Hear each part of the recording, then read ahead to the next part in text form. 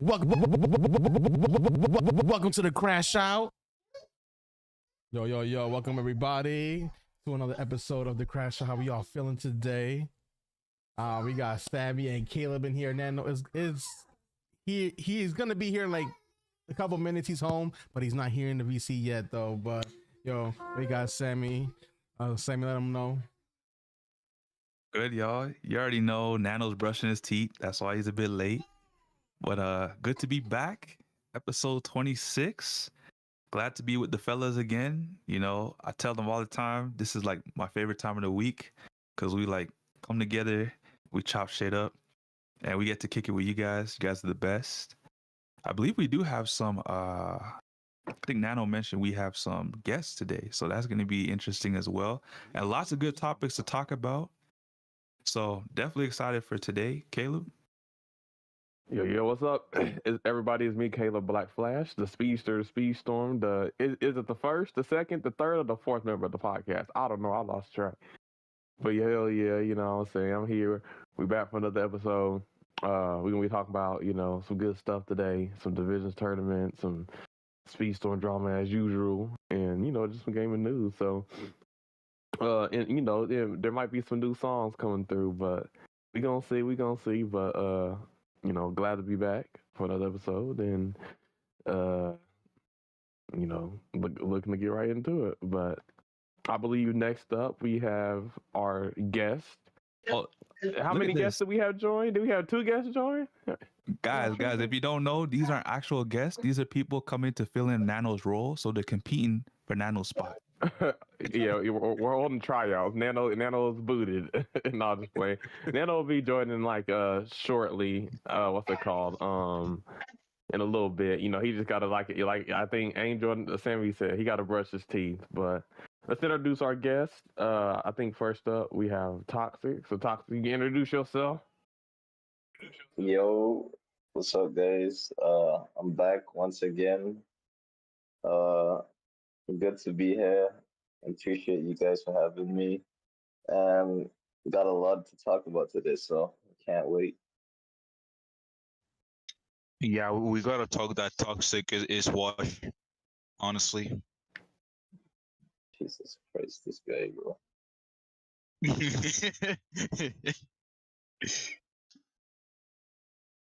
All right, next up, I believe we have Falcon, a former Don, now a Lowland Thunder. He's joining us on the podcast. Falcon, go ahead and introduce yourself.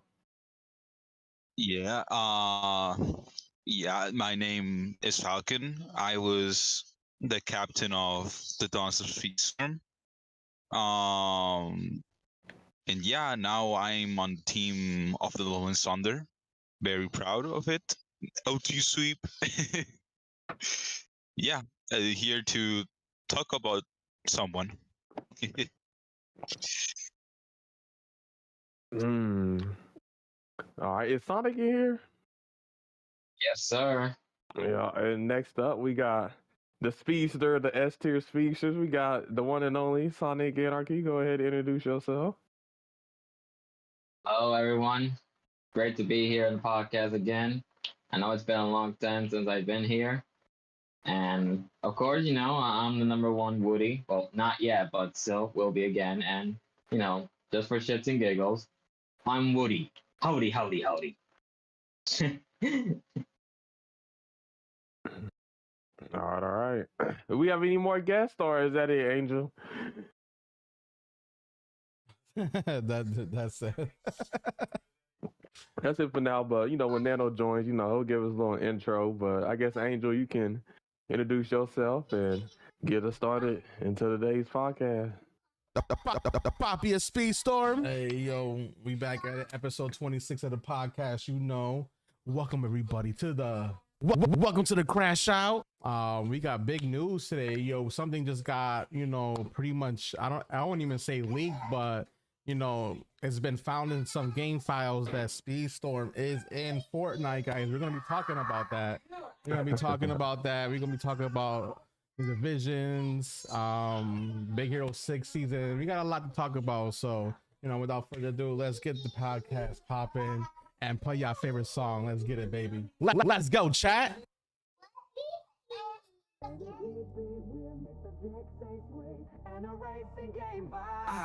It's the Crashout podcast. Buckle up, let's go. One Wing Angel, Nano, Sammy, Caleb in the flow. We're talking top 100 drama and the heat. From Disney Speedstorm to the latest game and beat. Crash out, spin out, bring the heat and the vibe. Controversy, competition, the reason we thrive. From the track to the trends, we're taking it all. With special guests in the mix, we're having a ball.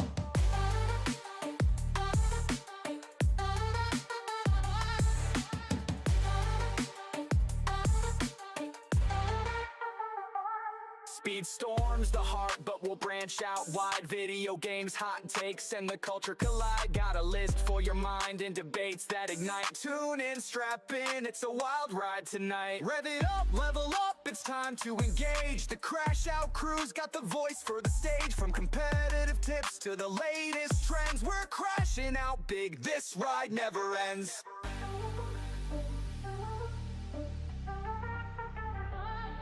Crash out, spin out, bring the heat and the vibe. Controversy, competition, the reason we thrive. From the track to the trends, we're taking it all. With special guests in the mix, we're having a ball.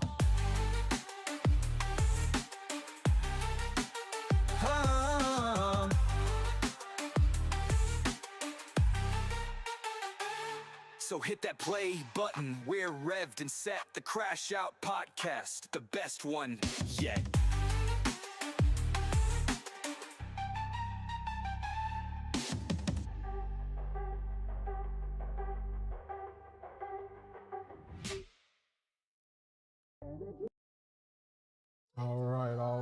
All right. Yeah, welcome in, Wheels. VJ Slayer. We got Katie Dawn in the house. How's everyone doing today? Thank you all for coming on through. And staying tuned for this juicy podcast. So we're gonna start with divisions. Might also start with divisions. Caleb, go ahead and take it away. All right. So we are in the knockout round of divisions. The regular season has already concluded. You can check that out on previous episodes if you want to follow that. But we had our first round of knockouts. So we'll go over the winners and losers of the team round. So first up, we'll start off in the upper bracket. We had DTUK versus DTUSA Civil War. And that one was very spicy, but it looks like the North wins again. DTUK beating DTUSA, 225 to 135. So dang, is that 90 points? Oh, look like the revolution. The Redcoats. Look like the Redcoats got it this time around. But let's look at the what's it called? The point standings and see what happened here. What's the damage? So for the DTUK, we had leading his team Ghost Viper with scoring 64 points, and shortly behind in second for DTUK, we had Goblin King scoring 61 for his team. Departed, in third, scoring 52. He finally got the 50 points that he's always claiming that he gonna get. He finally got it. Shout out to Departed getting 52 points. And then we have Sony scoring 48. So those were your points standings for DTUK. And then for DTUSA, we have Foster Dinu scoring 51 for his team. Secondly, we had DT Younglink scoring 33 for his team. And third, we had Monstero with Zeus scoring 27. And then fourth, we had Ishnik scoring 24. So those are your point standings for DTUSA. But overall, DTUK was on point, and, they trying to make it to the next round. And, I think they've been a more consistent team this season, so they built up that chemistry and stuff. So they were able to get it done. So shout out for DT UK for winning the DTU Civil War. All right, so they will be moving on in the next stage of the bracket, and they will be facing off against the Lowland Thunder. So that should be very spicy. So they've secured themselves into the quarterfinals. All right, next up we have BRZ Animal versus the Legion of Zoom. And this one, I thought it was gonna be, close. Not sure who's gonna. Both teams got some good players, but Legion of Zoom ended up getting the Dubsky, 198 to 162. I think that's about or almost 30, about 28, something like that. Math might be off, but shout out to the Legion of Zoom for getting the dub. But let's look at the point standings. For BRZ. Animal, the BRZ A team. We had DT. Well, no, we had DK leading his team with 59 points. We had BRZ Selenius with 39. We had the BRZ Calvis with 34, and we had BRZ Bruno with 30. So shout out to all of those BRZ Animal players. And then for the Legion of Zoom, we had Crusher leading his team with 69 points. Crusher seems to always lead for his team. It looks like he's keeping that thing going strong. Second, we have Silence scoring 52. And third, we have Fluffy scoring 23. Fourth, we had Matt RG scoring 21. Fifth, we had Mo Skills scoring 18. And sixth, we had Protocol scoring 15. So the Legion of Zoom, they've been using all of their players and all of their subs. But overall, the Legion of Zoom as a team got the job done, and they will be moving on to the next round to face off against BRZ final boss. So, that should be very spicy. They've, worked their way into a spicy match. Yeah, but they've made it to the quarterfinals. So shout out to Legion of Zoom for making it to the next round. And then also shout out to, for DTUSA and BRZ Animal for making it as far as they did in what's it called, the team round. So that is going to be so for the upper bracket so far. Just to remind you, we have the Lowland Thunders versus DTUK.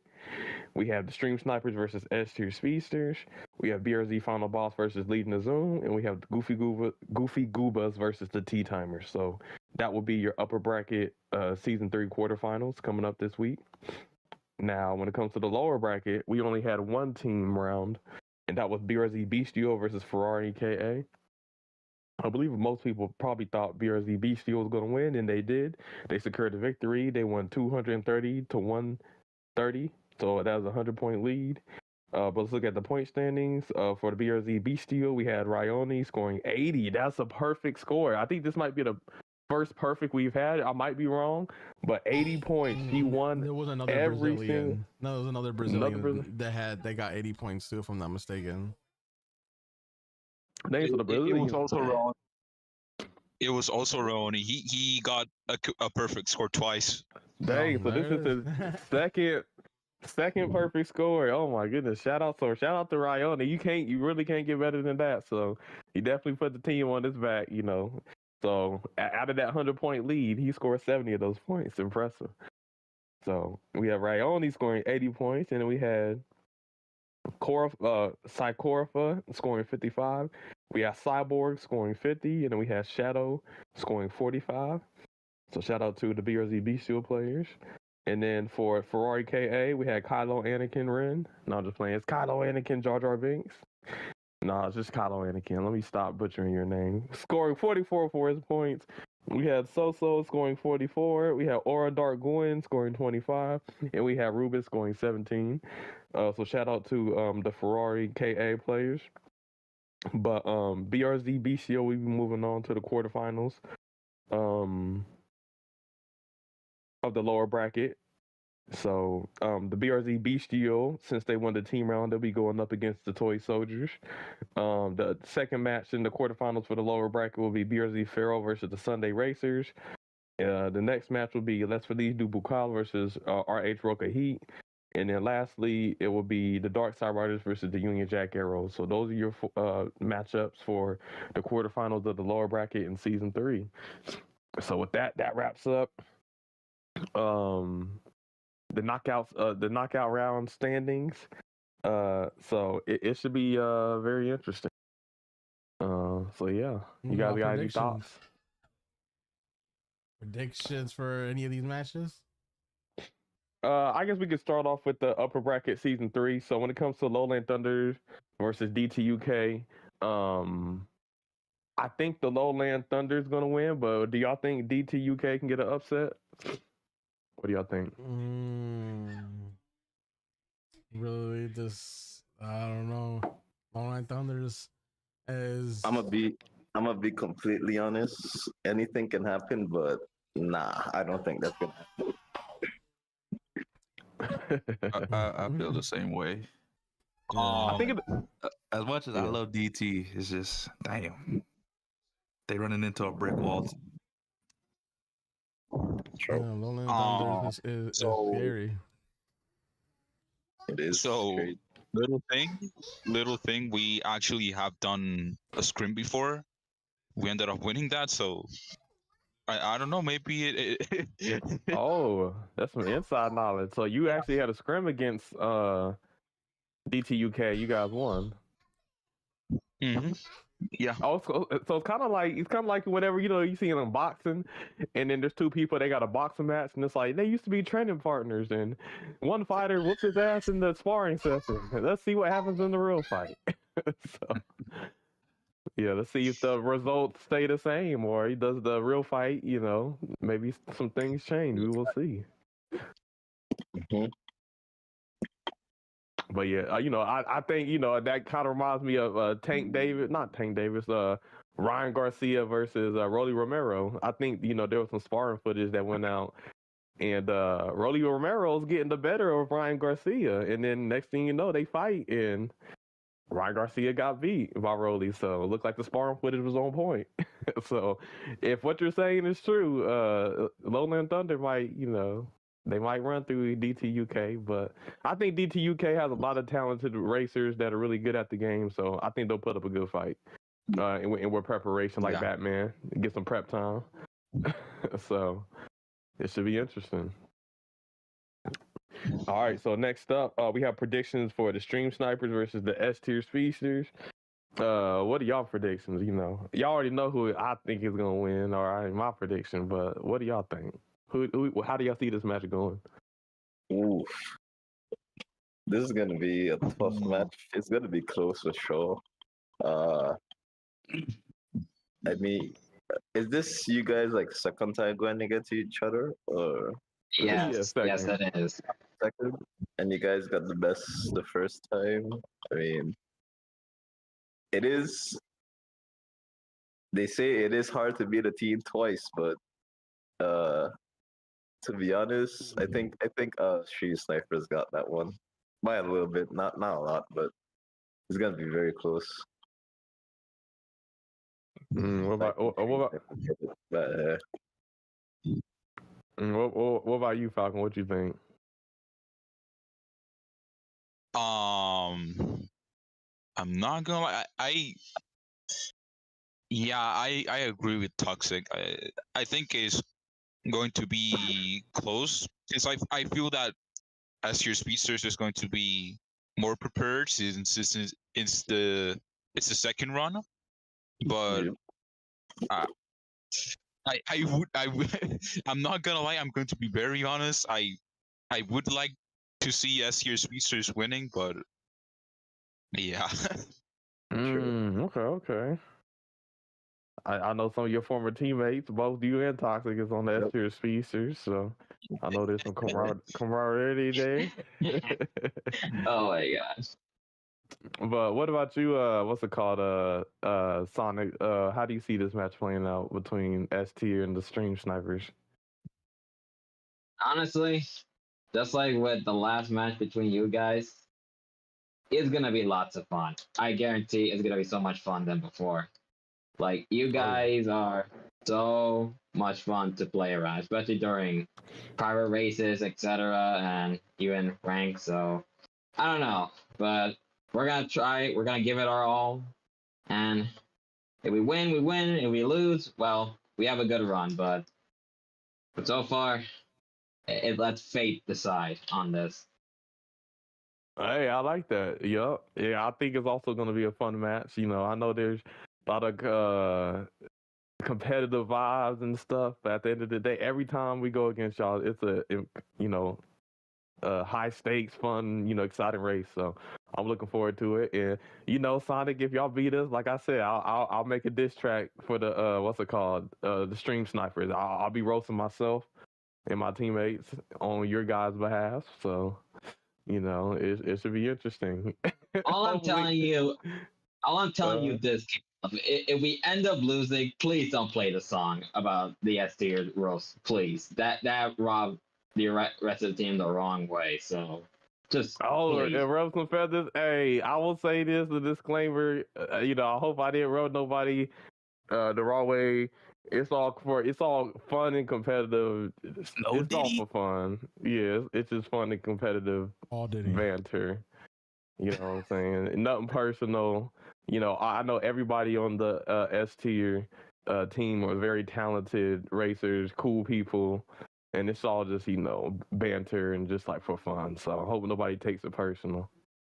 But no, Sonic, we will be playing the song if we win. Maybe a remix. Yeah. But because I'm not gonna lie, the Stream Snipers Down song is stuck in my head for all eternity. I cannot get it off. So thanks for that. Stream Sniper Down. Yeah, hey, look at him. Look at his our downfall. Look at this guy. Oh my god. Yeah, will Stream Snipers be down or will we be S tier plus? We will find out this week. I know someone wants to be playing sweeping every weekend because they was disappointed last time. Yeah, ever since I came out with that sweeping every weekend, we ain't got one sweep. Or maybe we did. I don't know. And you trying to say you gave us the Madden curse? That's crazy. There's always one person that stops it from happening. There's always one person. It'd be like second, third, fourth, fifth, or first, third, fourth, fifth. Man, 604 Lucas did not want that. He said, "Y'all ain't finna do me like that." But yeah, I guess Angel and Sammy, what do y'all think? Predictions for the match? What are y'all thinking? How y'all see this match coming? Well, if Caleb really wants to play sweeping every weekend, I think we're gonna win. I'm gonna break it for sure. So hey, it's the season. It's the Bell season, right? Season 13, Big Hero 6. Apparently, it's Bell season. So we gotta see who's the real number one Bell main. I don't know. I don't know about that, but that's how it goes to KH since he's the number one Bell and the fan.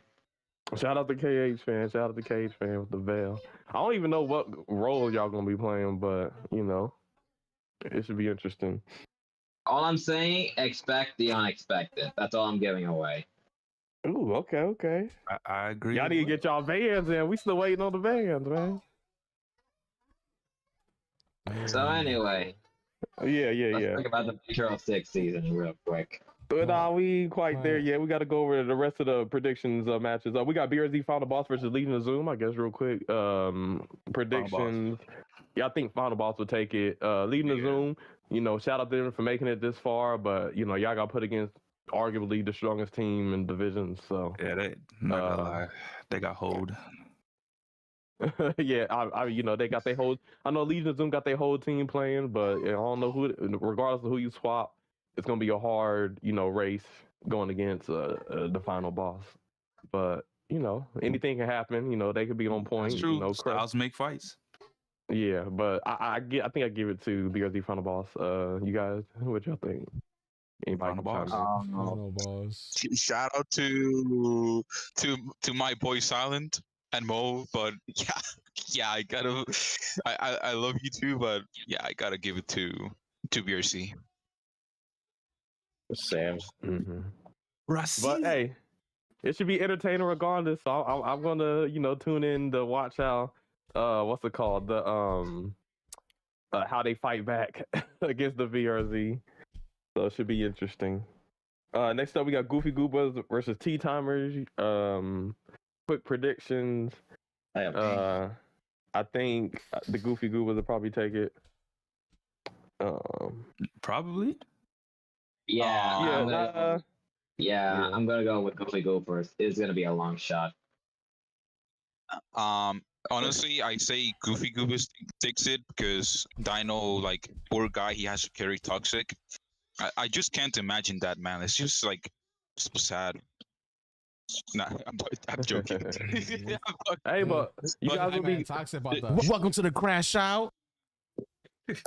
That's all good, bro. But Toxic, this is like literally this is like team homie for you. Like seems like all of your Speedstorm homies on the motherfucking team timer. So Yeah, you got to take them out. Yep. how you think that's gonna Yeah. go, man? You don't think your homies can get you? What's going on? He's like, yeah, my friends. But I think we can take. I think we can take it 100%. Okay. How close do you think It's gonna you be think tough. they'll put up a good fight? Yeah. No, but the thing is, why it's gonna be tough because there's a issue going on with Xbox right now, and all of my teammates is on Xbox, so it's gonna be hard as shit. Wait, what's the, What what's issue the going on issue Xbox? on Xbox?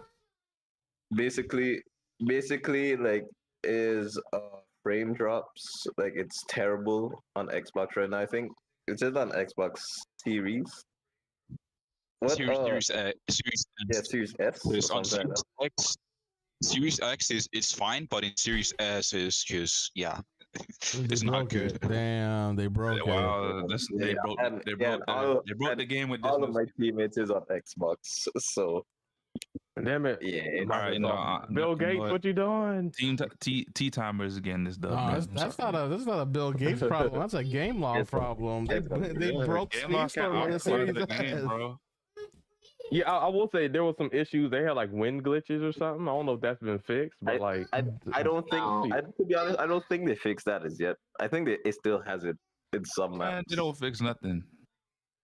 yeah. They Well, will. Well, I mean, to be They'll honest, temporarily fix it, and then when they update something else, it breaks again. to be honest, at this point, it's Yep. not, it sounds like they're not really focused on fixing anything in Speedstorm if they're helping revamp rocket racing and Fortnite. Right, we're gonna get Rocket that later Racing. on. Yeah, we're gonna but- get into it because I actually played that game. I streamed it too. I got some footage. I made it to the highest rank. You already know. I wouldn't be the speedster Did you? if I didn't make I mean, it. Yeah, Did you to the face highest GQ? rank. I ain't raced GQ, but I raced like some other like top, I guess rocket racing streamers. Because I know he was up Fortnite there, is too. huge, so there's a lot of people in that game, but I haven't raced Yeah, GQ on there. I play Fortnite too. I've been playing it since chapter 2, so I know what you're talking about. Yeah. But I will say, for this match, I do think that if anything, this is probably the most likely match to have an upset. I think Tom, Hoodie, has Type, and Limitless are all good players, so if they lock in, I think they could pull an upset. But we'll have to see if Toxik and Dino can carry as usual, per usual. But so I'm looking forward. Actually, that might as well as the S tier speedsters versus stream snipers. I think this is also going to be a close, entertaining match. So yeah, I'm looking forward to it. All right, with that is the fourth and final match of the upper bracket. So those are your predictions. For the lower bracket, we got the Toy Soldiers versus BRZ Bestial. Predictions: I think the Toy Soldiers will take it. Same. Yeah. Shout out to Same. Wayne. BRZ Bestial yeah, kind of, they're a solid team, but they beat the 19th place team to make it. I guess. Am I correct? I might be. Yeah, I don't know, but I think Toy Soldiers they got. I think as a team might be slightly stronger. Next up we got BRZ Pharaoh versus the Sunday Racers. 604 Lucas. I think he'll prevent the sweeps, but I think the Sunday Racers will probably take that. But I think that might be close. What do y'all think? I honestly think Pharaoh could win this. Yeah, I think now, I said it quick, but Pharaoh I think is a solid team. I think they could win as well. But I think it'll be Manji versus 604 Lucas, but I think Manji has the edge. So if everything is like neck and neck and close, I think Manji might be the difference maker. That's gonna be a close race. Okay. Yeah, it is gonna Yeah. be close. So I want to see that one. The quarterfinals, there's a lot of good matches in the knockout stage, so that's gonna be another good banger for the lower bracket. Next up we have Les Feliz Dubu Call versus RH Roka Heat. Predictions, I think probably Roka Heat.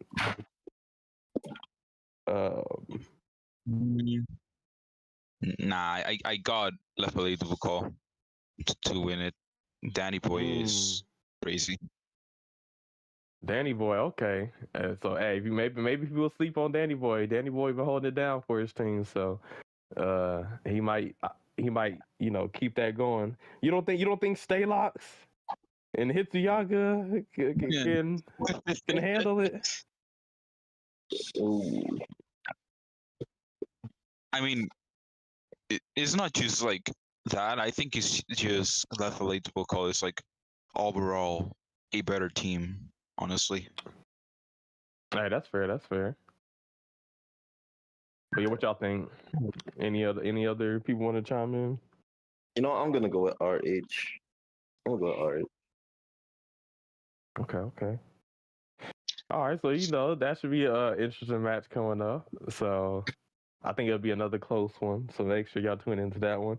And then lastly, for the lower bracket, we got the Dark Side Riders versus the Union Jack Arrows. I think Dark Side Riders take it. I think Dark Side Riders are a solid team that often go against the best teams in the league. So some of their losses. That's why they have some of the losses they got. But I think they're actually a really strong team. So I think they'll end up, getting the win against the Union Jack Arrows. Union Jack Arrows, are also a solid, strong team.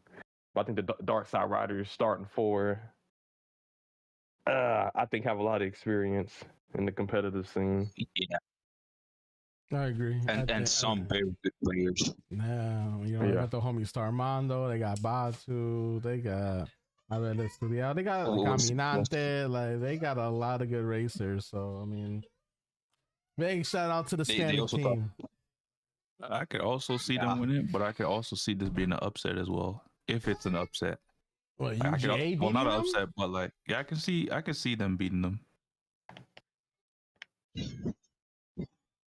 I mean, also could could depend on who's racing too. That's exactly what I was thinking. I think this might be a close one.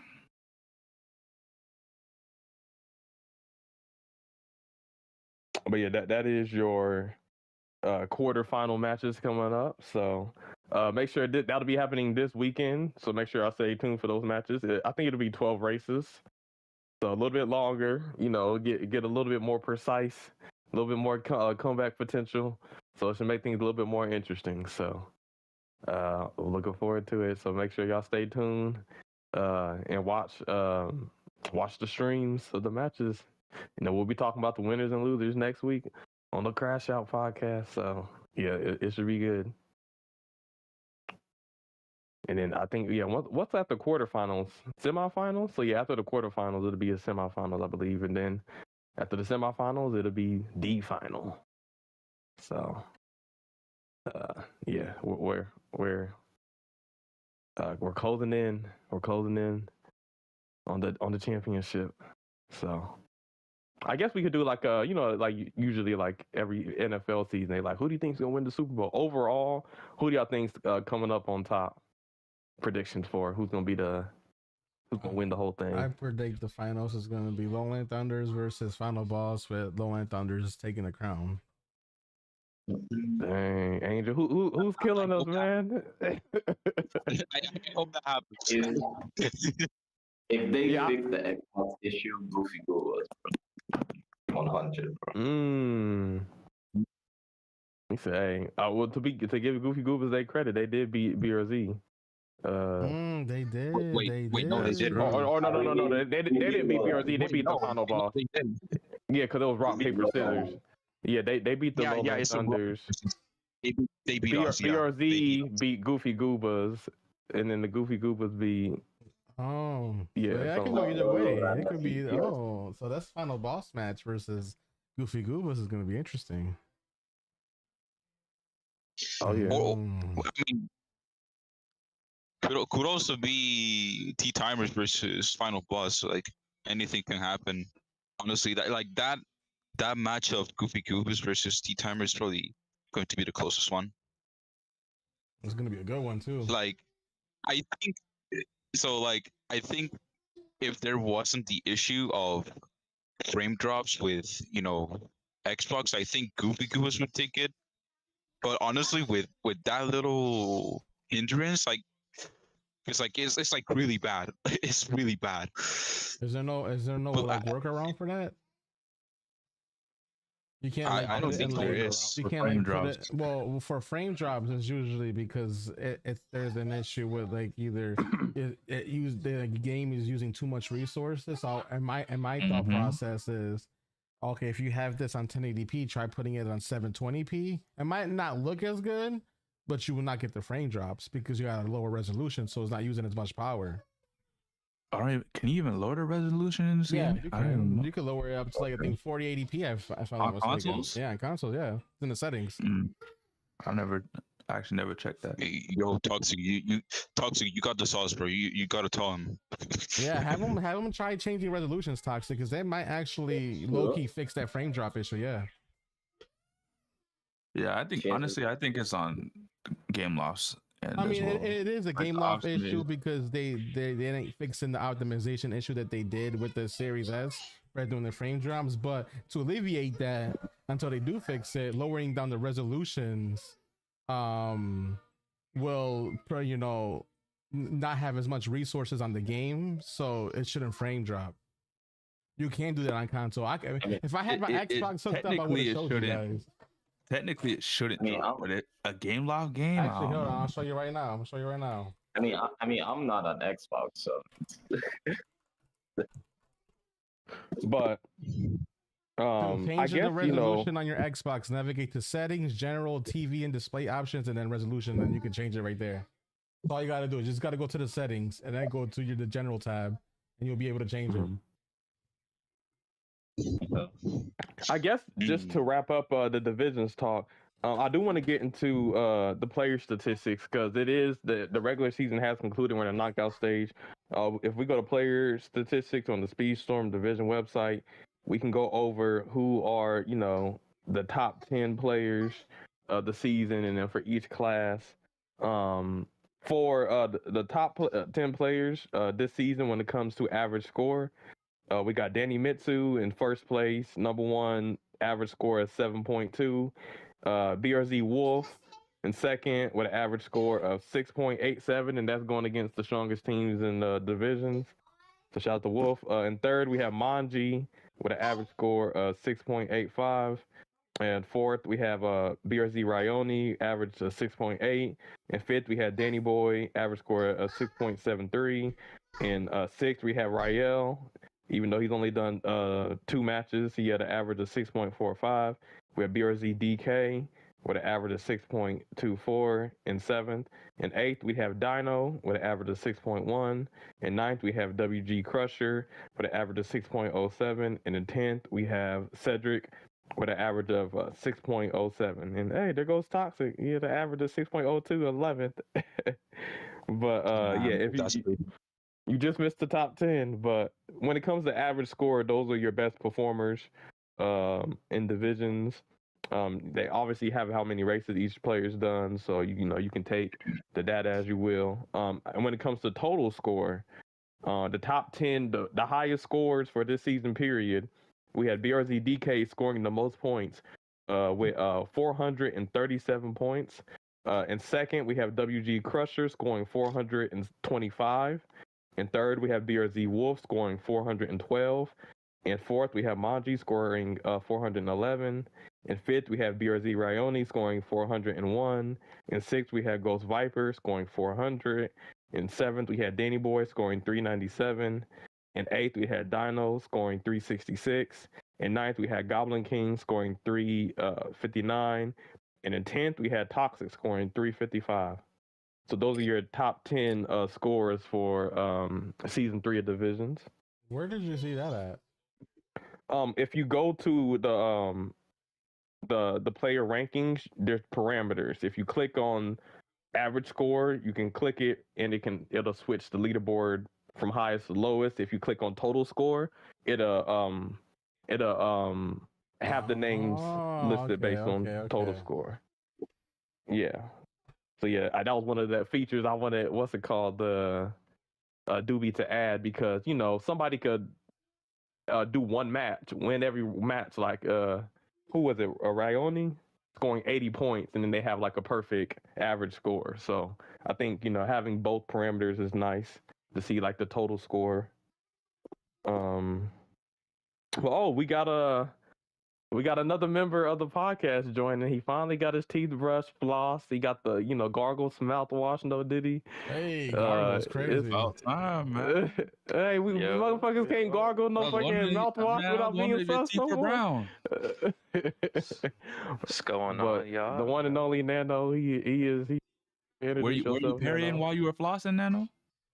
Shit, you already know, man. Gotta make sure the parry's on fleek, bro. This man, Nano hear a ding, and he said, "Oh, Perry time." Oh, we gonna get into that Perry shit later, man. But hey, what's going on?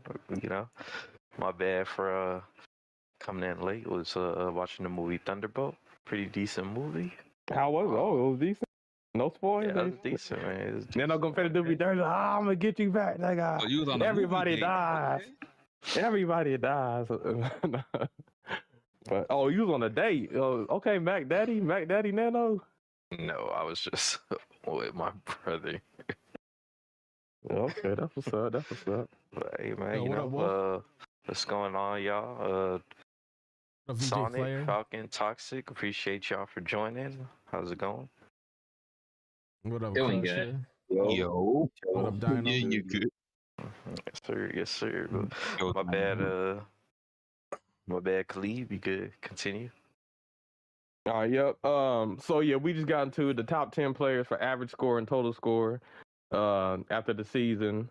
I guess now we can go to we can scroll down and go to Speedster. So let's see who the Speedster or Speedstorm is for Division Season 3. It looks like, according to average score, One Wing Angel. The one time he got on freaking Speedster, his ass showed out an average score of 7.2. We got One Wing Angel hold it down, but if you go to total score, who scored the most points? It was BRZ DK scoring 437. So, shout out to DK and shout out to One Wing Angel to hold it down on the Speedster class. Let me see. Shout out, man. Shout out. Damn, Caleb, what happened? Where you at? Where am I at? Where the fuck? I'm like 26. 4.7. Hey, I did 3 races. I've been switching up the class. I've been on Trickster. I've been on the Brawler. I've been on but hey, I guess that is a good segue into the next class. We got the Trickster class. When it comes to average score, it is Danny Mitsu with an average score of 7.5 with 6 races. So that, like I said, 1 race. But hey, your boy Caleb Black Flash, number 3 on the Tricksters. Average score? No. No, let's go to total score. When it comes to total score, the number 1 Trickster was Goblin King. He scored 326 points on that roll. So shout out to Goblin King, and then shout out to Danny Mitsu. Next class, we got Brawlers. When it comes to average score, we had Danny Boy scoring the most on Brawlers with an average score of 6.3. When it comes to total score, it was Atrocious. Atrocious has been holding it down on the Brawlers. So yeah, shout out to Atrocious. And obviously you can see everybody else's points underneath. If you guys want to do that on your time, check out the site and you can see where your standings were on a specific class. Next up on Defenders, when it comes to average score, it has scoring the average of 7.5. But when it comes to total score, we have WG Crusher scoring the most points on Defender with scoring 416 points. So shout out to Crusher. And shout out to Haz. Damn, bro, crazy stuff. He says he isn't a defender main, and look where he's at. I mean, yeah, Haz. For the last. Oh, you talking about Haz? Yeah, he has. we just fuck with him that he's a defender main. Hey, clearly he did good the one time he was on it. But yeah, I think that is your divisions recap and wrap up. So we got a lot of spicy races coming this week, and I'm curious to see how things go. And I guess I'm part of it, so I'll be practicing. I guess I'll be getting ready. But no, it should be a good week. It should be a good week. And then, anything you want to comment on? What's it called? The matches coming up this week. What's your prediction for S tier speedsters versus the stream snipers? Who do you see winning, man? Nano, I know we didn't get your opinion. I feel like our team's gonna edge it out, but I feel like with this being the second time we're going against them, I actually feel like there's a high possibility it might even be closer than the last time. Yeah, you might be right. But we'll see. We'll see. If Yeah, it's gonna be close. I think it's gonna be close. But with the divisions wrapped up, we still got Speedstorm news. I believe on the last episode it was like the day before the season came out, but now the season is out. We got our hands on the new characters. We got to see all of the updates, and let's talk about season 13. So just a quick summary. Season 13, and the roadmap before, they said that their season 10, 11, or 11, 12, 13 would be 3 months. And then they gave us an update saying that they were cutting back, and that season 13 was only going to be 2 months, and instead of 5 racers, it's only going to be 3. And then they're going to replace the 2 racers that we would have got, basically got replaced by Bell, and I think for part 1, and then I guess it's going to be Elsa is going to be for part 2. Oh man, what do y'all think about those changes, man? Are y'all liking it now that the seasons came out? How y'all feel? I have one word to describe like this entirety of this season. Disappointed. I agree. Trash. Hey, man. Yeah, I agree, man. It's as much as I love getting maxed out bell shards for like the 100th time, I wasn't when I thought of Big Hero 6, I didn't think of this, man. I didn't think of this. So, Yeah, I mean, just comparing it to the Tron season, we got Zeus, one of the strongest racers, one of the fastest racers in the game.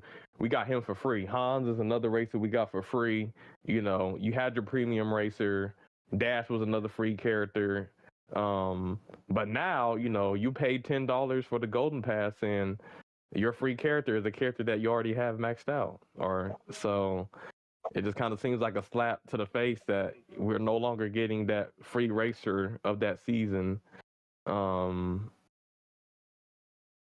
I don't know. I don't like it. It's not a good change. I think it would have been better had they flipped it where they just gave us all the races for the season for free, and when you get the golden pass, you get a previous mid-season racer as a premium racer. That sounds But then too good. That sounds they're too not good. gonna do that. It's better than what they're giving us now. It's what they're doing is they're trying to maximize profits. As you can see, Honey Lemon. So far, Honey Lemon and Hero are the 2 characters that are available. Hero is locked behind the Golden Pass, and Honey Lemon is locked behind a bunch of season tour paywalls.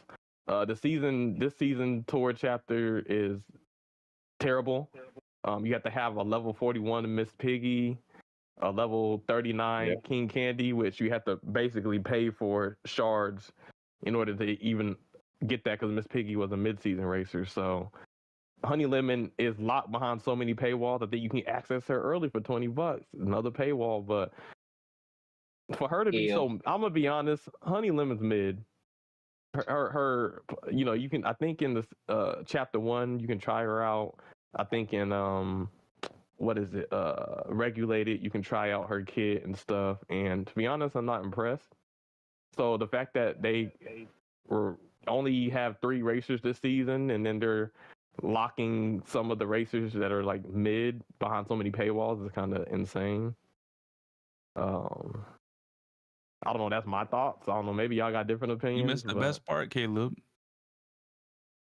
What? You're paying the same price for less racers. Thank you, Sammy. We're every season we're paying the same or more for less. You got to pay 2 times for the battle. You got to pay extra for the diamond pass. Yeah, you're getting less. These characters don't have victory animations, or what do they call it? Yeah, I mean, characters used to have victory animations. They used to have deluxe cards. I don't know. Each season it seems like pay for, and then all of a sudden now you can get deluxe cards for free. I don't know. Every season it's just they're devaluing the golden pass. And I'm not a fan of that. You know what? You don't like getting Bell and Elsa shards in your golden pass? I mean, for KH, No. for KH, he's gonna love it, but the rest of us, it's a mixed opinion. I don't know about that. He already got a maxed. That's coins for him. He already That's has coins Yeah, for so him. I don't even think KH would like that, because if KH already took the time or spent the money or whatever to get Bell maxed out, he doesn't benefit from Bell being a free racer. You know what I'm saying? The people who already wanted Bell leveled up probably already got her leveled up. So who is this serving? Yeah. The 1 or 2 new players or something? Like, I don't know. Possibly. What happened to the And- data they used to share with us? I don't know. Remember how kind of they data? remember how this all started when they came out with that article and they was talking about data. They was like, oh, we're changing how the golden pass is because we realized like a small majority of the community, which is us that play it and who've been playing it from like I guess the beta or I guess season 4, were completing the golden pass, and then they were like, oh, we're gonna make it so everyone can complete it. Yet they made it harder to complete and the rewards were asked. Like, what happened to giving us data like that so we can see for ourselves, like whether these changes are good or bad? Well, I think they hide the data so they can justify what their changes. But I will say, I think one of the discourse we had earlier in this game's life cycle is like it wasn't very opening to new players. Like if you were a new player to this game, if you joined the game, let's say you joined the game today, you'd be behind. It'd be hard for you to get certain racers. So I guess if you're like new 2025 to Speedstorm, it could be a good thing because like you have access to Belle and Elsa, who were characters in previous seasons, and I guess it's actually they're worse. free. If you started from this season, you have to pay for everything to catch up. Yeah, you do, but there's gonna be a hand-picked characters that are the free character of that season that at least you'll be able to get shards. Yeah, for that but character this easier, season but- trash. You just said the characters this season trash. Well, So I not only do you gotta pay to catch up, but also now you gotta pay to compete. Yeah, fair, Sammy. That's fair. But I guess I don't. Everybody has different opinions. I got my opinion. People got other opinions. Let's just get into the character so far. Hero. How do y'all feel about this character? Y'all feel like he's peak, mid, underwhelming? Like, how do y'all feel? I think he's decent. If Honey Lemon is mid, he's alright. He's a little bit above that. I think he's a lightweight. His ability gives him permanent speed increase, so I think that'll be good for a lightweight. Because a lot of times you get like a speed boost for characters, but if you get stunned, you're locked out of that speed boost. But I think it's cool that he gets some extra speed. He kind of reminds me of a mix of like Ariel and Genie combined into like one character. I think his tap gives you some random items, and his charge gives you like each time you get it, you can get up to 6 rockets on your vehicle that speed you up. So I think Hero's decent, but I don't know. What do y'all think? How do y'all feel about Hero? Anybody can chime in.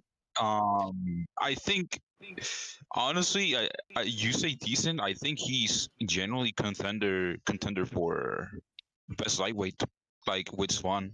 I think Swan is better, but like he's second, like for sure for lightweights. Like the fact that he can just keep increasing his top speed, and like he actually like if he's on 6 rockets, like he basically is a midweight with lightweight stats, which is crazy.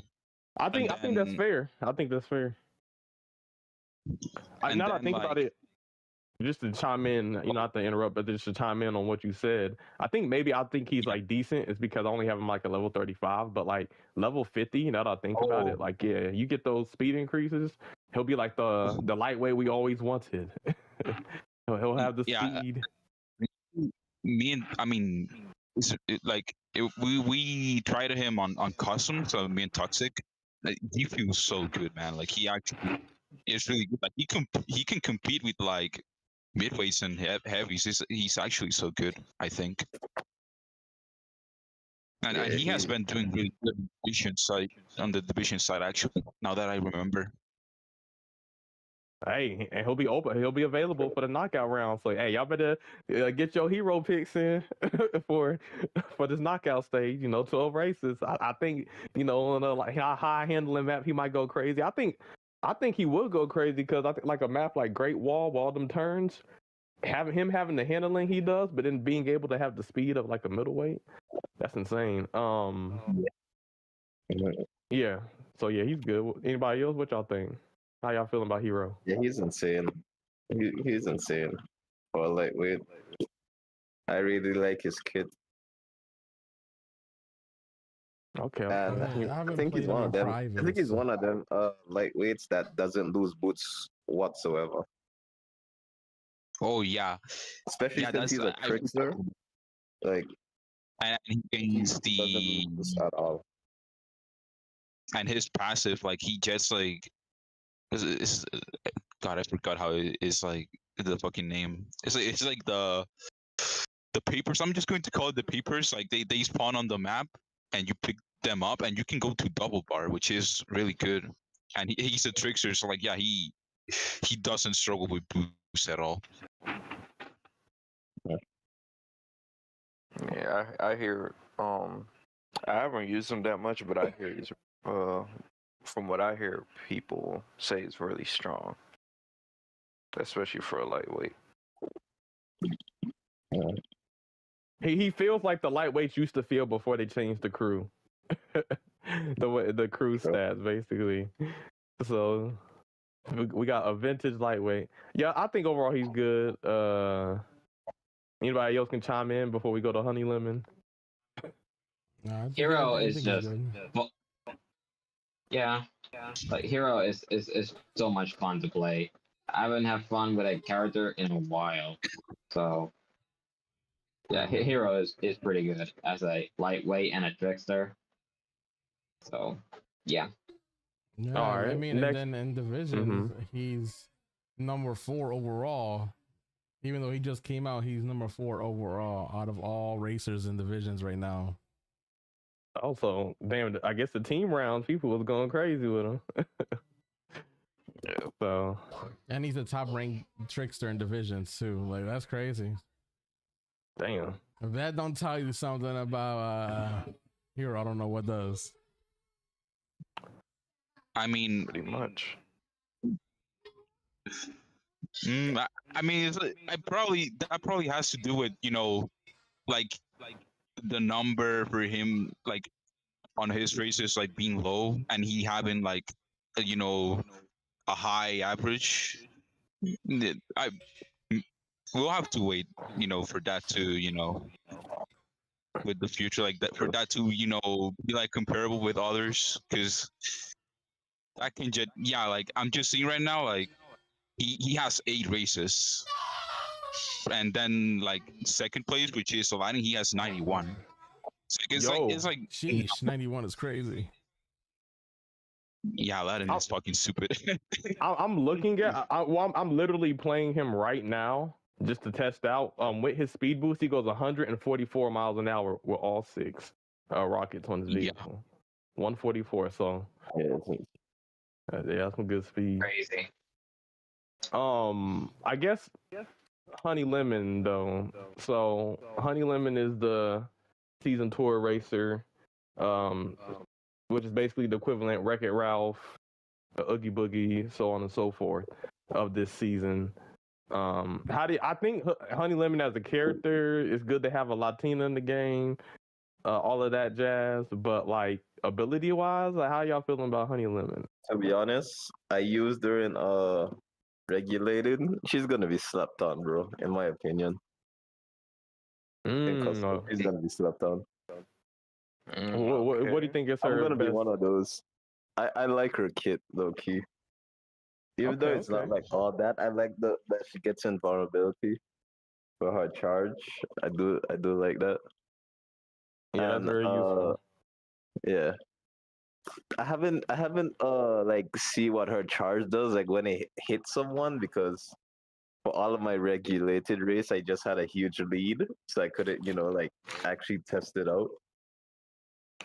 But I do like that she gets invulnerability for a charge for a bit. Yeah. Yeah, with her charges, she sends her purse backwards and it explodes. Yeah. Stunning people, so she's invulnerable during that. Yeah. But it would have. Oh, go ahead. My bad. I was gonna say for her on charge, it would have been cool if she like drives over something, she gets like, she gets like something, but it's just it's just her like freezing someone or. And they have to be like immediately in front of her, right? Yeah. So I don't think she has comeback potential like that, and I don't think if she's in the lead, she doesn't have pull away potential with her abilities. But hey, she has some invulnerability. Yeah, like a top good player, still be able to, get some use out of her, but she's not like, I don't think she's gonna be meta. Yeah. But yeah, anybody else? Yeah, go ahead. Yeah, we need more characters like Honey Lemon. There's too many broken characters right now. Yeah, everybody. If everybody's super, nobody is. Just gotta. Everybody can't be a genie. Yep. So, well, yeah. Anybody? What do y'all think? Y'all think Honey Lemon is a W or L? What y'all think? I don't know, bro. Like, I feel like face value, just looking at her, she looks extremely mad. I haven't got my hands on her, so I don't know. Could be. Pause. What? I mean, you can get your hands on her right now, regulated. Try her out. Hey yo, what's wrong with that? Well, what's wrong with He didn't say put his hands on Hero. Consensually put your hands on her. You gotta watch what you say around here in these parts. You know what I'm saying? Oh wait! If somebody try to frame you in a bad way, like she's only 17. Damn! I can't play a character in the game. No, let me stop. But I don't know. I feel like I don't want to talk too soon. I'm gonna let the character, sit, and then I will form my opinions when I have more time with her. Yeah, I guess I tried to tell y'all Big Hero 6 was gonna be the worst season and Tron was gonna be better, but nah, y'all were like, oh no, Big Hero 6. No, hold on. Crazy. No, you said you said you had a feeling the characters are gonna be trash. Hero is fucking good. Hey yo, but there's more than one character in the collection, Nano. So okay. one third of the collection you said you think all of the characters are gonna be trash. That's what you said. Whether I believe all the characters are gonna be trash or the season was gonna be trash, I was still correct in saying that the season 13 was gonna be trash.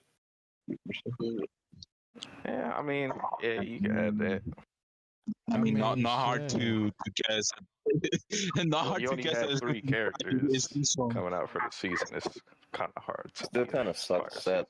It still kind of sucks you only get 3 characters. So.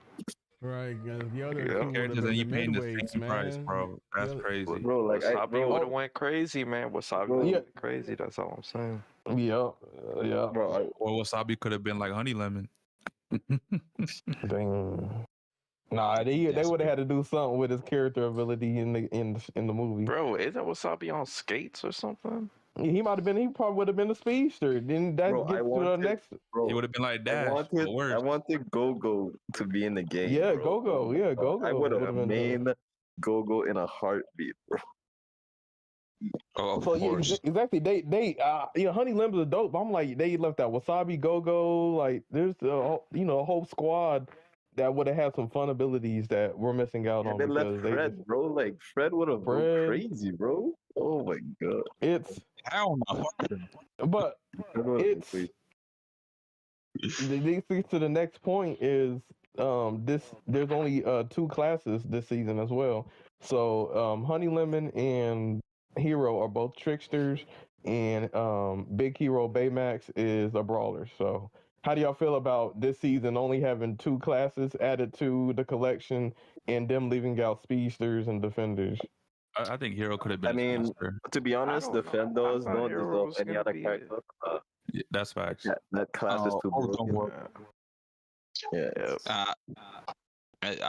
I'm just going to say Aurora's definitely going to be a defender. For sure. Yeah. Yeah, I definitely think one of them, the princesses, are gonna be a defender. Yeah. I think Could be. No No, speedsters Aurora and or defenders for Cinderella? Big Hero 6 are the ones that got Aurora. cut. Let's be honest. The speedster and defender of this Big Hero 6 is the ones that got cut. And they're gonna Yeah. fill that role with fucking Cinderella and Aurora. True. Yeah, blue. I think Cinderella's gonna be a speedster. Which yeah. I did see the design. I would say the Cinderella and Aurora design, they do look really good. Now, hopefully their abilities aren't ass, but Wait, you character seen the design wise, design? they look, yeah, they Yo. look pretty good. The outfits and Don't- whatnot. Don't worry about them being bad or good. It's a Disney princess. They're going to be OP. It Yeah, seems like that a is trend. true. They They usually make the Disney. They make money, man. They make the Disney princesses more often than not speedsters, and they make them hella OP. But I mean, I guess not just speedsters, but yeah, they're just gonna be strong regardless. So that should be looking for that. But they're mid-season, so hopefully you got some tokens left over. But I'll do just enough to unlock them, hopefully, and if they don't pull no more rug pulls over us, and I'll have her in divisions, because I think, yeah. But yeah, because I mean, realistically, if you don't spend tokens on the mid-season racers, you pretty much can only get them to like level 25 to level 30 without All spending my no extra mid-season money. racers are 25 and will stay like that for all eternity. Yeah, and I guess the ways to like get them up if they have a limited event, or maybe you can grind rank to get some extra shards. But outside of that, you have to be paying money or using your tokens. So, but that's why, hey, divisions is where it's at. Because even if you don't pay, you can at least have the character at level 50 and race them at a high level. So I'm looking forward to see how they, how they'll perform in divisions in the World Cup going forward. But yeah, it should be good. Yo, man. Also, Word I on the didn't street. I didn't see Oh, the go ahead, go character ahead. designs of Aurora and Sleeping Beauty. This is the character designs right here. I think they look good. I'm excited. I do think Cinderella does give me speedster vibes. I will say that. Yep, and Aurora, I have that amazing cart that Maleficent has, because that for whatever reason the Sleeping Beauty carts they had a good design. I like the body work. Yeah, I definitely like the body work. They ain't leak out the cart for Yeah, you like the body work?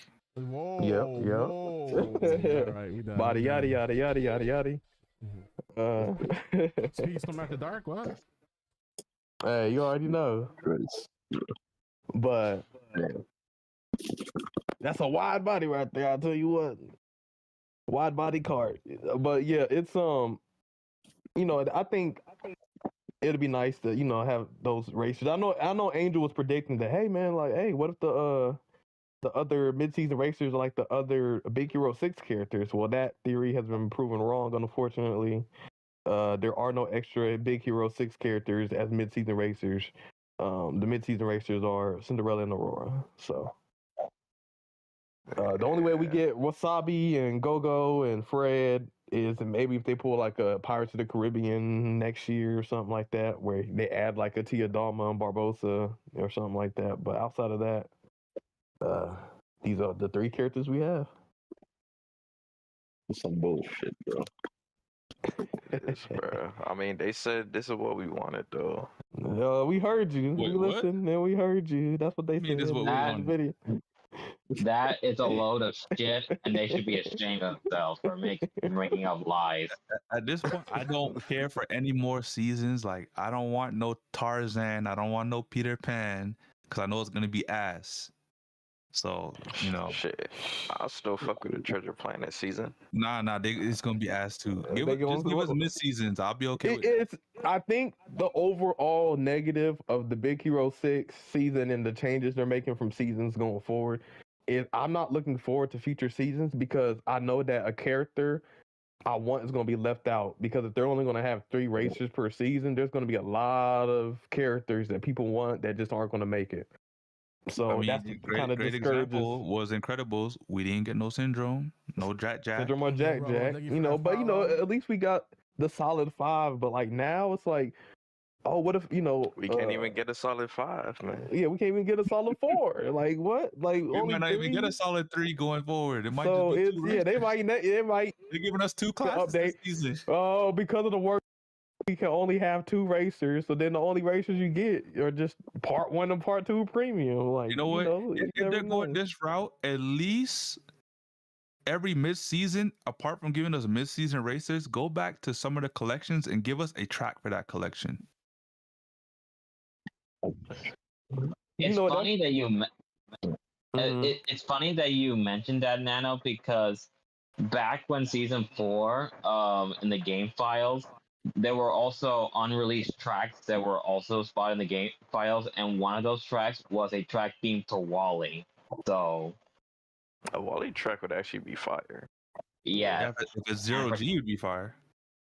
yes, like for some reason hasn't released it yet. So. They're already playing around with that a little bit with the track this season. There's like parts of the track where the air is pushing you up from the ground, so you have like floating sections. So maybe that could be them testing out, because maybe if they did do a Wally track, there might be some 0 gravity sections. So that could be cool. I will say, you get stunned. Like I'm just saying, in the divisions match, you get stunned during the floating part, you're gonna be fucked, because you're just gonna be sitting there floating for a while. Yeah, so The wing glitch. that's the sabotage area. I'll say that. Brought the wind glitch back. Yeah. But speaking of, I guess that's a good segue into, we're talking about this season 13. We talked about the characters, but what about the track? How you guys feel about this new track and the variations? To be honest, the tracks isn't that bad. I actually messed with the tracks. Okay. I love the map, but fuck the obstacles. That like cone Yeah. thing is Oh, yeah. genuinely, it's like actually invisible. It's like actually visible. It has a It is. huge hitbox. It has a huge hitbox. It's like you're like nowhere near close to it, and you still get hit. It's insane. But I really like the map, especially like there's like this one variant that has like air bends, and they send you to like 167 miles per hour speed. It feels so good. Like that. Yeah. Genuinely, I think if they're doing that, I think they should keep doing it, because like urbans, they should be like way faster. I don't like just going into an urban and almost shit's destroyed. Losing all your speed. I will say this new track is beautiful. It's very bright, vibrant. I like the environment theme. And I will say this is Bunny Hopper's Paradise. I know Toxic and BRZ Wolf will love this track. No, I'm just fucking with y'all. You know, I'm throwing slander. No, but no, real talk. There's some like big bunny hopping sections on some of the variations going downhill. Whenever on the hill, I think. Yeah. Yep. So you know, hey, you know, all you bunny hopping haters, y'all gonna hate this map because hey, it's just too much potential for you not to bunny hop on this map. But like I was saying, like when I was trying it out or on stream, I was saying that it kind of reminded me of Sonic Adventure Battle 2, the City Escape, I think. Yes. I remember. Yeah, that's what it reminds me of. When you go down the hill, I mean, you even take a right turn and everything. I'm like, yo, this is a bootleg City Escape. But overall, I think the track. I wouldn't say it's mid. I actually think it's a decent track. I think it's a decent track. I think it's good. So What I want to tell is that the only exception to this track is the air vent where you're going up. That part can kiss my ass because every time I climb up there, I get hit by the random wall and I end up losing my speed and I'm leaving the map. Like, that shit is annoying as fuck. You have to basically slow down in order to not guarantee you'll fall off the map easily. So if you're too fast, it'll like fuck you. Yep. Yes, a big fuck you too. that's the common theme in this game. He said pause. I was damn. That's the common thing. I feel like they game law for whatever the developers or no the testers, if they even do have play testers in their studio, they don't test this game out on like top speed. I don't know if they like put on like max crew level 50 to see if like these jumps work, but clearly they don't do that because like, you know, like you said, you overshoot certain things, you missing item boxes sometimes if you go too fast, you're crashing into walls on air vents if you go too fast. Like, yes, every single time. It's so annoying, bro. Yeah. And here's my thing: if you're not gonna fix it, you can, I guess, like design it in a way to where you're not gonna fuck up. But I don't know. Like I said, yeah, common thing. You know, I don't think they play test, but yeah. So it's not a perfect track. Hell no. I think it's decent. So I give it like 1 to 10, 7.5. I give it a 7 out of 10 just for pissing me off in that one part of the track. Okay. I mean, overall for me, I think the map is dope. Go ahead. I like the aesthetic as well, and I feel like the map, it seems to have a good amount of skill expression. So shit, I'm a fan. Yep. What do y'all like better, the Big Hero 6 map or the Incredible Showdown? Ooh. Damn, that's actually. I feel like they're both like Big Hero. Oh my god. Honestly, I think right now, damn, they're both good maps. I actually like both, honestly, because Incredible Showdown is basically like a worse version of Nightmare Festival, but like it's still really good. Yeah. I would say San Francisco right now. Yeah, I think there's more item boxes too. I think the Incredible track is cool, but I don't know. There's some janky part. It's not. I don't know. It's not the best. It's I don't know. There's some design flaws with Incredible Showdown. I think this one maybe they have more time on this track a little bit. It's not as big, but it seems like they put a little bit more thought into it, maybe. But I don't know. I'd say I don't know. I don't know. I think it's a little bit better than Incredible Showdown, in my opinion. Just, you know, Ferrari has a point. I just saw Ferrari has a point. Like, I just remember what happened to Toxic, with the collisions of the fucking map. on Yeah. Incredibles. Yeah, I think In that truthfully, sense. I prefer the Big Hero 6 map over the Incredibles map. Mm, That's interesting. A lot of bunny It's hopping in. There's a lot of bunny hopping in the Big Hero 6 map, and you know it's not as much as the Incredible one. And the Incredible one, you got that jump pad that's really slow. That shit's annoying as hell. But the Big Hero one, it don't feel that one doesn't feel slow like the Incredible one. Mm-hmm. And then when you know the ones that are when you're going downhill, that's the best time, yo. And bunny hops Yeah, downhill, them shits, man, they hit different. yeah, and there's like parts where the track segments, like you can go left, and you have a different path. You can go right. It actually, Yeah, it's kind of different. yeah, and it seems like they meet up at the same spot. So like one of my criticisms is like they got all these damn alternate routes, but it's like usually everybody just ends up taking one route because it's just like clearly faster. But I could see people taking right, left, and you know still getting some value out of it. So I think, yeah, I think it's good. But you know, so overall, what would y'all rate this season, man? So again, considering the character, the monetization, the season tour, the map, like overall, what would y'all give this season? Or maybe not 1 out of 10. Give it like a grading letter: A, B, C, D, F. What would y'all give this season? I'm plus. going. C, D plus for me.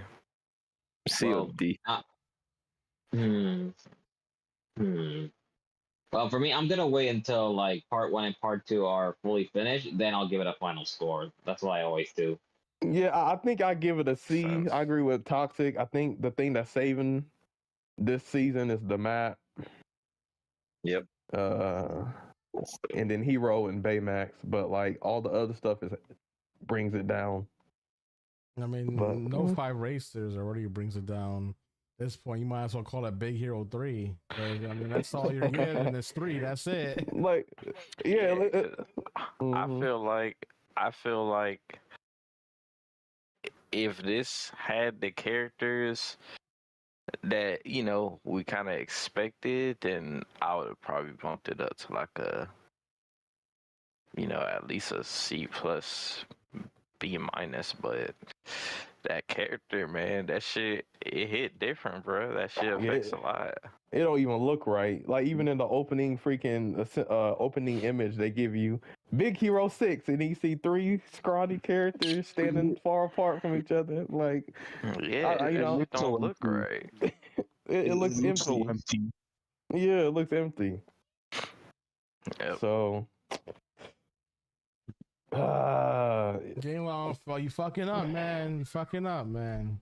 if Yeah, there's I've been fucking up though. That's if this is yeah, like I know trader. You know, I'm not loyal to one racing game, but like if this is how you get motherfuckers on Mario Kart, I'll say that.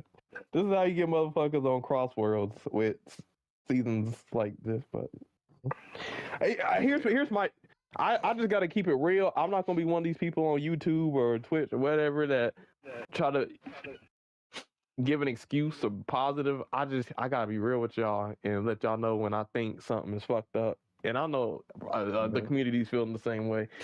This season is a big drop off from I joined this game free to play season 4 Aladdin season, and playing ever since the Aladdin season to where we are now. This is a huge fall from grace, bruh.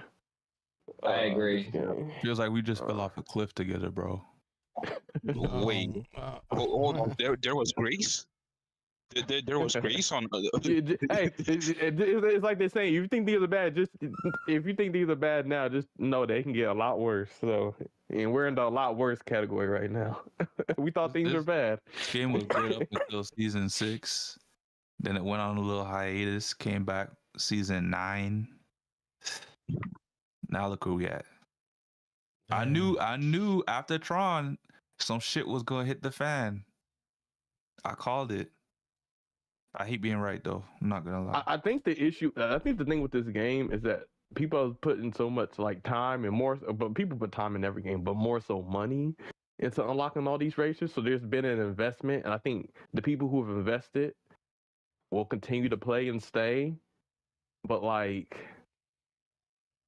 for me, with how this game fits for me, I'll play it the competitive side, get the new characters, but like just getting on every day, and I don't know. It's just I don't know. The season just kind of really, it was the straw that brought the camel's back in enthusiasm for me. But I don't know. I only got on once since the season dropped, and I was only on for like 10 minutes. I didn't even get the golden pass. Like I said last season, I'm not getting no more golden passes. You think I'm spending $10 for 3 characters? Yeah, think about this. A diamond pass is $20. I will say, yeah, nah. I understand. I've gotten to the point where I'm done with the mid-season shards and all that kind of stuff. If people stop paying for golden passes, I completely understand. I will say that I completely understand. If that means you're missing out on some shit, it is what it is. That's kind of how I feel it. It is what. You know what I'm saying? Like, hey, I got my Incredibles racers maxed out. At this point on, man, I ain't gotta have every race. I don't know. Maybe what would work a lot better? Like, if they just kept it like 4 racers every season, like part 1 and part 2. Yeah. Like you get 1 premium character in the Golden Pass, and then you get 2 in the free one. One's from the season and the other one from an already existing collection. Let's say Buzz, for example. And they just keep doing that for every single season, and they would have given us so much money for it. It was like the cards are literally right there in front of them, and they're ignoring it. Shit's crazy, man. Shit's crazy. Oh well. Like, come on, guys. What do they say? All civilizations eventually fall. The Roman civilizations, whatever. You know what I'm saying? So all games, they ebbs and I don't know, ebbs and flows, highs, peaks and valleys. Or we're at the valley section. The game's still going. This game but became asphalt. But damn, it became asphalt. I have a love-hate game. And I'm now that I'm seeing it, it's literally a clone of asphalt. Is it the homie Cosmic first time chatter? Yo, what's good, Mr. Cosmic Drifter? But I guess that wraps up the season talk. We do have some news. Angel, I think you can go into depth with this. There's some speculation that Speedstorm might be bought out by Fortnite or Rocket, because Fortnite, if you guys don't know Fortnite, they kind of are trying to become like some gaming hub where there's like, it's not just Fortnite anymore. They have mini games inside of Fortnite. They have rocket racing. They have, different create your own islands. They have the survival one. But when it comes to the racing game in Fortnite, rocket racing, there's some rumors that they're going to incorporate Disney Speedstorm in rocket racing somehow. So I guess we could talk about that. So Angel, I don't know if you want to start that up. Pretty much from a known leaker from the Fortnite rocket racing community, Sam Leaks on Twitter, basically he wrote Fortnite and Disney Speedstorm integration or a collab might be in the works. Potential rocket racing revamp ? He said a while ago I heard rumors that this collaboration was in the works. Now this morning he tags Crow. Another person spotted that Disney Speedstorm randomly received access to UEFN. If y'all don't know what UEFN is, that is the Unreal Engine Fortnite editor, basically. So they Speedstorm got access to those services, which confirms that they're working on something involving Fortnite. Not sure, no, they don't know what the collaboration is, but stay tuned for more updates. But this raises a lot of questions because this could either be, Game Loft basically revamping rocket racing into the style of Speedstorm or Asphalt, which we do always praise them when it comes to the racing aspect of Speedstorm. It's a really good racing game mechanically and tech wise, they incorporate something like that in Rocket Racing, that might actually be really fire. Or what if they incorporate Speedstorm inside Fortnite, just like they have all these other games like Music Festival and the Lego and and all the other shit. Like, what if there's a Speedstorm section in Fortnite now? And what if eventually it comes down to Epic just buying the Speedstorm franchise and then they just do the Speedstorm franchise and not Game Off? There's so many That would things be that, awesome. There's so many things I that would can happen approve to of this. that. You know, and then this raises the question: are we going to get a Fortnite season in Disney Speedstorm if this collaboration is true? I don't think we'll get a Fortnite season in Speedstorm because we got it. If we're not getting a Star Wars season, we're not getting a Fortnite season. Yeah, but I mean, this is a collaboration. You know, they're not collabing with Star Wars. What if cool? I know I heard something about there's going to be like Disney characters in Fortnite, but I think they said they don't want the characters in Fortnite. Yeah, but what I heard is they don't want certain Disney doesn't want some of their characters in like getting shot down or with a gun. That's what I heard.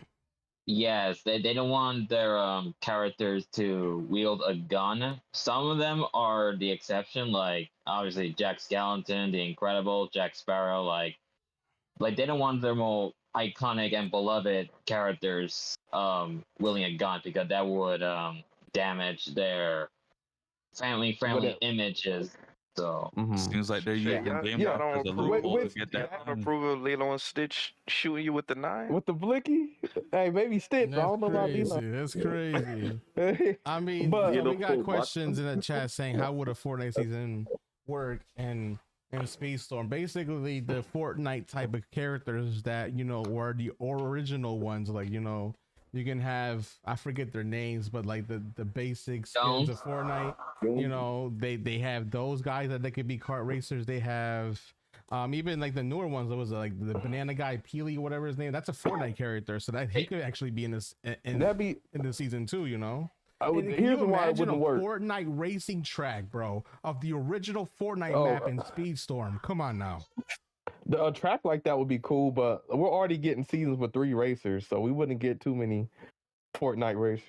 I think like what Sonic was saying, they don't want some of their characters that are more family friendly to be like holding guns, which it would make more sense for them to have a Speedstorm inside of Fortnite. So then those family friendly Disney characters, you can play them in the racing in the racing game. You know, you ain't got to kill nobody. You just get on Fortnite, get on the Disney Speedstorm on Fortnite, and then you play the game. So I think it would make a lot of sense.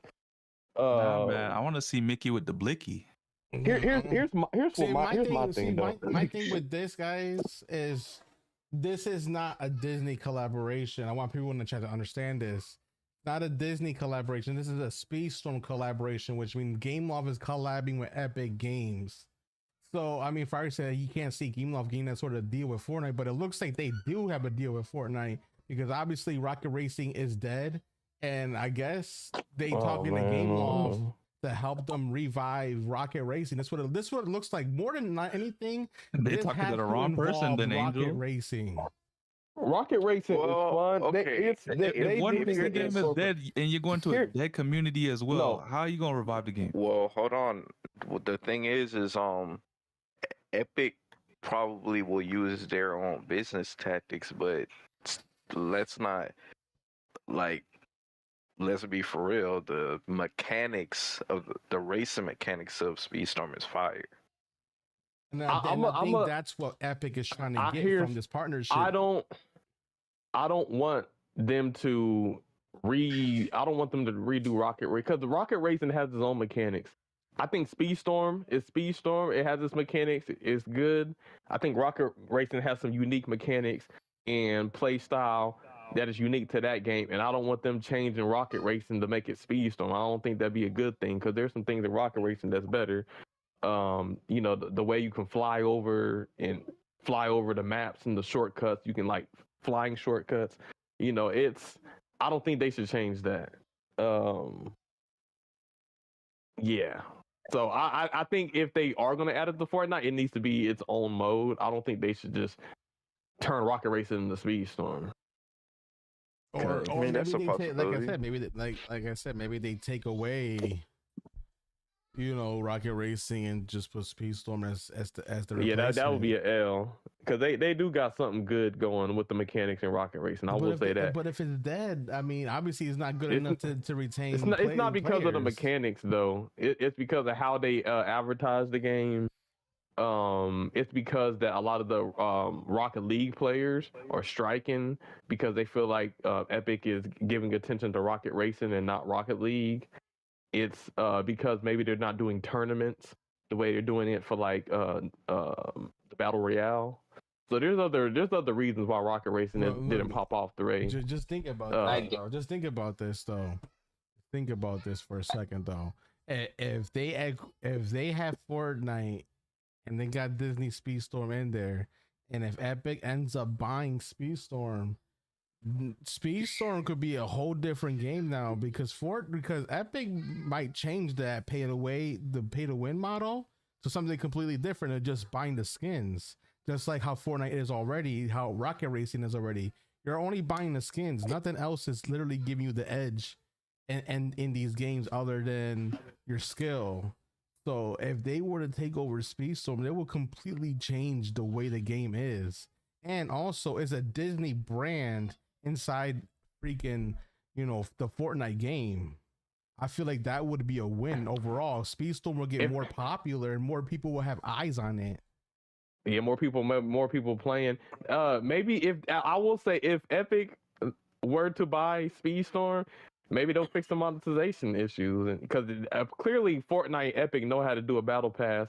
They know how to do all of that stuff, skins and all that. So I think it probably would be a good thing in that department. So the golden pass would actually be alluring. Maybe they can incorporate it into just the Fortnite battle pass. So there's. I think overall, I bet you them skins would be fire. Oh my god! Can you imagine Epic doing the skins for Speedstorm? Oh my god!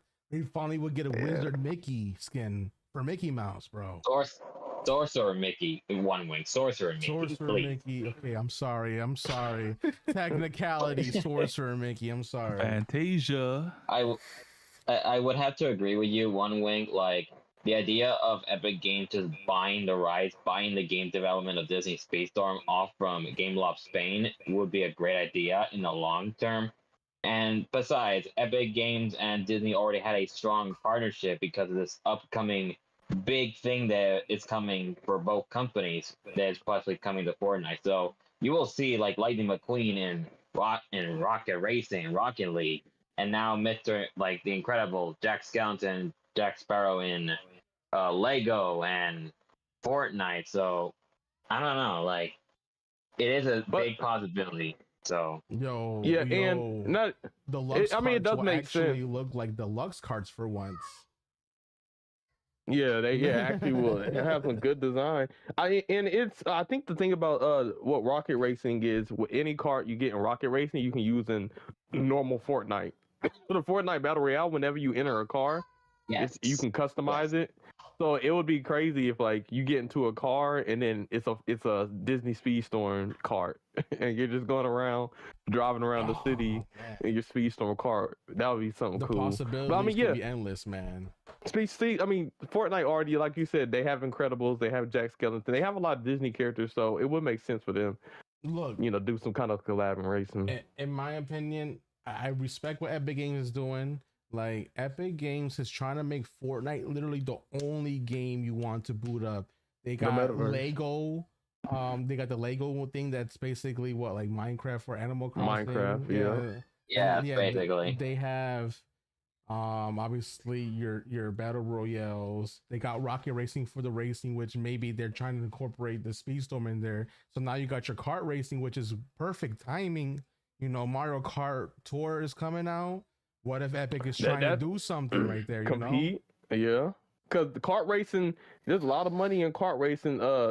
Mario Kart is Nintendo's highest selling game, so if these companies are seeing like, yo, like, you know, this company made $1 billion, or, you know, I don't know if it was $1 billion, but made $1 billion or 100 million off of, you know, a kart racer. Let's get into the kart racing industry or the racing industry, and let's come out with a game and let's make some money. So I do see the allure in companies trying to, you know, get racing games and all of that. So Let's not forget about Fortnite Festival, which is basically Rock Band. Oh yeah, I And forgot Guitar about Hero. that. The music that is, festival, yeah, which that's Rock Band, basically Guitar Rock Hero. Band. And actually, the funny thing is about that is the creators of Rock Band, Epic Games bought Harmonix, which is the people that do the music festival, is the actual makers from Rock Band. Yo, if this is true, I need to get my motherfucking, excuse my language, I need to get my freaking Fortnite account back because my account got hacked. So if Speedstorm is coming to, timing Damn, ever. yeah, got, you know, they sneak into your Epic account, they get your password, and then they, you know, the account with all of your purchases, they disconnect it from your Epic account, and then they attach it to another profile or something. So I have to get it back. Soon enough, you might get an Expedition 33 Fortnite edition. You never know. They get into the RPG market, you know? Like I'm telling you, Epic Games wants to be the Skynet of gaming. They want to have every single genre in that game to the point where all your favorite shit that you like to play is in one fucking game. And they're already doing it. They got the music notes with Music Festival. They got the Minecraft clone. You know, now they might do kart racing. And then they already got the Battle Royale, which is their bread and butter. You know, shit, what's next? RPGs. Shit, they might even do an adventure game. You never know. They already got Save the World. They don't really update it, but they do got that. That was the original Fortnite. Yep. Falcon left. I don't know if he had anything he was trying to, I don't know if he talked to y'all what he was trying to talk about. He just disconnected, but he gone. It might be a wind glitch. Man, you know, he live in Puerto Rico, you know. And that wind is crazy out there. Hey, I live here too, so I don't think so. I love the island, man, but I know your electric is just, oh my god. You can just blow on it a little bit and it'll just turn off. But yeah, as I will say, this is, we're talking about the potential, but this is all speculation. This is based on a leaker, but the leaker probably is credible, so there is some kind of collab, some type of, we're not sure what it is yet, but there is some type of collab with Disney Speedstorm and Fortnite. So I'm kind of, it's coming. So hopefully it's something good for the game, for both games. So I'm looking forward to it. Regardless of what collaboration it is, truthfully, I really think it's good for the game because everybody and their mama, like 90% of the fucking, population knows what Fortnite is. So having millions of people that log into Fortnite daily seeing Disney Speedstorm on Fortnite is great advertising for the game. Regardless. Yeah, and here it's a thing that here the way you compete with Mario Kart is you make a more affordable option, which is clearly free to play. So like everybody can't spend $500 for a new Switch. So how do you get people to play a kart racer? Hey, you can put it on Fortnite. There's already millions of people on Fortnite. Hey, it makes sense. I get it. Or make it multi-plat like in Crossworlds, where it's on every console, that people already have, and they don't have to buy a new console to get it. So, yeah, there's ways for other kart racers and other racing games to compete with Mario Kart. I will say that it just make it more accessible. Definitely. What you feel about this, Nano? And Sammy, what y'all think about this potential thing happening? Shit, I'm for it. I mean, I agree with everything that y'all said. Like, I feel like this would be a good. I'm gonna be honest, man. The way Game Loft been doing this game, I fucking hope Epic fucking buy this shit. Yeah, honestly, it would be good for this game if Epic bought it out. The Game Loft doesn't need, after this season, I'm 100% positive Game Loft doesn't deserve this game, doesn't deserve this IP. I know. I don't know. I'm thinking maybe I'll be in extra, but I'm thinking. I mean, I know Speedstorm makes it's like one of their top grossing games or whatnot. You know what I mean? But what if their money flow is going down and not many people are buying stuff like they used to, and maybe they're trying to find a quick check, and Yeah, getting a that's me, buyout from Epic Games is your way to stop worrying about this game and still get a fucking bag. Yep, that's exactly right. And I think Me one personally, telltale. if it's a collaboration, I could care less. But if it's a buyout, then I might hop in another day this season. Earn some shit in anticipation for the next season or whatever season that Epic takes control of this game.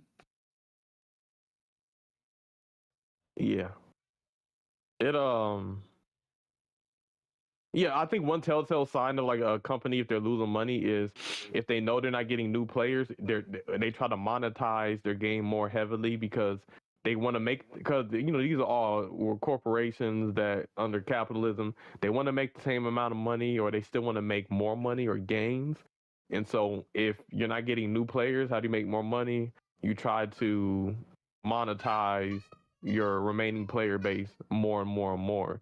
And that ain't how it works. I mean, Apex tried that shit. Apex kind of, the numbers were dwindling, and what they try to do, they try to do the Speedstorm Battle Pass. You know what I'm saying? And then, but the Apex community revolted, and then they reversed it. But essentially, that's what they do. If when the game is dying or the player base is dwindling, they just try to tax you more. And so as we can see in season 13, we're probably the most taxed we've ever been on this game. So that just should tell you, company wise, where they're at financially. Yep. So, but yeah, I think that concludes the Speedstorm season talk. But I believe we got some Speedstorm players that are here, our guests. I know there's some things they wanted to talk about. So I think Toxik, he wants some things he wants to share. So Toxik, if you wanna, Right now, you can go ahead. All right, Oh yeah, this is what I've been waiting for. Hell yeah. let's get to it. So what's going on, Toxik, in the Speedstorm community, in the Speedstorm streets? What's going on in the Speedstorm streets, with you, man? Let's just say someone's hating again for no reason. So Oh, call again. them out, bro. I mean, It sounds like you got a lot of haters, my guy. bro, I don't know what's happening, bro. But yeah, one way, I'm gonna send you something. And just for clarity, I was a witness. I was there when it happened. So yeah. Got some witness. Okay. We in court. Yeah. Okay, so One Wing, before you show the screenshots, I want to talk about what happened. So I decided to stream because I think I was getting my Zeus back to UC. So I'm just playing, minding my business, talking to chat, and then all of a sudden, you guys know who's DTL Child, right? Like you guys heard that name before? Yeah, I know Yes, who sir. that is. Okay, so his previous name, I remember him. I think it was Salty Gatekeeper. I don't know if you guys remember that name. I think he was playing Ariel back when she was like broken as shit. Mm-hmm. And he would like I think that was the time when you could have like when your MPR was too high, you couldn't find anyone. Mm-hmm. He would like keep his like MPR. The one above all in terms. Yeah. He would like keep high his MPR low. Yeah, he would like keep his MPR like low so you can run into people, mess up their grind or whatever. And then when Ariel got nerfed, like he was complaining like they shouldn't nerf Ariel for some odd reason. I don't know why, but more to that. So he came in my chat and he said something in Japanese. Chinese. Yeah, Chinese, whatever the fuck it is, bro. Like, one way, if you can show the screenshot, I think it's the first one. said some Chinese symbols, and I was confused. Kanjis. Um, I think it's kanjis. That's what they're called. But like, yeah, like he was basically he was insulting Toxic just on a different language. Like it was so funny. It's so funny.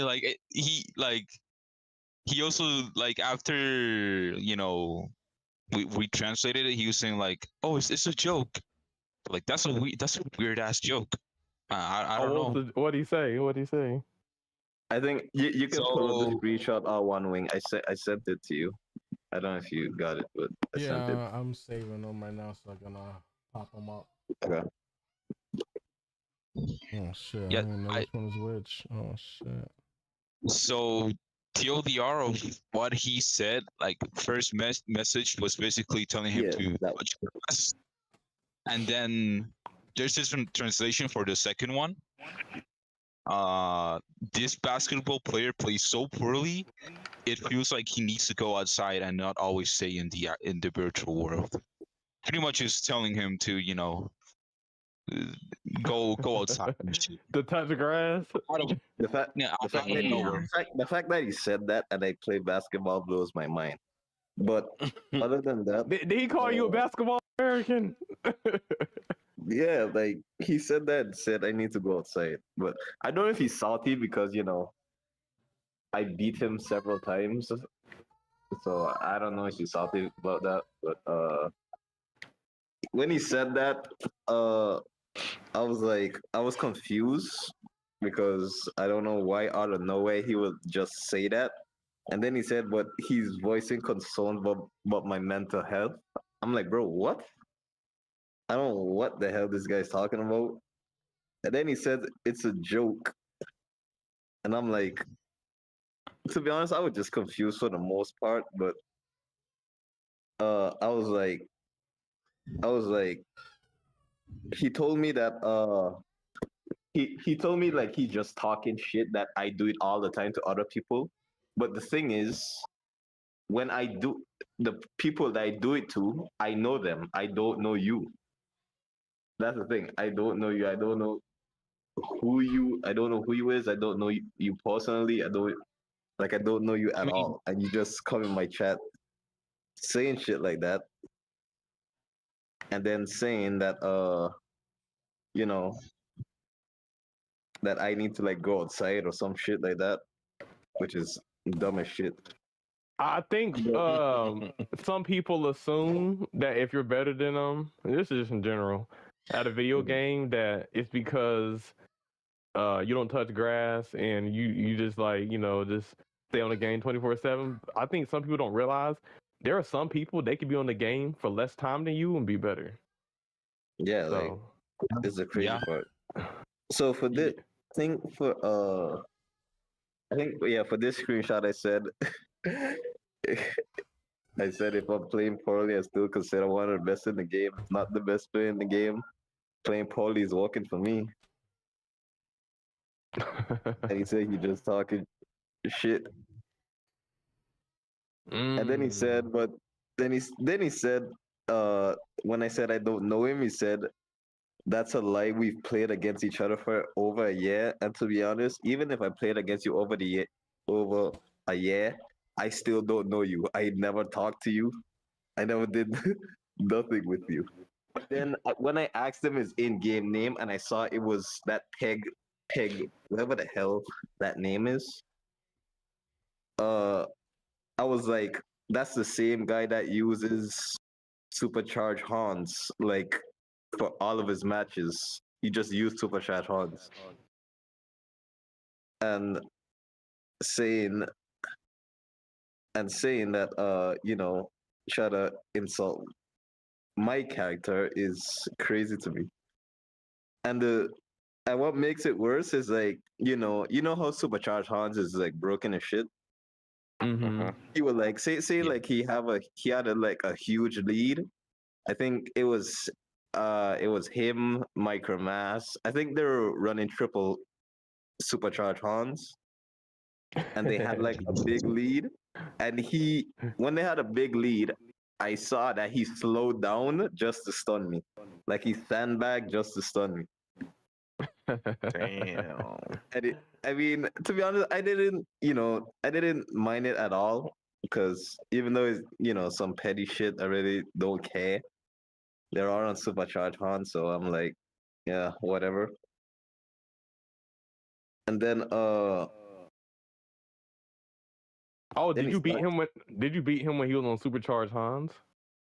several times, Oh, maybe which is so. embarrassing to be Basically, honest. maybe yeah. He's like, Supercharged Hans is unstoppable. So maybe he's like, oh, you beat me with Supercharged Hans, then you must not touch grass.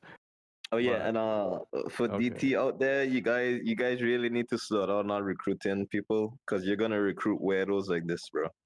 Trust me. You guys need to slow down the recruiting. Dang, he's in the W word. Hold on.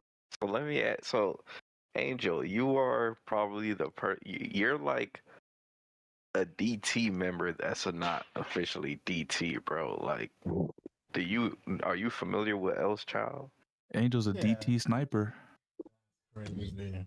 Yeah, no, I mean, I don't have anything like bad to say about L's Child from what I know, from what I talk to him and anything like that. Like, you don't really seem it like that type of person to like do that. But again, that's my experience from him compared, to anybody else could have different experiences. But yeah, that is crazy.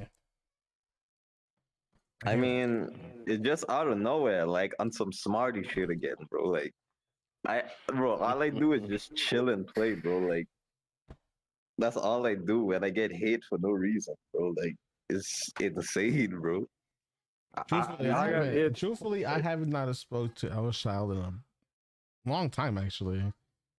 Like, Yeah. so I mean, I don't know what he's up to or anything like that, but yeah, I haven't spoken to Ellis Child in a hot minute. I think there's a lot of egos in this game, and I think there's Yep. there's different types of egos. There's like egos where you like, I'm unstoppable, but then there's like egos to where they just like can't take an L. Like fragile egos. There's egos and there's fragile egos, and I think sometimes people in the community can have fragile egos, and if they get beat, it kind of shatters their ego, and then they get salty, and then they want to like try to tear you down. So I'll put it the way I think we had the Departed episode. I think there are sore losers, and certain people respond differently to losing. They might call you a bunny hopper. They might say you need to touch grass. They need to say whatever it is.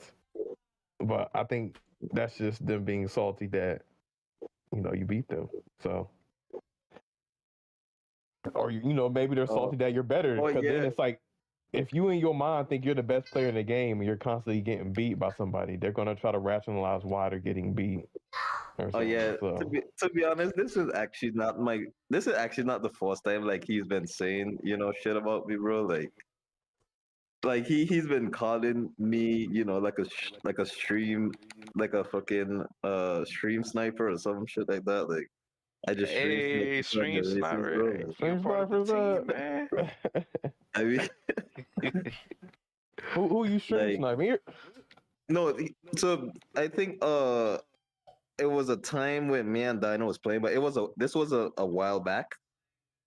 Me and Dino was playing. We were just chilling, and I think we was getting in McNuggets races, and we were beating them. And normally when he plays Speedstorm, he's live. Like he doesn't, So I went to check his stream, and I saw that he's saying we're watching his races and stream sniping him. So I'm like, McNugget okay. said that, or El Shaw? No. The Elcha said that. So he told McNugget that. First of all, I was like, who is this guy? That's the first thing I said. I'm like, who is this guy? Saying we're watching his stream.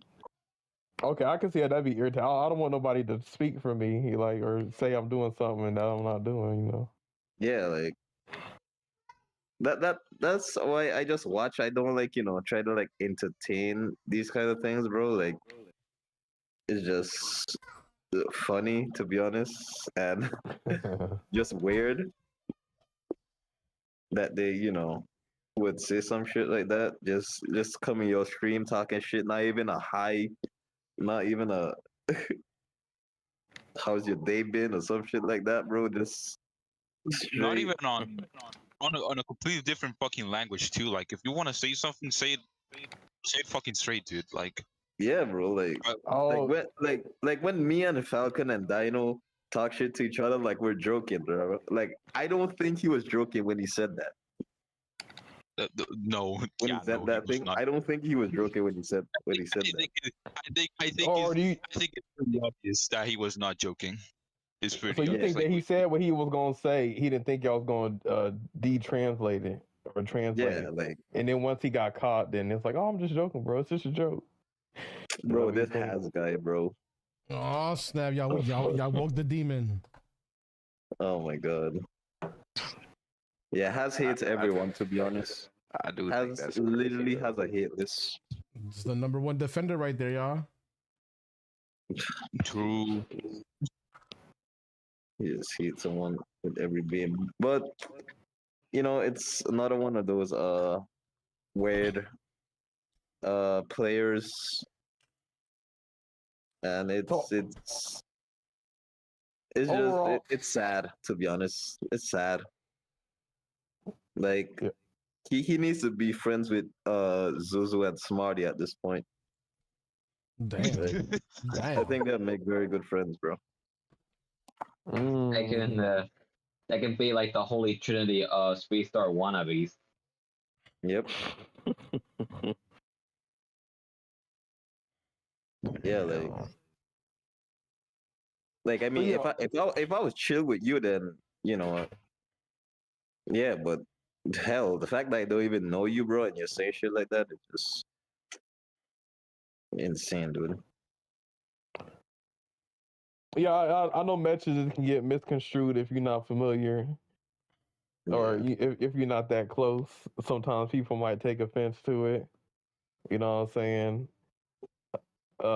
Yeah, I experienced some of that. Maybe with some of these songs I'll be making, if niggas ain't that close to me, they don't understand the shit is just a joke and it's how we play around with each other, but they might take it personal. Pause. I mean, So, no Diddy.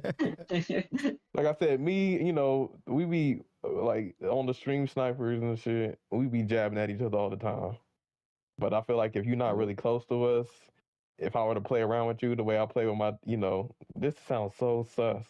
If I were, to joke around with you the way I joke around with the Yo, let me homies, find out. you might take it as like I'm trying to slander you, but in reality, I'm just like playing around with you at a whatever. Caleb So, is slanderous. the music is one way, I joke with people, but I get it. I think there is a thing to be said. You have to how you joke around with people definitely depends on if you're close to that person or not. Because some things can be taken out of context or whatever. Yeah, it's crazy. I mean, Caleb really do low key just be making the songs just to make the songs. Like he don't have no ill will intention on these songs, but for some reason it always bites him in the ass every time. Like this man has no bad intentions to all the songs that he's made, but almost every single song was controversial. That's crazy. Yeah. Gotta throw in a jab somewhere.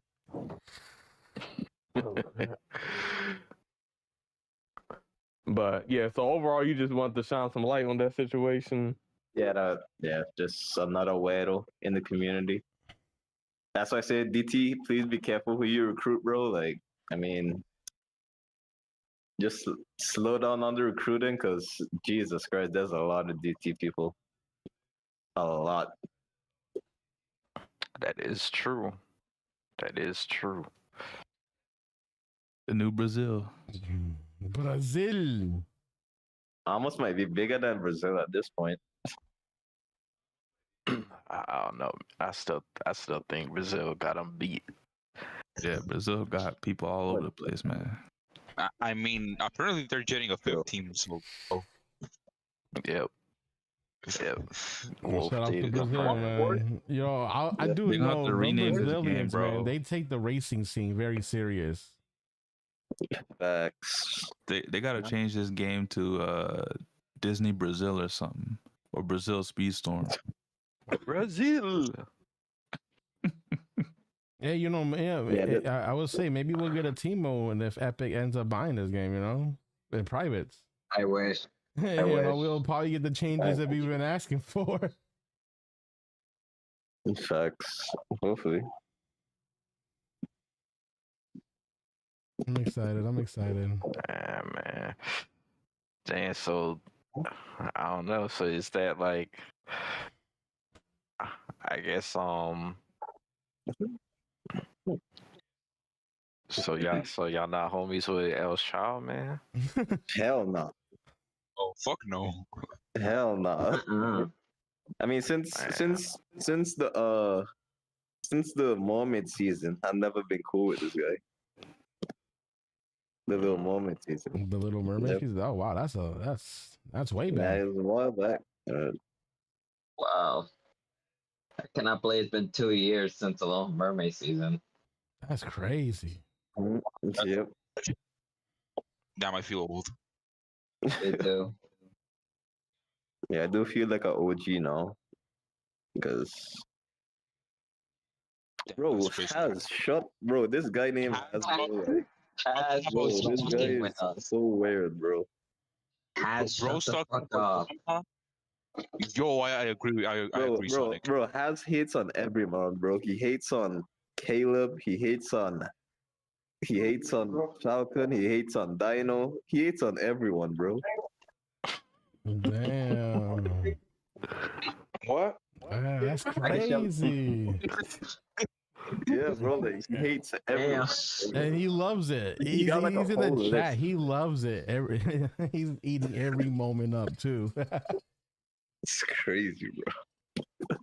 Oh my god. Hey, damn, Has coming in with the shots though. Damn. Has said, yo, don't act like you don't be talking that shit too, yo. Damn. Oh man. Bro, what? I mean, truthfully, Has, it's in the name though. It's in the name. Yeah, that's probably why people be raging on Toxic, man. Oh my god. Toxic talks a lot, but like he only has division stop, bro. Like, bro, it's like always this argument with him. Like, it's me, Dino, and Toxic. Like when we talk, he's always like, "Oh, he's just he Falcon is hacking, bro. How do you think he got two solo dubs? Like, bro, are you just jealous, bro? Like, god I mean, damn." it's true you are hacking. Yeah, Bro, yeah, you got that wind glitch. Okay, that's crazy. Like Toxic is like a current top 3, and you know, I'm like low top 10, and then this guy is like he has one dub only, bro. Like it's crazy. Yo. Like, and he's called. Yo, I heard Falcon uses the bad electricity in Puerto Rico as an advantage. That's why he be teleporting, because the light be flickering, and that's why you be seeing him teleported, because the connection is dropping. Damn that. Yo, why you saying that, bro? Yeah, I just exposed a secret, guys. Yeah. Now you know. Yeah. Don't you saying shit like that one way. Come on now. What? Look, man. I got a buddy that I play, that he lives in Puerto Rico, and I play Rocket League with him all the time. And yo, I shit you not, the amount of times I have lost Rocket League matches because this man's internet and light went out because of a freaking gust of wind is crazy. Gust of wind, bro. That's wild. Like, I will literally be playing, and then I see this man disappear. No words, no nothing. I get a Facebook message. My light just went out again. Wind glitch. It's crazy, bro. Yeah, that does sound wild. Oh my well, god, okay. Dino, what the fuck? Like What the it's fuck? since my we bad. Nah, it's all good. I guess since we went over the L's child thing, man, what's next on the topic? Your World Cup survey that you've been trying Yep. For the that we've last, been what, alluding for month the now? last 2 episodes. Hey, shit. Well, let's go over it, man.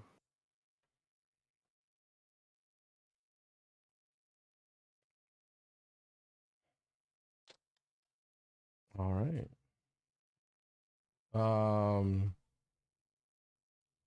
Where is it?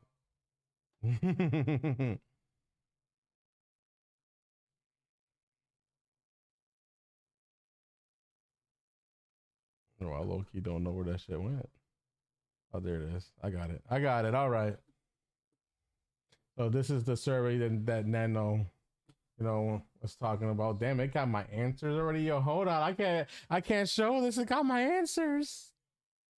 Damn. Hold on.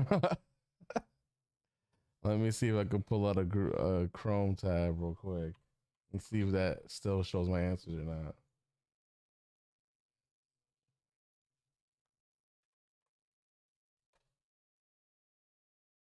Okay, there you go. Ooh, okay, perfect. That one got the answer. There we go. We in the clear. All right. So just, I guess, Angel, if you can, I guess just go just like read over like each part, and we'll talk about it and stuff. All right, so I enlarged it for you guys in the stream. Y'all can see this. So, in the first question in this World Cup server, and this is for the Disney Speedstorm World Cup. We did one last year. We're doing it again this year. And we're looking for the player feedback to see, what, you guys, would like to see in the next World Cup, which I think all the answers have been submitted already, if I'm not mistaken. But these are some of the survey questions here. The first one was, select all nations, regions, continents that you feel should be allowed to have a team in the World Cup. So there's one that says the whole 193 nations that are part of the United Nations is crazy. You got the continent, like for example, Team Europe, Team NA, Team SA, Team Africa, groups of nations. Consider the region, for example, Scandinavia, Latin America, Caribbean, Benelux, Balkan, Arabic world, and Southeast Asia.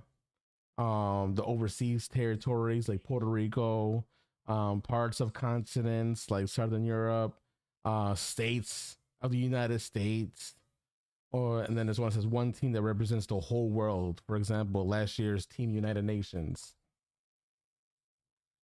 So what you guys felt about this question here? I personally, I like the top 3. Team NA was already there last year. Benelux was there last year as well. He covers Team Europe, North America, South America, Africa. I feel like that would be one of the better options for most people to be able to play. Yeah, I think it's like we just want as many teams or as much people to play as possible. And I think if you just like, no, you have to play and represent your country, then what if only one person from Sri Lanka plays Speedstorm? You know what I'm saying? They want to represent Sri Lanka. They can't find 3 of the Sri Lankan players. You know what I'm saying? My boy from Sri Lanka, man. Yeah, Sri Lanka. Yeah, so it's if he has to play for like a Benelux, not Benelux, but like whatever, like Southeast Asia team or some shit, like I think that would make more sense. I think it's just basically making it easier for people to get teams. So whatever is easier to get more people on teams so they can compete, I think it's the best option, in my opinion. But yeah. Yeah, I truthfully believe that. I mean, if you have all these territories already covered and you still have a team that's able to do like a Team Puerto Rico or something like that, you can still add them as a team as long as they got the members for it. I feel like, why not represent what you want to represent. This is the World Cup for a reason. You representing your country that you want to represent. Can I ask a question to everyone? Mm-hmm. I wanted to ask this question, regarding World Cup or divisions or whatever. So if you guys had to, make like a dream team, who would you guys have on your team? Are you just talking about make a dream team, or do we have to be on the like team? Like, if you could make your own team, who would you like on your team? Oh, this is spicy. Oh, shit! I started. I already had a little dream team idea. I mean, I could go first. Oh, Sammy said I got my own dream team already unlisted. Okay. Let's hear. Okay, Sammy can go first. Captain Crashout himself, Caleb. Hey. The streamer guard, Angel. Okay. And Nano with the blicky, and myself. Oh, so the stream number. The Crashout podcast. Oh, the Crashout, Team Crashout. Look at Yes, sir. Again, that's crazy, bro. I think. Wait, are we doing like 6 players? If you Or just if you start want, 4. oh, 4. If you want to do starting 4, you can do that. I feel like me, if I were to come up with like if for winning purposes, like there's money on the line. Yeah. It'd probably be Yeah. This is my and my team would be me, fucking Wolf, y'all. What about Maxi? I don't know if that nigga is updated. If you want to do all time, you can. All time, or I'm thinking if all time, like maybe Maxi, me, Wolf. Damn, so you respecting the Maxi? You putting them on your team? Damn, I was not expecting that. Hold on. Me neither. Well, I'm trying to win. Nigga. Okay, so you recognize his power. But like I said, I don't know how updated he is now. But like, if we're just talking current, cause I honestly, I think if Maxi came back, he might get smoked. Cause I think he rusty and he probably ain't. You saw this new tech and all of that. But like, I'll just go current. Cause I don't know. Okay, I don't know about current. Maxi because I don't know how good he is now. He's been away from the game for so long. Because at that point, somebody could say, "Oh, well, what about Chiku or whatever?" I'm sure Chiku couldn't hang right now either. Current though, I'd probably say me, Angel, Wolf, and Toxik. Okay. I think that's a solid 4. I think that'd be a hard team to beat. So for me, I would choose me. This is tough because I would say definitely Toxik. I need somebody that's good on brawlers, so your boy Ferrari is definitely going to be in there. Okay. And shit, a 4th person on. There's so many good motherfuckers out here. Like I could choose Dino. Like I could choose like there's still all the Lowland Thunders. Like oh my god. Truthfully, I think the 4th person I'll probably do me, Wolf, Toxik, and what did I say was the 4th person again? I'm high as shit. Ferrari, yeah. I feel like that 4 will be a strong team. Hey, you got Ferrari over me, nigga. Your team gonna lose to my team.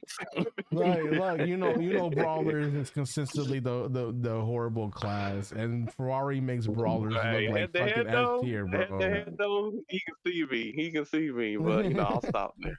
Hold on. Let me remake my team since we're doing it like this. Oh, I got the perfect combination to beat Caleb's and Angel's team. Hear me out. Yeah. My first draft pick, I'm getting Giselle. All right? Because Giselle gonna be racing. That means Angel can't race. He's taking the L. That's insane, bro. With my next pick, I'm grabbing Maxi because that's Caleb's bane. So if I have Maxi on the team, Caleb can't perform. Nah, I'm still gonna perform. Nigga. I want to show up even more. Nigga. And then my next pick. This is tough because I don't know. Because my boy Nano, I don't feel like he got many weaknesses. But That's crazy. I'm gonna get J Smash on the team. That's crazy. Your team is a hell, nigga. You're gonna lose. You're gonna lose for having him on the Getting team, the bro. Bro, what? Who are you getting next? Who are you getting next, Martin?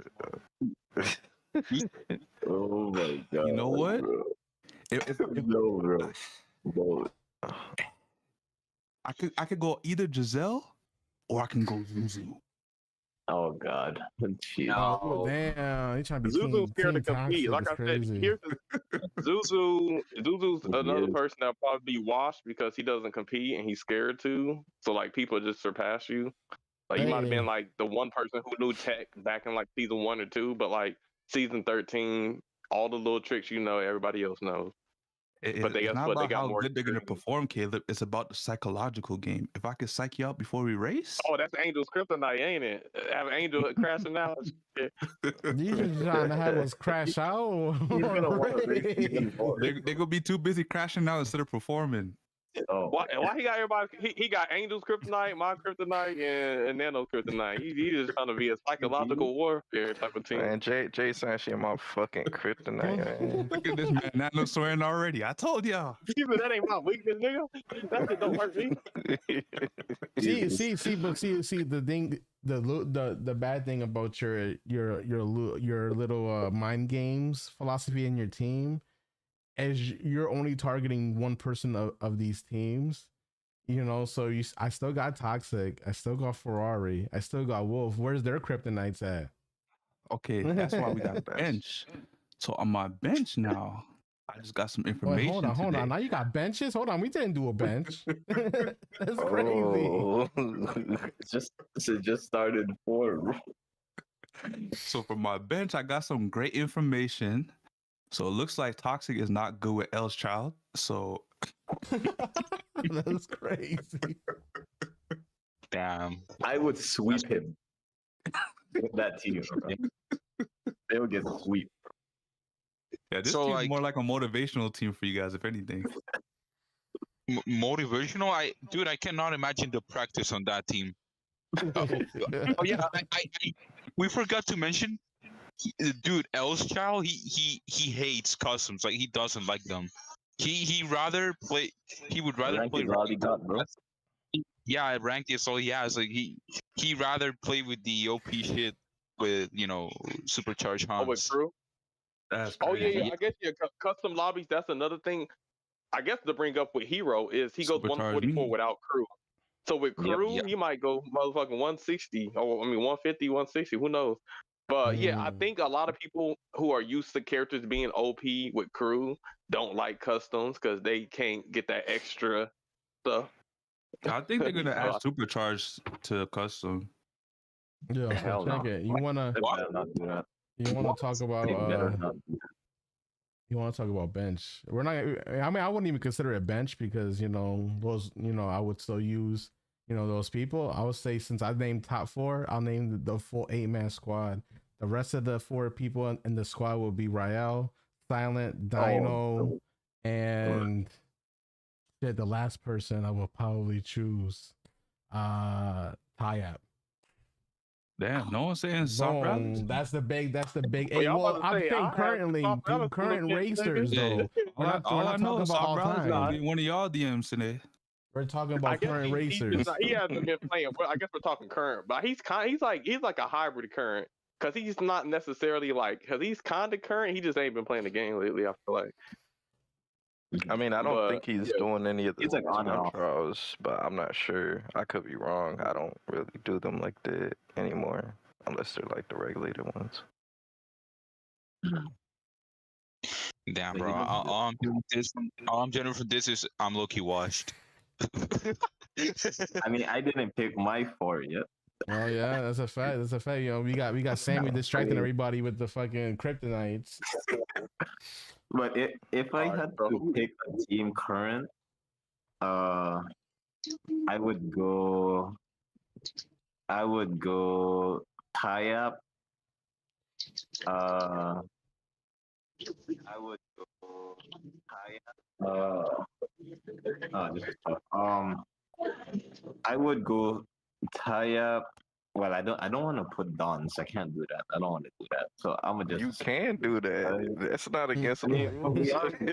we already played on the same team, so it would, So that could still. I mean, Oh, your it's team didn't lose, so True. it would make sense if you did do that. Well, you know what? If I, you know what? I'm gonna switch it up. I'm gonna say me. I'm gonna say me, Falcon, Rael. Wait, me, Falcon, Dino, and Rael. and what was your Interesting. team gonna be if it wasn't down players?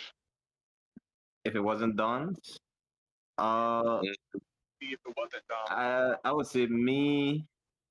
I would throw me, Sandwalks, Ferrari, and Wolf.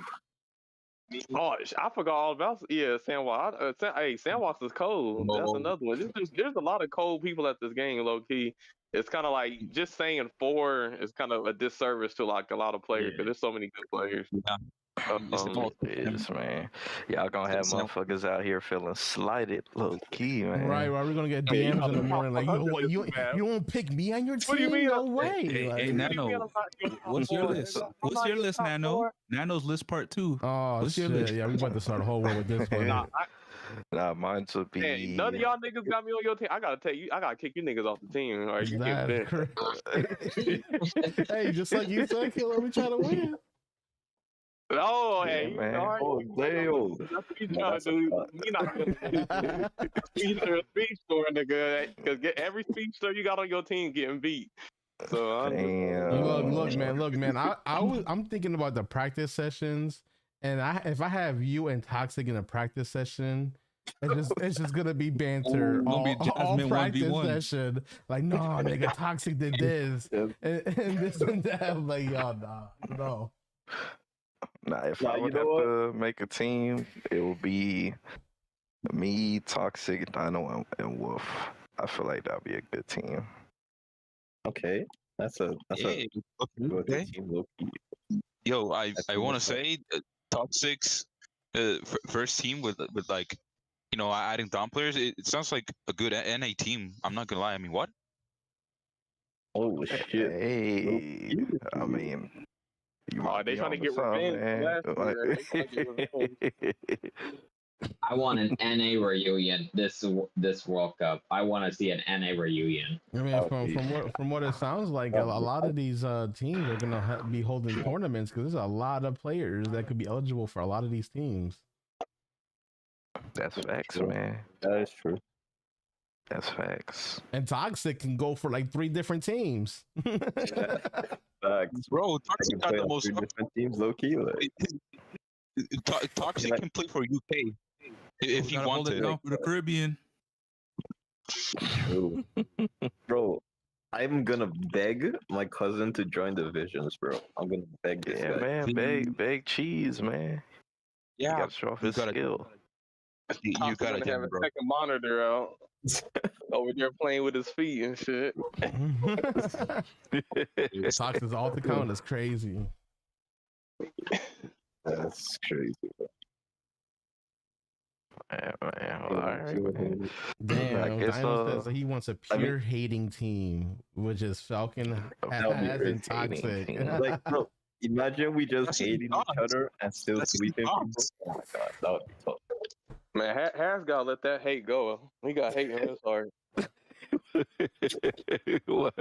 Damn, The biggest hater of Speedstorm, that nigga is number one. He finally made it to number one. Has finally made it.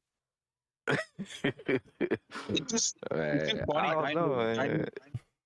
Dino says that team. That's literally just the Dons. Like, just that tie up. Yeah. Tie up. I love tie up because like we all like fucking hate on each other. Tie up is like the kindest soul I have ever known. He's so kind, but we're all like the other duns. We're fucking assholes. Y'all are fire. So y'all be Y'all- just y'all be were talking definitely shit, toxic. and Taya just be just chilling like, yeah. Yeah, yeah. Name is toxic. He tried to act chill. That nigga toxic. He toxic too, nigga. Yeah, All yeah. y'all He tries to niggas hide it. He tries to hide it, bro. Toxic just tries to hide it, but like, sweet jet to him, he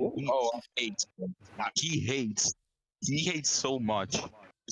It's crazy you I've guys seen keep all- saying Toxic hides it, but it's literally he literally has it in his name, Toxic. Yeah, bro. Right out in the open. Man. I've seen the toxics out of all of you niggas, so I know. Hey, the competitive side, you know, That is it can true. get a little toxic, you know. It happens. Wait, what do you mean my toxic side, bro? I'm really chill. I'm joking. Stop I capping don't to know about everyone, that. please, bro. I'm joking. I'm I joking. don't What? know about that. Yo, toxic.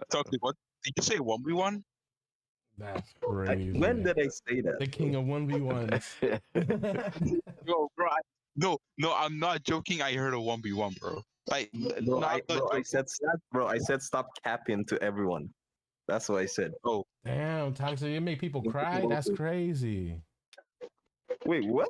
When Dino says Okay, Toxic I is think such it's a going hater, to bro. cry. He makes people cry. That's crazy. wow.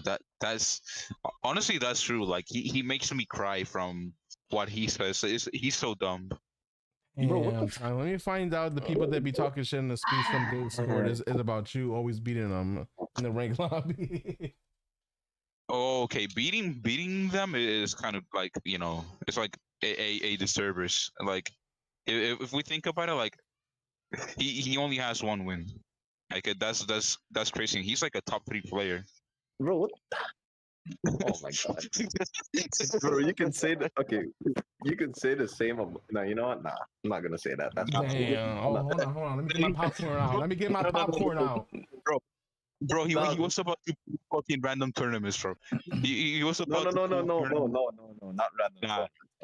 Nah. I'm not the only person that has one win, bro. Like, Okay, is- but like, we're talking about you. Yeah, I'm not going to hate on Taya, bro. He has I'm one not win, hating on but like time either, bro. yeah, but okay. So why did you bring that up then? Because like the only other person with like one solo win on Nah, divisions is Taya. you're trying to hate on me only, bro. Like, stop that. Yes, Damn, that's the only point. Toxic? What? That's Yo, the point. Falcon got that targeted hate in his heart. Yeah, bro. Yeah, facts. Facts. Facts, Oh, bro. okay. Falcon, come But on, like, like, spot. okay, but like, it's like, hear me out. It's like it's justified. Damn. It's just fine. I So don't guys, know, we getting the Toxic. TY. That's crazy. The Dons broke up. Too much Nah, to toxicity be in the honest, practices. to be honest, we only dispatched because we found out we was too broken, bro. Damn, so now he Bro, said, y'all were broken. So Y'all were now he's broken. playing himself. look, it's- Toxic that's said facts. that Y'all y'all broke on it up before the nerfs. to get nerfed. They basically nerfed them. That's basically Yeah, we got what they're nerfed talking them. about. They were No, too OP, man. Game Loft sent them a message saying they gonna have to tone that down, man. They're gonna start fucking nerfing characters based off their performances. It's crazy. Oh, y'all No, definitely nerfed Doobie that sent new us the Modern list. Warfare. Yes. Oh, yeah. Speaking about that, bro. If I would advise, if you're playing divisions and say like playing in the finals, and you have a map like Atlantica or Jungle or a map like that, I advise you please do not use Honor, bro. Please. Of course, bro. Of course, bro. I knew it Okay, would. after all of the Character nerfs, is so bad now. It's insane. I saw you online. I was low key, I saw Toxic online trying out the Ana, after the nerfs, and I was on Tia Dalma keeping up with him. No Bro, joke. that, bro, Beat me, but I was keeping up with his insane. ass.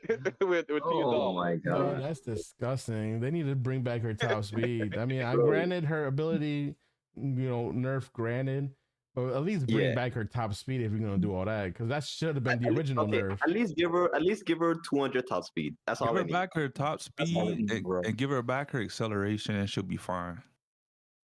Dude. I don't think she needs acceleration. I'm just going to say it, bro. Toxic is lying to y'all, bro. Like you need to hear me out, bro. Like Toxic, he's lying to you guys. We Bro, did some what? cuts.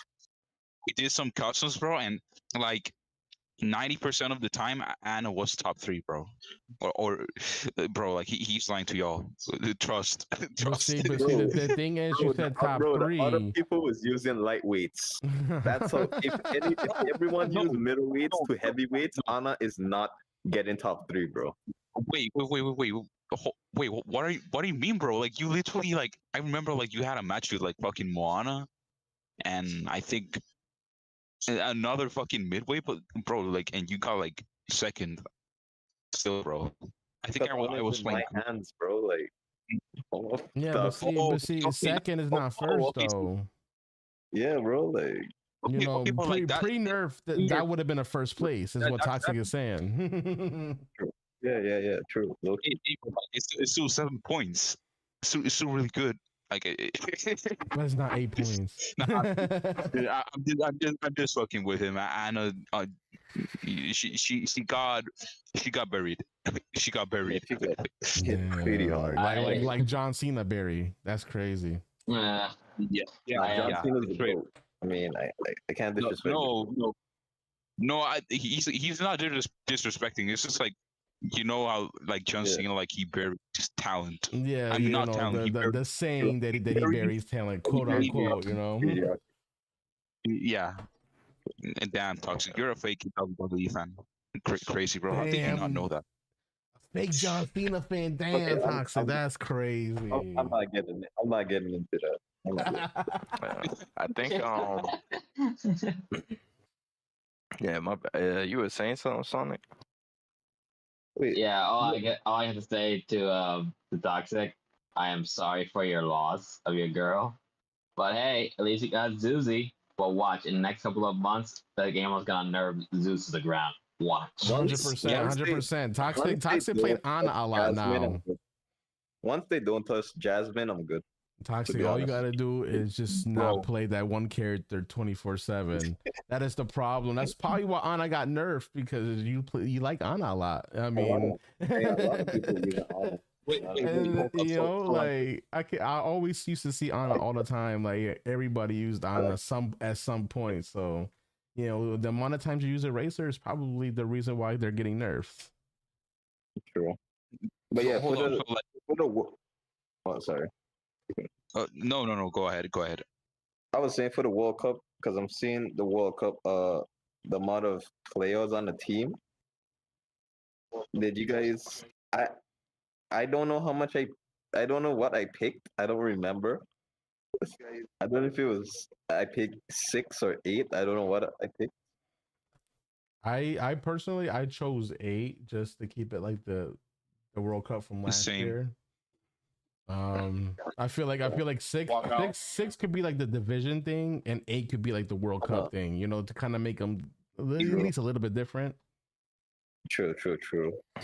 I will say with the 8, it can be good. Like, let's say if you busy, you can have like another 4 people, you know, compete for your team. I think that's nice. Like, I said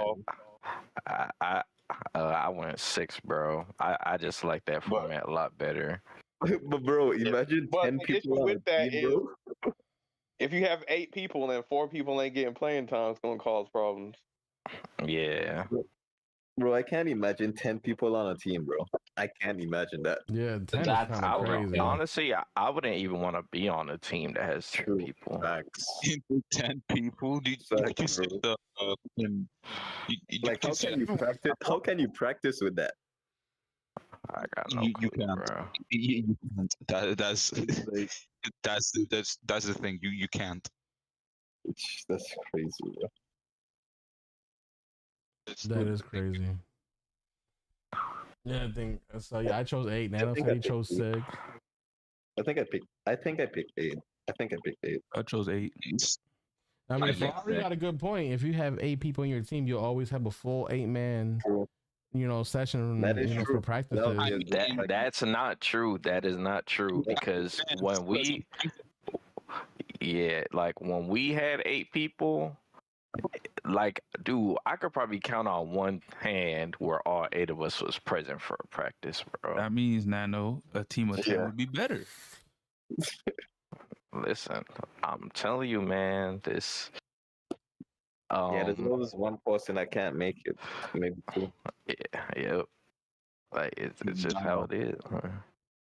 Dino, I cannot imagine a team with you, bro. Like just you, man. Like I would rather have a team with like 20 people than a team with you. Genuinely, man. Yeah. Yeah, 10-player It's teams is no, yeah. overkill. It's too much, and then It is too much. Like it is 10 too will much. definitely 8 caused issues when it came to playtime. Imagine 10. Yeah. You be telling the captain like, hey man, when I'm gonna get in on this race? It's been week 3 already. I ain't played like one race. You know what I'm saying? Like, So it's motivations. People ain't gonna be putting a bunch of time if they're not getting money or they're not getting playing time. So Yeah. True. I think some people have been like, hey, what if they had the World Cup? Have I don't know if that's in the survey, but like having like a prize. I think the issue with the prize is somebody would have to fund it, and I think there are actually a lot of people who would be cool funding it, but just if somebody it's not going to come out of thin air. But Yeah. it's either money or glory. That's what people compete for. So if they're not getting none of that, are they going to show up to practice? Probably not. they want the It trophy, depends on the man. person, though. They want the trophy. But yeah, so The next like question. it's kind of like, would you be cool winning the Super Bowl if you didn't get no playing time, but you was on the team? You know what I'm saying? That's kind of how it is. So what are you trying to say? Kind of like Stalox when Team Bro, Europe I won was the just World about to say that. Cup. I was just about to say that. Oh my god. Yeah. And then brag about winning the World Cup when you barely did anything. And there's two different types. There are some people who will brag until the end of times, and there are some people who won't feel proud because they didn't contribute. So it's it just depends on the person. True. Yeah. So next question: when there are more people interested in joining a nation's team than the maximum amount of players allowed, how should the players for that nation be picked? I feel like everybody chose the same one, and it was tournaments to decide, who's going to qualify for the team, like USA solution last year. Mm-hmm. Which I mean, I feel like tournaments would be nice because if you have a whole bunch of people wanting to be in Team USA or any other team, you have a tournament and you will have literally your best full 8-man roster based off all the people that won the tournament. Yeah. It kind of sucks that I still missed that tourney for USA, even though I didn't know it was going on. Dang, yo, can you Same. imagine if Toxic was in Team really USA, bro? disappointed. Like that shit would be crazy. Bro, I miss it. I do like the idea of a B team though. Like it may be a tournament for let's say there's a tournament, the top 8 players get on like Team USA. I do think another tournament for the B team or like I don't know the next 8 making the B team would be cool because I think there was like a lot of American players who compete in that tournament who didn't make Team USA that I think wanted to compete in the World Cup and they just weren't able to. So Like, KH lost by a point, and he couldn't make it to Team USA, and then Team NA. Hey, K8, K8, that's the number one example. But I mean, there's people like Base Knob, ATB. There's other people who they wanted to be on the team and compete, and they just missed out. So, if there was like a B team for them to compete, I think that would have been cool. Yeah, man. Just imagine the Team USA tournaments for this year. That's gonna be crazy. That's gonna be Yeah, insane. it's gonna be lit, man. I don't think Paulie competing this year. I don't think Paulie has competed in anything since the World Cup, bro. Yeah, I think that burnt. Yeah. Might have burnt some people out. Yeah, I think he So, was. yeah, I Like, think the World Cup burnt some people out. Yeah, like I said, things happen. I will say to Paulie's credit, we kind of there was a lot of time investment. I'll say that. So we, like I said, divisions. We still practice. We still do stuff, but we definitely want to make sure we don't overdo it mhm. this time around.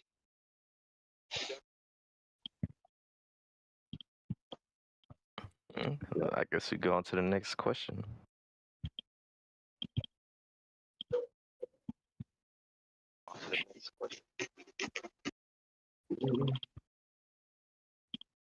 All right, next question is: should it be possible for a nation or region to have more than one team?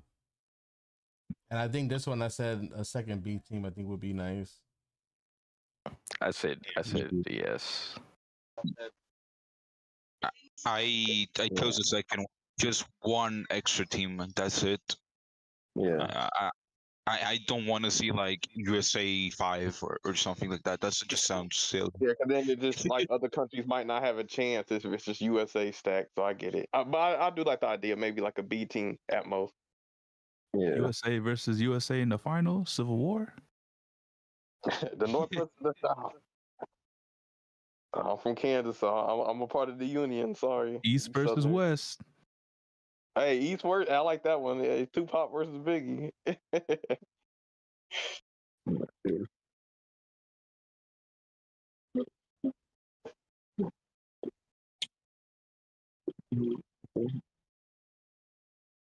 By the way, you guys can fill out the survey however you want, but these are our opinions. Yeah, I picked the second one.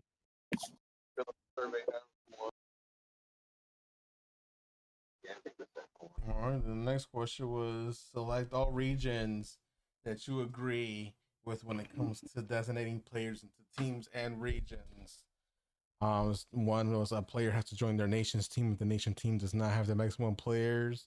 Yeah, for example, a French player will have to play for France unless their team is full.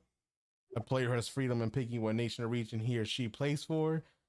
They can show their preference in their sign up. Players that do not have their nation represented in the World Cup due to a lack of players have priority to join a region team. This means that these players will get a spot in a region team before players from a nation already in the World Cup. I feel like I think with this one, some of these scenarios are nice, but I also feel like if this is a World Cup, you should at least be representing the country or at least the race that you are, if you want to do it that way. Like for example, I'm not from Puerto Rico, but I would love to be able to still represent Team Puerto Rican because I am Puerto Rican. You know what I mean? I say that would be, a fair, way to go about, joining nations. But other than that, like, I shouldn't have, me be joining like Team Europe or something like that. Shouldn't be allowed. Yeah.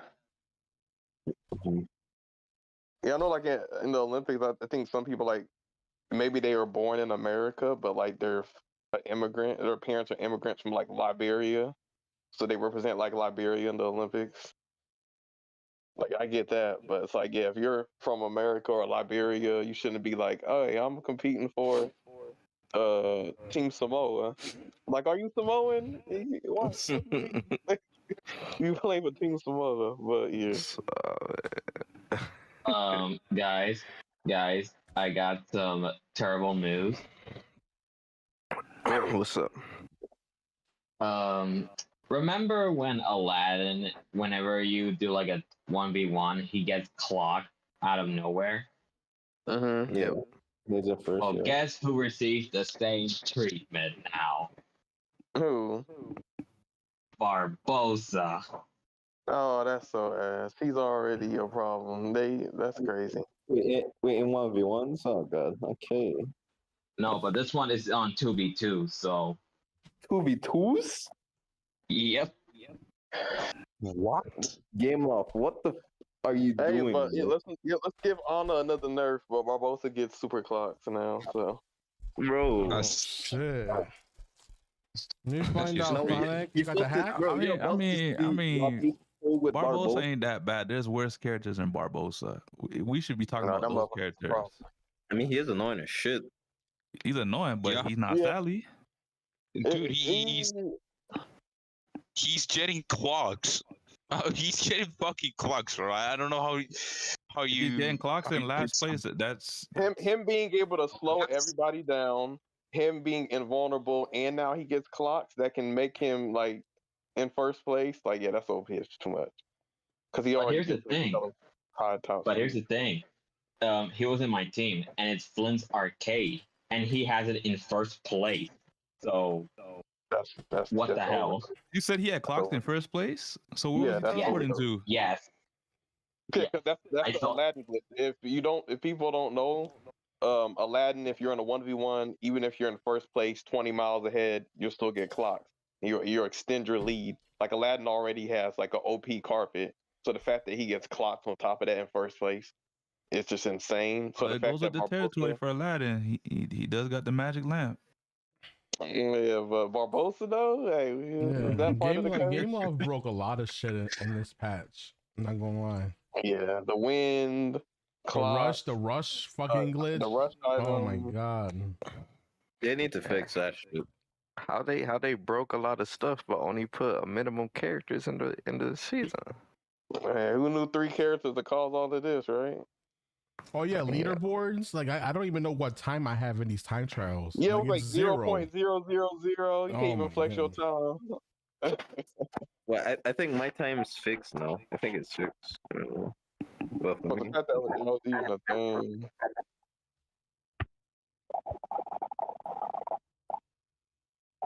So yeah, that's all I get. What? The wind glitch, that was so bad. Like I think like on the Atlantica, it'll push you all the way into the wall. yep. That was so Oh bad. shit.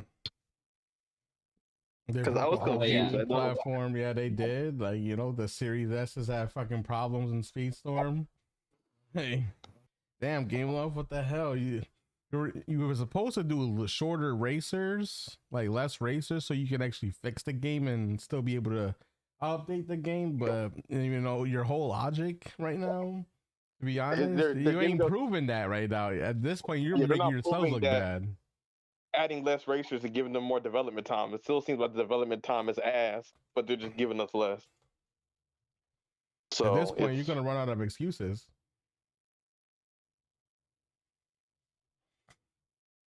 We want to provide you a more polished product. Yeah, you know.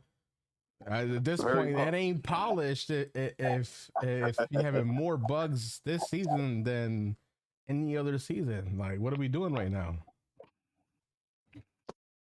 Yeah. So Barbosa now has clock. Can you imagine if Hans gets a clock bug too? Hans is bugged. Yo, if you guys got a supercharged Hans, I've noticed this when I played in the beginning of the season with my supercharger, getting him back to Ultimate Champion.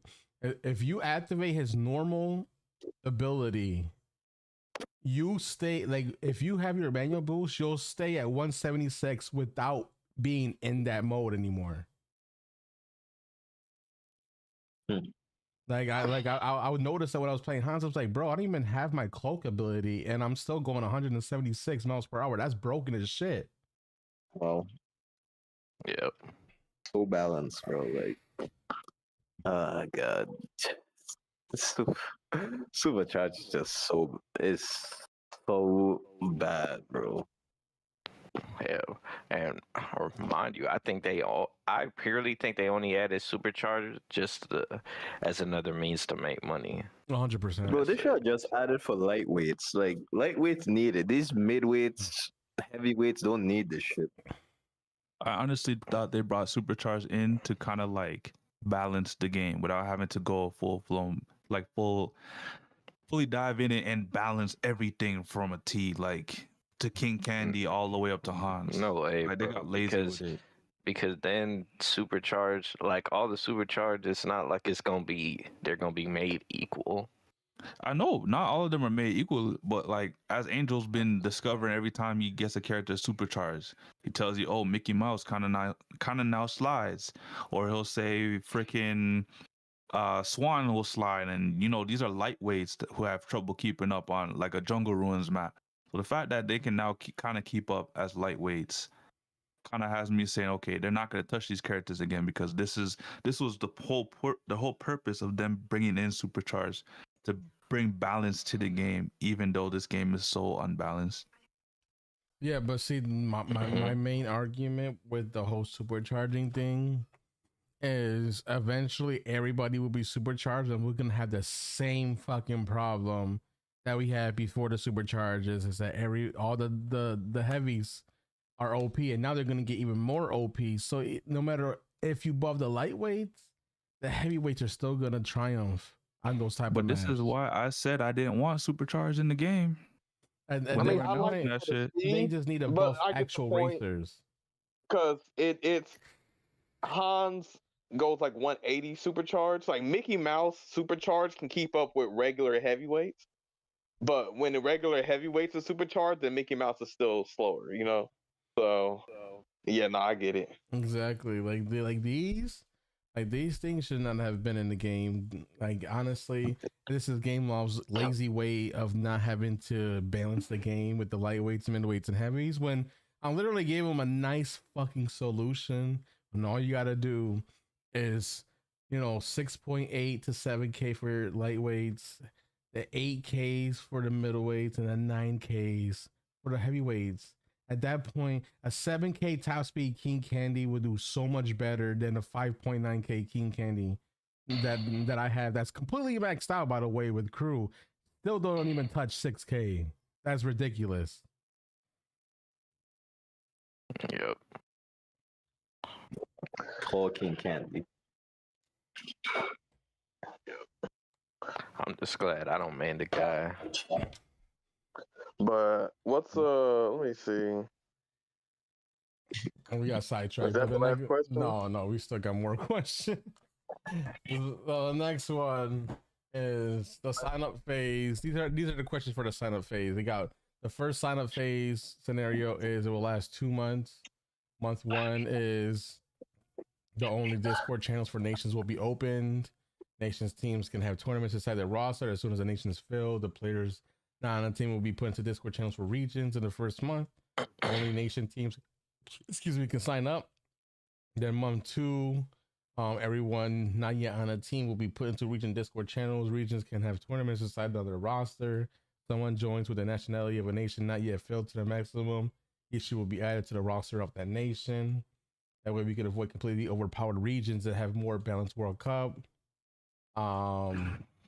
Then there was like, I agree, I disagree, I agree, except for the fact that players are forced into their nation's team if not yet filled. I agree, except for the fact that regions have to wait a month to start tournaments and or getting a team together. Which ones did you guys think? I mean, I agree with the system in general, but I mean, maybe, at least let the nations, or the regions be able to, have the same time frame as the main ones, just so they can actually get their rosters set up and not have to like rush it. Yeah, I actually think I disagree with the whole thing because regions, right? I feel like the bigger your region is, the more players that enter for your region, the longer it's gonna take to do the tournaments to fill up spots. So if you have less time, then I feel like that'll like kind of work against you. So I guess for example, like let's say USA, we have like 50 players again, and we have like less time to do it. That could be kind of problematic, but that's why I feel like regions should be the same as like I feel like it should be the same, but that's just me. Okay. And didn't it say something about like like adding somebody to your team automatically or something? Yeah, I don't think if somebody has an established team, I don't think people should randomly automatically get added. I think that was the issue with Team North America. I think Yeah. it's that they randomly added like people. Yeah, I disagree with that too, because if I'm on a team, I don't want somebody to just randomly be added to our team just Yeah, 'cause because we got space. yeah, there's more to being on a team than just an open spot. Like there's chemistry, whether people get along, so on and so forth. Yeah, like there gotta be some vetting and stuff, and it's like a lot of different factors. Yeah, now that Yeah. you explain that, that actually you got a point there. You got a point. Because you don't want no randoms to join the team just because they're a part of it, and yeah, if no type of chemistry and nobody even knows who they are, like that. Next thing they demanded, no, I need to start. I know I'm playing this class. Like what I'm if on the what team. if Like, what if on Team USA it was me, Angel, and Caleb, and then like we had an extra spot, and then J Smash got forced into the team? That'd be fucked. And then we're going against the Lowland Thunder. You're like, I'm playing defender this week. Come on, Nano. You know you love that. Nah, man. And every time, like, I just keep thinking about Team NA, and I know, that was one of Team NA's grievances because they had somebody on their team. I forgot what her name was, Ladybug Dragon or something like that. It was Ladybug. Yeah, and like apparently communication with them wasn't the best and stuff, and Yeah. I don't know. Like, It I don't just seemed know. like unnecessary. Like, I don't know what's the point of us hiring Ladybug if she doesn't show up like 90% of the time. She only played once throughout the World Cup, and that was it. That was the last time we ever saw Ladybug ever again. True. That's crazy, man. They gotta take they gotta I take will the say, competitive scene, and then they dip. the competitive scene is not just a one-off tournament. Like I get it because some people, if in other games, it's just you compete one day and that's it. But like the competitive scene is like a season. It's kind of like the NFL season, baseball season, NBA season. This is like a whole season. So some people don't be knowing like what they getting themselves into, so they to be randomly put on a team and you feel like there's gonna be some super casual shit and stuff, and you don't understand how everything works, and and then we do one practice session, you ain't fucking with it, and you lead the team. Like, come on. Because believe it or not, motherfuckers do be getting salty in practice. But So, but that was just my opinion. That's why I disagreed with both sides of the statement. All right. That's the next question on the survey. Host influence during sign up phase. The host can influence who is on what team during the sign up phase, but only in the following cases. One, if a nation region needs one or two more players to actually form a team, the host will ask other eligible players that have signed up to join this team. If nobody volunteers to take the spot, the host will appoint one player to take that spot. Reasoning this ensures as many players as possible can play, and the tournament has as many teams as possible. Two, if there are more players interested in joining a specific nation or region than the maximum allows, the host will be responsible for hosting qualification tournaments or designated someone from this nation region to host these tournaments. The hosts have to make sure that multiple tournaments per nation region are hosted and that they are hosted on different times and days, reasoning ensuring every player has a fair chance to get on a team, no favoritism. Then they got the I agree, I disagree with part one, or I disagree with part two, I disagree completely. What were you guys' response to that?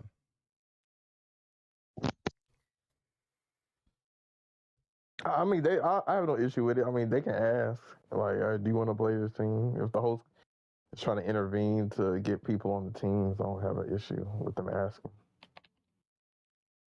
Yeah. I don't have issue with the host asking as well. Me either. Like I said, the only thing I don't like is like, I mean, I guess like if your team, like let's say if your region has like no, like if you still need like 1 or 2 spots left and like nobody else is signing up, then I could understand if they put somebody on your team and stuff. Because at the end, signups are about to finish. So at that point, you don't got no choice.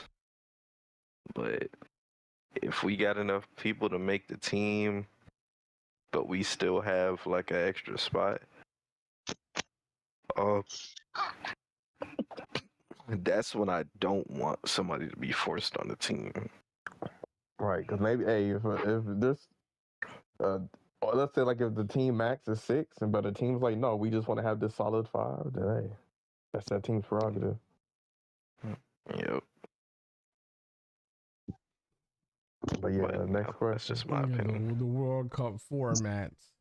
What tournament format should we use for this year's World Cup? The system currently using division, a league phase followed by a knockout phase in case of the World Cup one knockout bracket for the whole league. The system currently using divisions, a league phase followed by a knockout phase.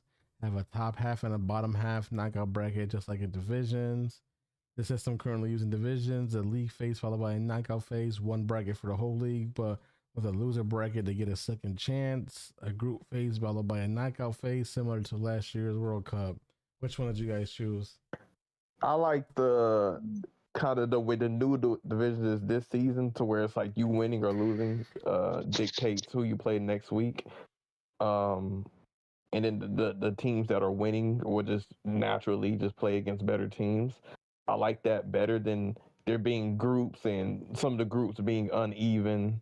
Like one group's really weak, one group's really strong. Maybe there's a weak group, but like the best team in that weak group makes it further than like a good team on the like a hard group. I don't like that. So I think that the way the divisions is now makes it to where, the better teams are going to play against better competition automatically. So I agree. Me personally. I agree with Caleb. I feel like that would be a good way for teams to be able to face, more teams than just the people in their group, and they'll be in similar skill levels. And if you keep winning, you're just gonna go against the better and better teams. And if you lose, you go back to a team that is equal playing field again. Like I like that better than the uneven groups for sure. I low key think they could. Sorry to interrupt, but I think both could work. Like, let's say if they use like maybe 3 or 4 matches of like the whole World Cup teams facing each other to figure out your team's like skill level, whatever the case is. And after those 4 matches, Nalissi and Cedric can be like, okay, we have enough data to like group these guys into similar skilled groups. I think that could work too. So that way, fair. Mm-hmm. Yeah, but the wouldn't issue that though be with that okay, this we're literally extra, dealing. Wouldn't that be adding extra Y'all races? both talking at the same time. Just off of that, the issue with that is you assume that a team is going to last 4 weeks. If a team gets blown out, like after 2 matches, they might quit, just like KMC, where they're like, damn, we're losing bad, in our first 4 matches. I don't want to play anymore. Yeah, but at the same time, that's for like, what's it called? That's for their placement. So even if they lose those 4 straight, they should know ahead of time, okay, even if we got stomped each race, it doesn't mean we're going to be put in a group that's going to be like this for the entire World Cup. It just means this is our placement. The teams that we're facing, we're getting smoked by. That means we're going to be put in one of the weaker brackets, skill wise.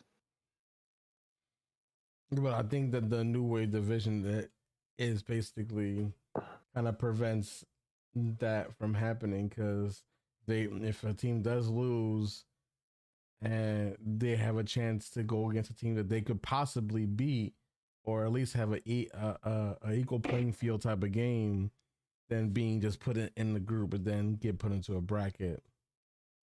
I feel like The it basically divisions way simplifies does it it already. Yeah. Like what we did this season in divisions, it basically did that. Like all the teams, like we had a couple races where it's like throughout the season, it's like the teams were being placed, you know, kind of like what Caleb said. If you kept winning, you know, you would go against stronger competition, and if you kept losing, then you would end up in, you know, eventually you would be, based on your record, you'd be going against like people around your record. Yeah, but that's also my point with the what's it called, the placement matches. Like if you're doing the 4 matches and you're getting smoked, like Angel said, or was it Caleb? I think it was Caleb that said you get smoked like all 4 times. Then obviously they're gonna put you in a group with another team with similar stats or similar experiences. So then you might have a group of like 5 teams where the best team out of that group probably has 1 win out of the 4 races that they did. That means that group will be very competitive, even though, like, when it comes to making the brackets of who moves on past the group stages, they might get knocked out the first round. Wait, but wouldn't that mean that there's just a group of like teams that were getting whooped on? Like, what would be the benefit of separating the groups? Like, if you're just gonna put them with everybody. Well, essentially, what I'm saying is, let's say there's like 4 groups, and in the group that has all the teams that didn't really do successful, they're in that group. The teams that were slightly better than them and slightly more successful than them, they're in like the 3rd group. And then the 2nd group is like the team that got most of the wins and they probably lost like 1 time. And then in the 4th group, it's like teams that didn't lose at all. So the teams that didn't lose at all, they're facing each other all in one group. The teams that probably lost 1 or 2 matches, they're all facing each other in another group. The teams that were like middle of the road, they're in one group. And then the teams that lost like all their matches are in one group. So all these teams are pretty much on equal standings within their group, but they're all vying for knockout stage roster spots. So the top 2 teams or whatever, however they're going to do it, they'll take them out of the group stage and put them in the brackets. And based on their performances, you know, if you're in the top bracket where your team pretty much never lost a single match and you're facing all the other heavy hitters from that bracket, they're going to group you against obviously the next strongest team that was there in the losing bracket, because based on how you did in the placement, it's gonna rank you like your team from 1 to 20 or some shit like that. And then if your team 20, even though you probably smoked everyone in the weakest bracket, you still have to compete against the better team that's in the top bracket, if that makes sense. I think the issue with the 4 groups is determining, because like, oh, this is the stronger group, this is the weaker group. How would you determine that? Because a group that people might think is the strongest group might actually be a weaker group. Well, I guess that's why Sam was saying doing a thing with the 4 matches. But my thing is, I feel like what we're doing now is that it's already doing less steps. Yeah, instead of I mean, having to less do 4 steps, but matches, it keeps like the Olympic format going, if that makes sense. Yeah, but I don't know if everybody got time for that. I think this is. Hey man, this is the World Cup. It's not divisions. Like everyone needs to know what they're signing up for. I think this just does it easier where you do one match and then you are placed based on that match, higher or lower based on the first match instead of having to do 4 weeks. Because these matches aren't like, we're not doing this every other day. It's also a weekly thing. So spending a whole month to determine where you're going to be placed is a bit much. It's probably better just off for you to be placed based off of 1 week of competition. Nah, I mean, shit, it's like if we do it that way, Sammy, that means we would do a whole month of seeing where we're gonna be placed, and then we would be separated into groups, and then that's probably gonna take like 4 to 6 months, and then once that's done, then Wait, we you do. said 4 to 6 Or months. weeks. Why You would it probably be meant 4 to weeks. 6 months? You probably meant I mean, 4 to I was about to 6 say. weeks, but so that's already like 2+ months right there, and then we got the knockout phase, and that's probably gonna be Another month. So 3 another months. month. That's not a cool World Cup. That's a big time That- investment. I'll say that. That sounds like a competition to me. That's This ain't all right. divisions where you're doing competitions in between waiting for the World Cup. Like these are tune-ups and training for you until you get to the World Cup. Like World Cup should mean something. So that means the stakes are higher. You know, there's more races, but also it's like you gotta perform in all these races. You screw up one time, it's like that could be your run. Oh shit! That's why you race against the people, and we do when we have everybody in the group. Mhm. True. I mean, I'm But just saying I I think mean both that's could just work. my opinion. I think both could work. That's the only reason why I brought it up. Not for you. I'm just trying to see like if there was really a difference, because the way it was looking to me is that we're gonna end up coming with the same conclusion that we would do if we were doing the format that we're doing for divisions, but with extra steps. Yeah, pretty much. The only reason why I said it that way was to kind of keep the like the Olympic kind of format. Because in the Olympics, like I don't know how many of you guys watch it, but in the Olympics, for the most part, in like sports, when another country's gonna compete for like I guess the gold medal or whatever like that, they all do like preliminary matches against each other, and that puts them into groups based on like how well you did in your preliminary matches. They can kind of test or base your strength off of that. So like let's say USA has like 3 matches and they beat like Serbia and they beat France and they beat Spain or whatever like that, or Brazil. It could be any team. If they win all 3 of their matches, okay, this is like A or something like that. And then like Canada faces like maybe China, Japan, Mexico, and Canada wins 2 out of the 3 matches. They're like, okay, this is a pretty solid squad, so we're gonna put them in Group A with USA. Like that's how they group the teams. So when going into like the group phases, there's like maybe 4 groups, and all the teams are pretty balanced, and they face each other. And the best of the best out of those groups come out the group stages, and the competition is more fierce because you now know you have the best teams out of every group, regardless of how strong their group phase was. Like sometimes you get a team that's overwhelmingly stronger than you, but that's just the way it goes. It's always Hey, going well, to be like that. we know Sammy's survey gonna be looking a little different than Nano's. I actually voted for. Hey, ain't no wrong. I voted for the what was it, option 4, a group phase followed by a knockout phase. So the same thing as last year's World Cup.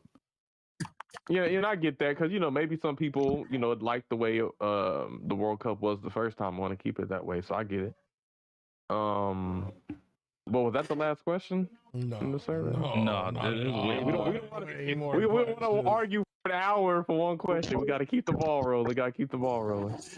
But yeah, what's The next question is, I maybe kind of combine the next 2 questions. So basically, the first one is how many matches would you like your team to play at the minimum, and then the other one is at the maximum. So what are your numbers for the minimum and maximum? I actually didn't even have a proper answer for this. I put like smiley faces. I was like, as many as you can. Was Good, bro. there no options? No, like, it was just for like this your one? No, you just your like write number. it down. Number. I think 10. 10 is a good number. I think I put 10 as Races or well. matches in the season? That's Matches. matches. Oh, So matches. this is just matches. This is not, I don't think this is including like knockouts and that. These are just regular season matches. Wait, think but why wouldn't it include knockouts? I assumed they include the whole tournament, so I said as many as you could. Yeah. Okay. I mean, if that's the case, yeah. Because if you're including knockouts, then I would say, I guess, what, like probably 8 to 10.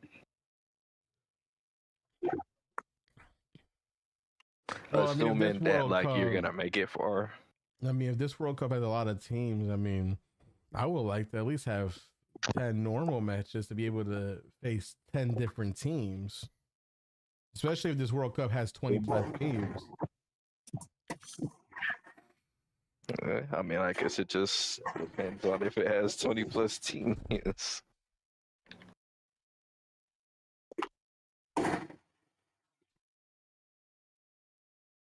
I mean, I'm fine with the I'm fine with it being 10. Cause when we did the World Cup, it was what we did, like how much matches was it, like 5 or 6 before we went. I think it was 6, and then we did 1 for the knockouts, 2 for the knockouts, and then it was the finals. I guess the appeal to the So group that was like stages. 9.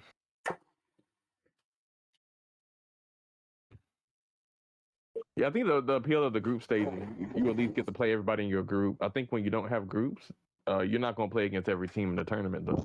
But I don't think any tournament is like that. Like, there's always going to be brackets. There's always going to be, teams that you just end up not facing based on whatever.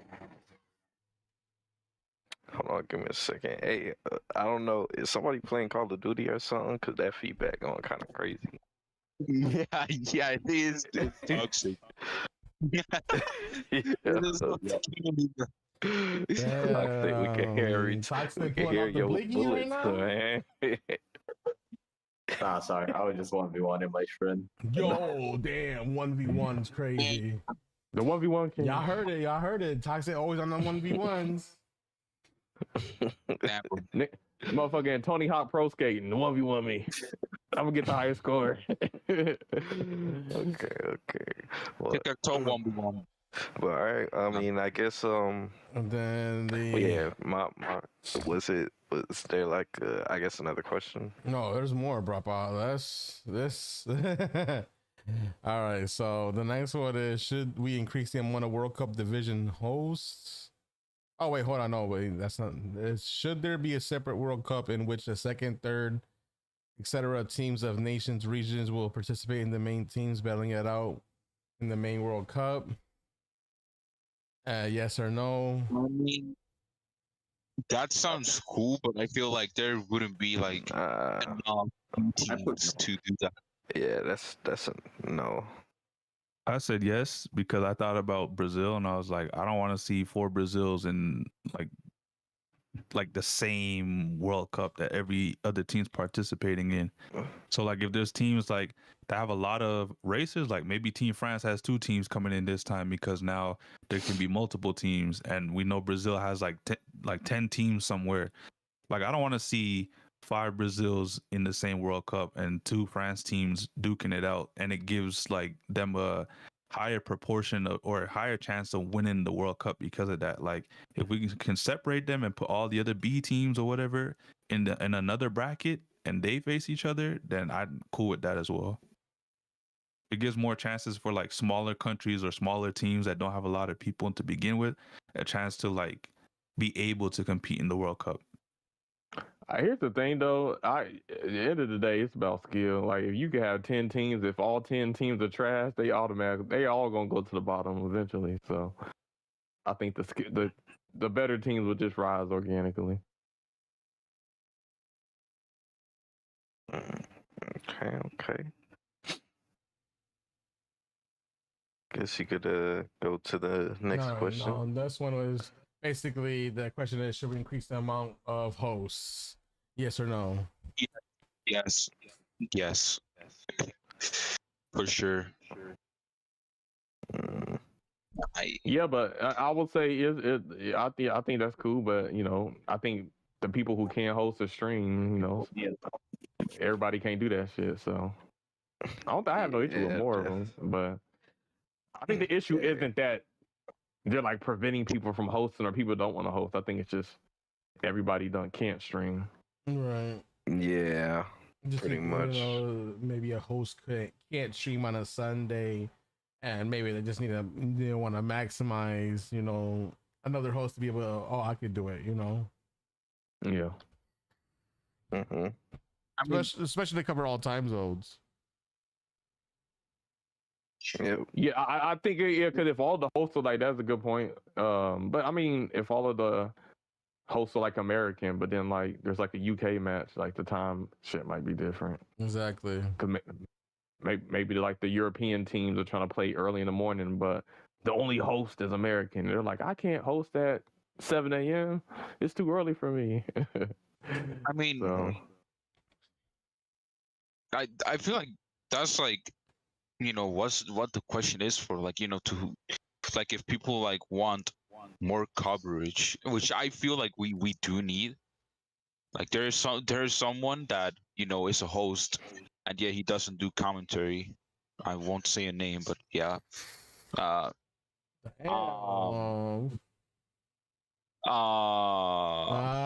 yeah, dude, I feel like we need more hosts. I think we know who that. For example, I don't know if you guys remember. So Thrive is actually, like when they did like the application form for being a host. So Thrive applied for that, but he didn't pass through. And I'm gonna be honest, I don't even care if it's like a host on a different language. Like you have Wolf. Like I barely understand Wolf, but like the way he commentates, it's like you get like he does it really well. And he does his work as a host. Like he does track draws, he makes announcements, he yeah, like he's a great host, even if subtitle. Yeah, and there's also that like subtitles. So that's yeah. Yeah. Usually Wolf Closed is on top captions, of I a guess. lot of that stuff. And if Wolf is not on top of it, he'll like ask me like, since you're streaming, you want to, could you do it, in my since I can't do it, I'm like, yo, I'm already streaming. What's what's a track draw real quick? Yeah, I guess it just matters on like if they could get more people to want to host. Yeah. So, I and mean, then they would shoot. have to be on PC and whatnot. Like, I mean, shit. I mean, KH is not a host, but yo, KH be helping me when it comes to points and stuff like that. When I'm hosting these games, like KH is literally updating the scoreboard, literally at the same time. Yeah, he has a good production value. Mm-hmm. Yeah, he would be a great host. Like he has like that commentator voice on him. Yeah, Exactly. But then he would have to, they would have to ask him if he would like to be a host. Yeah. Yeah. It comes to whether the person has the free time and wants to, basically. Because you got to remember, KH is all the way in Pacific time in the U.S. Yep, 1 hour after me. Yeah. Yeah. So the question is, should there be more hosts? I think yes, but end of the day, we can't force people to host. So I mean, that's pretty much what it is. Basically, if people want to be hosts and they can fit the criteria, then they should be hosts. Mm-hmm. Just to be able to cover all the time zones. That's all. Mm-hmm. Like I do like, and also like, I mean, if you're a host, you probably are going to be one streaming from a computer. Well, hope so. If you're a host, you kind of have to have a computer, right? Because what if there's 3 matches going on? You're only watching one if you're stuck to, like, you know, a console or something like that. At least with a browser, you can sit there and you can cut the windows in fucking in 4s and have 4 matches going on simultaneously. Like what I do when there's like multiple matches going on at the same time. Yep. It gets chaotic though. I mean, people tell me like when I do it, like, man, how the fuck do you keep track of 3 different fucking races at the same time? I don't know how I do it. I mean, sometimes I watch one and I be focused on one, forgetting that there's 2 other ones going on. I'm like, it's hard to lock in on 3 different races. You have to follow the action. I feel like you have to, like, let's say somebody's in first place and they're like miles ahead. At that point, you got to switch perspectives to where the action's at. Yeah, it's just like a following the action type of thing. I feel like, yeah. Jesus, man, the saving that would be spectator mode. That whole issue wouldn't exist if there was spectator mode, but you know, game loft. 100%. Oh, my bad. Go ahead. I was just saying. So in that question, you know, yes, if people want to, basically, for that question. Yeah. I'm actually gonna go because you know I have to do something tomorrow, so I'll have to leave you. Yeah, we're gonna be doing these questions at 3 a.m. You said I already filled out the survey. So the next question is: do you feel that there should always be one official World Cup caster casting a game? And then the results is yes, and this person should not be playing a match. Yes, and this person is allowed to play in the match. And no, it's okay if there's no caster available for a match. For me, I put the second one, that yes, and the person is allowed to play in the match. You know, because a lot of the hosts usually are playing the games that they're hosting.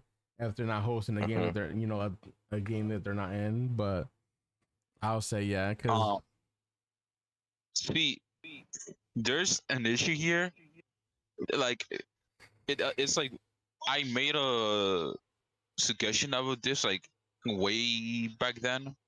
It's like how is a caster going to, you know, focus on casting when you're also playing? Like you cannot do both. So you know, it's like hard. Like you cannot do 2 at the same time. But what if there's no other like host available? You see, like that's the thing. That's the thing. Like it's like a small community. Like we're not gonna have like, you know, it's going to be really hard to have, you know, both. Like, you know, I get what like you're saying. Like let's say me, Nano, and Angel are streaming and we have a match. If Angel's the host, he's just gonna be hosting his perspective. He's not gonna be switching between me and Nano's perspective mid race. Yeah. So that's I guess one of the downfalls of hosting when you're competing at the same time, or not even just me and Nano's perspective, but like the other team's perspective or whatnot. Yeah. Yeah, I mean, there's that aspect. I mean, I don't really like see, like, I mean, me personally, this is off of my personal experience, but like I don't really have issues playing the game and also commentating on the game in between matches, or even like during the match. Sometimes I'll peep a chat while I'm racing at the same time because I have multiple monitors. I can do that, so I can still focus on the chat and people talking and still be racing at the same time. There's just sometimes with the communication, you know, you don't want to, like, you know, talk to the chat while you're communicating, you're throwing bombs at somebody. But I mean, it just comes down to like how good you can multitask, you know. But I get it, you know, sometimes people just want people that are focused on the actual commentary. But at the end of the day, you know, a lot of people will watch who they want to watch, regardless if they're a host or if they're just a person that's streaming the match.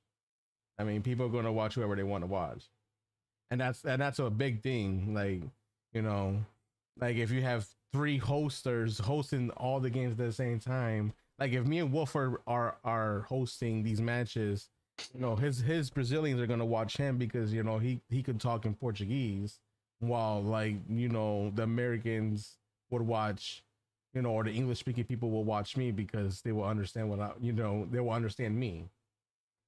But there's still people that will watch Wolf as well, even though they don't understand him because they just like Wolf. Yeah. Oh yeah, the Brazilians are definitely like, let's say if there's a match between Brazilians and the Americans, they're definitely gonna be watching it from Wolf's perspective. You know, language, all of that. Yeah. I mean, yeah, not just that, but yeah, that, like I said, I'll probably watch somebody who speaks English before, you know, I watch somebody who speaks Spanish or Portuguese or French or whatever, German. Ooh. All right, I'm actually gonna go now.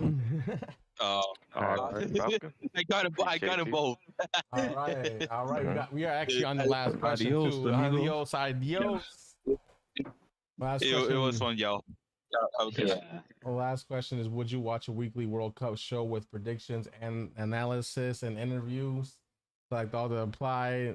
Yes, if it's on the weekend. This was an interesting one. Yes, if it's on weekdays in my evenings. If it's a collaboration with the Crashout podcast. If there's a captain of one of the World Cup teams invited every week. So yeah, this one caught me off guard when it said collaboration with the Crashout podcast. I was like, oh shit, we're in here. Yo, we into one of the questions, guys. We made it. We damn near have anybody who wants to come on the podcast to talk about Speedstorm shit. We have them on, so I get it. Yeah, It's not like we turn anybody down. I don't think we turned down anybody. I mean, we technically already like do the prediction analysis and stuff like that already, you know, on the Crash Out for division. So I don't think anything would change. I feel like we will still capture the World Cup stuff too. I mean, interviews will be, you know, different because obviously, you know, interviews will have to be timed or whatnot, and also time zones and whatnot. Like I know Sammy was doing interviews with the first World Cup, and he was making those YouTube videos. So I don't know if they're trying to incorporate everything all at one into like one thing, but I mean, I feel like I feel like what Sammy did was fine. I feel like if there's anybody out there that wants to do World Cup content or I interviews think that or live I mean, you though, might like gotta drop that interviews, right? photo Like one right couple. after a match. Oh, my bad. Go ahead, Toxic. You might gotta drop the videos before the World Cup, low key. Like, it's just stir things up, bro. Like low key, bro. No, this sounds like they want to stream it though. So this sounds like it's gonna be live. Like everything's gonna be happening on the date of like these races. So like I guess before going into a match, if whoever's hosting, they're gonna be doing like a show just ahead of time. Oh, this host is catching this race between UK and Europe or whatever the case is.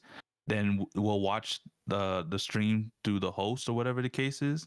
And then after the host is done hosting that match, they're gonna go back to the show on live and then talk about, you know, what the predictions were before the race, how they turned out, like the outcomes, the analysis of the teams and what happened during the races, what could have been done for both sides to perform at a certain standard or whatever the case is. And I think at that point, that's when, you know, interviews would happen, like an ESPN thing after like a basketball people game just or have to put in the work. Like we could do. Yeah. I mean, here's the thing. Like we could do. I think I tried to incorporate a little bit of that, but like we could do like some weekly stuff where we bring up highlights of like, you know, each race, like a highlight moment and shit. But that takes work. Somebody has to do that. You know what I'm saying? It's a lot of work. It does, dude.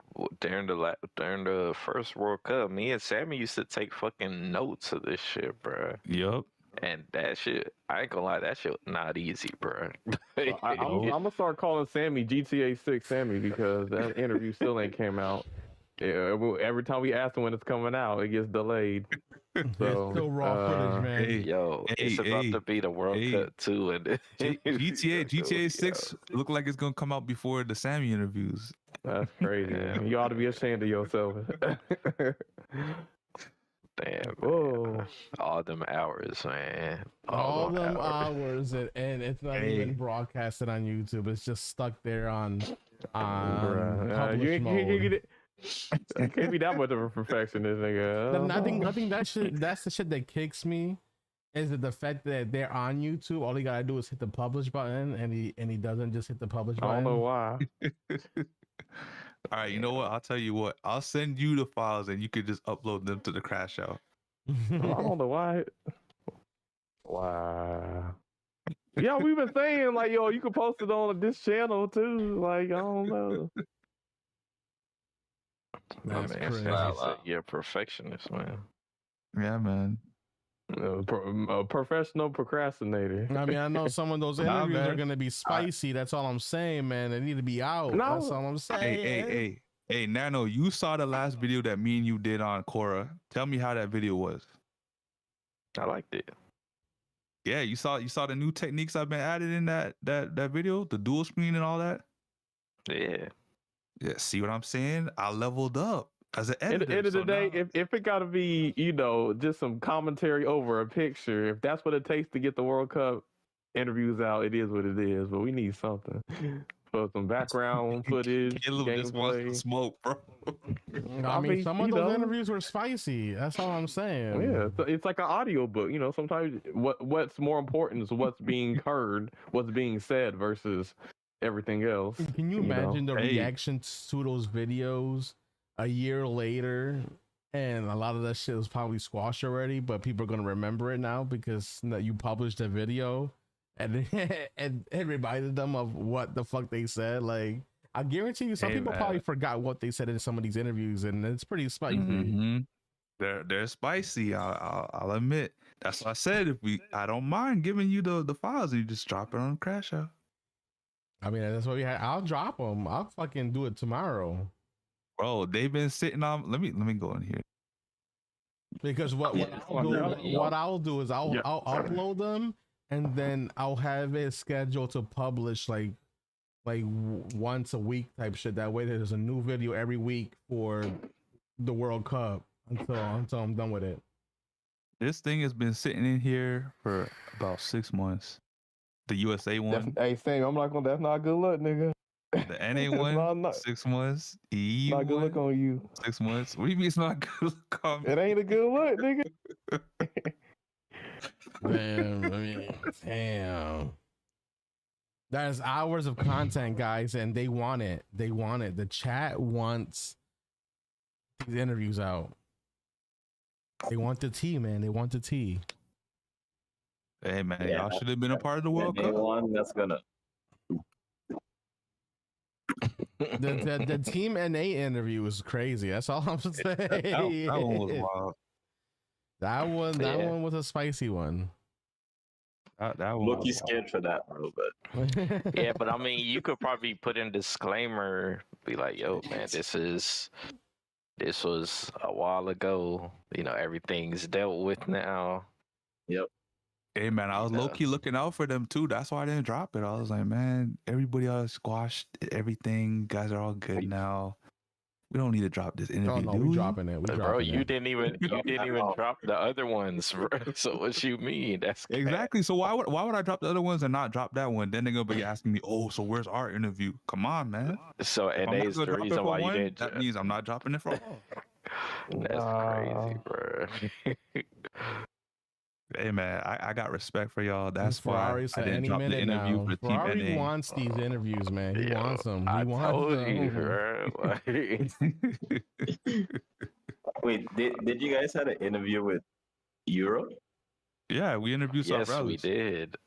And so Threllis was asking Sammy. He probably felt slighted. Like, yeah, I took time out of my day to do this interview, and a year later, you still ain't released it. Bro, I I can can't even literally blame him, screenshot bro. my desktop and show you these 3 videos right now. I can Damn, go to yo. my. Bro, he be saying it's on, Easy it he is. be This like, nigga be saying be this like, right here. it's on his desktop. Like that makes it better, bro. Like, Sammy, you nigga, have what? this man. Sammy has this man Ferrari waiting since the South Rallis interview happened. So this man Ferrari's been waiting almost a whole year for this video, Damn. Sammy. That's Hey, man, crazy. That's how you know. That's how you know these videos are crazy. But that's how you know these videos are gonna do numbers, bro. Man said, but I always knew these. I always knew these interviews were gonna do number. I was just like, for like Team NA's sake, I was like, just because at the time, when we did the interview and all that animosity going around, I was like, man, you know, Ishnik is cool now. Sounds like Team NA is cool now. I don't want to drop these videos. It's not good. No. That would have been the perfect time. Well, get the viewers in, man. Get the views in, man. See, that's how you know I'm the type of person that cares, bro. Ferrari player GTA 6. Sonic about to say it's past his bedtime. He said he got to go. He said I ain't finna talk about Sammy and his video not coming out till 2028 for 2 hours. Hey, you want to watch the interviews? It's gonna cost AAA money, $80. Listen, Sonic. Screw you, then. But nah, Sonic, we appreciate you for joining up, homie. It means a lot to us. It's always a delight having you here, Sonic. But it's not just that I have to go to bed. Just that tomorrow they're releasing the new multiplayer limited time mode tomorrow. So what game? I forgot about that. Oh, from Speedstorm? Oh shit. Yeah. There's a new multiplayer game mode tomorrow? Yes, tomorrow. Watch it be ass. Check it out. We'll Watch see. it be ass. Yeah, and it's gonna end until the 19th of May. So it'll be lasting at least 4 days. 4 or 5 days. Yeah. Yes. All right, I guess that's something I could hop on the game for. I swear I'll log in tomorrow and this multiplayer mode is trash. I'm gonna be upset. No, you're gonna log in tomorrow and the servers are gonna be down. I'm not even. I don't even expect nothing, to be honest. We need expectations low. We need something out of this game. What if it's a battle royale mode? A battle royale. They don't even got team mode in private. You're gonna add a battle royale mode? I mean, you said they collabing with Fortnite. That's crazy. That's not the. Oh my god. You stressing Sonic out right now, Sammy? Like that doesn't make any sense, guys. Come on now. You never know. You might log in tomorrow and be surprised, Sonic.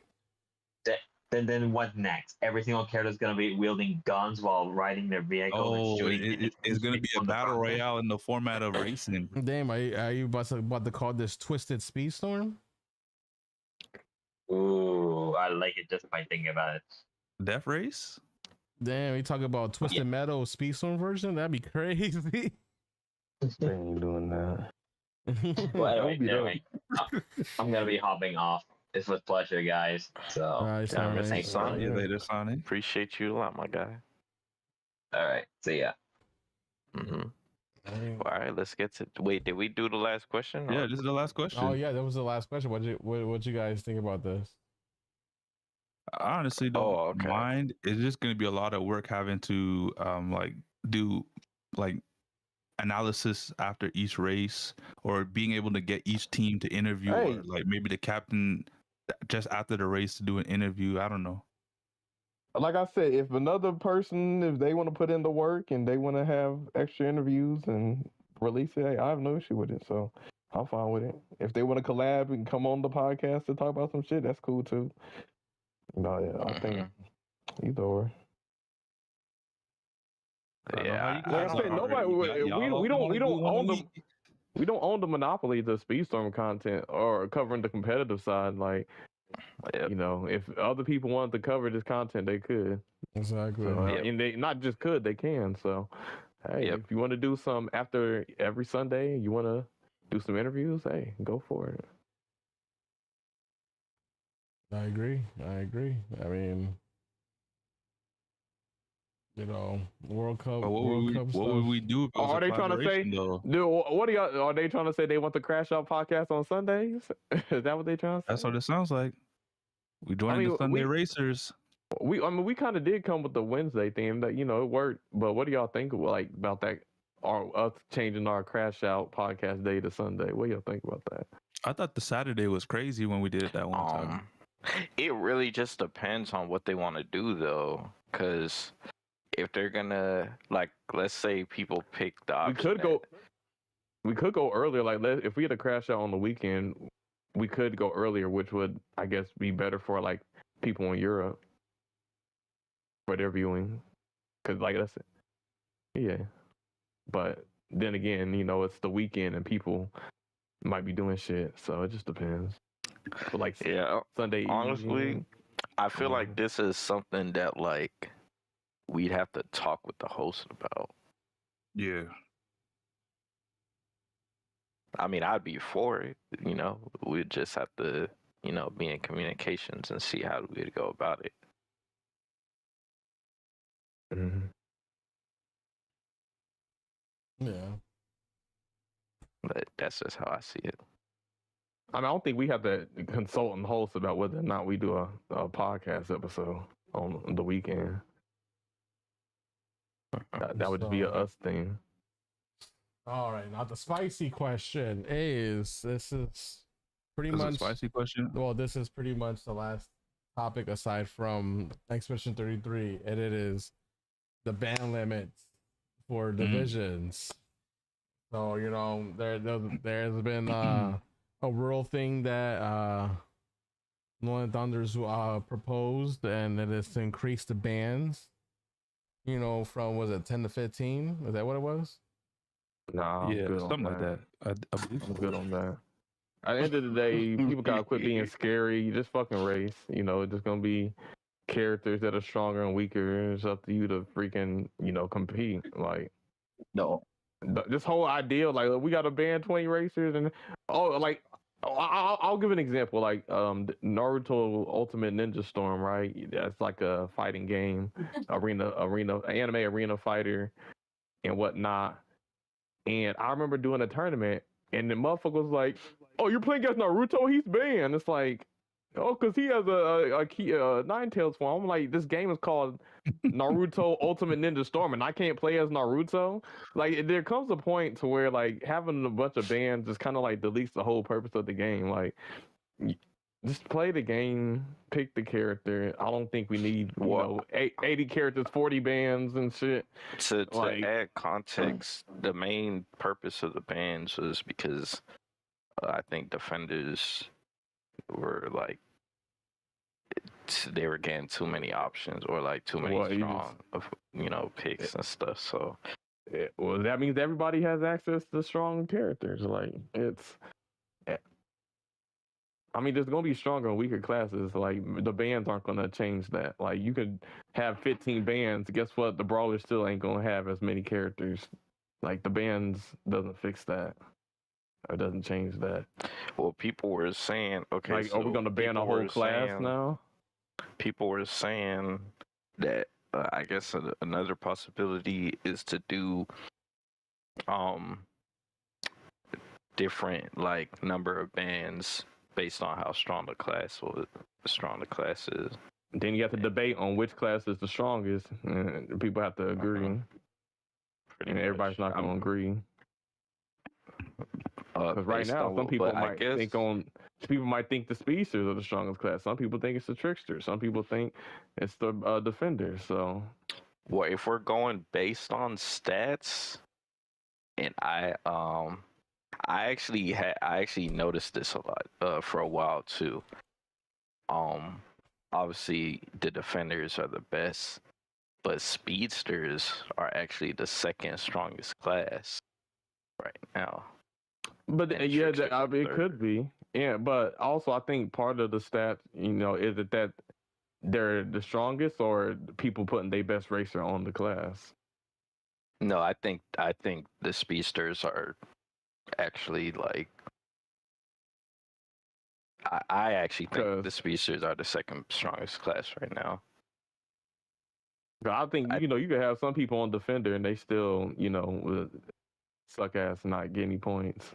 So I think a part of the stats is the skill level. I feel like that's true, but if everybody can't bring out certain results. I won't lie though, but the speedsters have been doing like exceptionally well.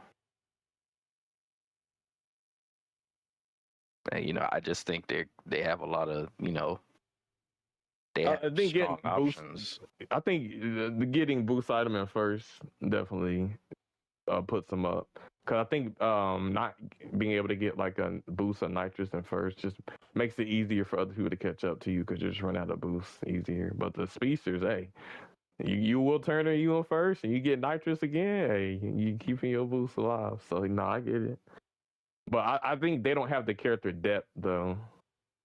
So like you ban that's the thing, have 15 bans, they ban every single good speedster. Guess what? That class is back to being ass again. Well, hold on, So- because I actually thought that too. But according to according to Cedric, and he looked at the stats.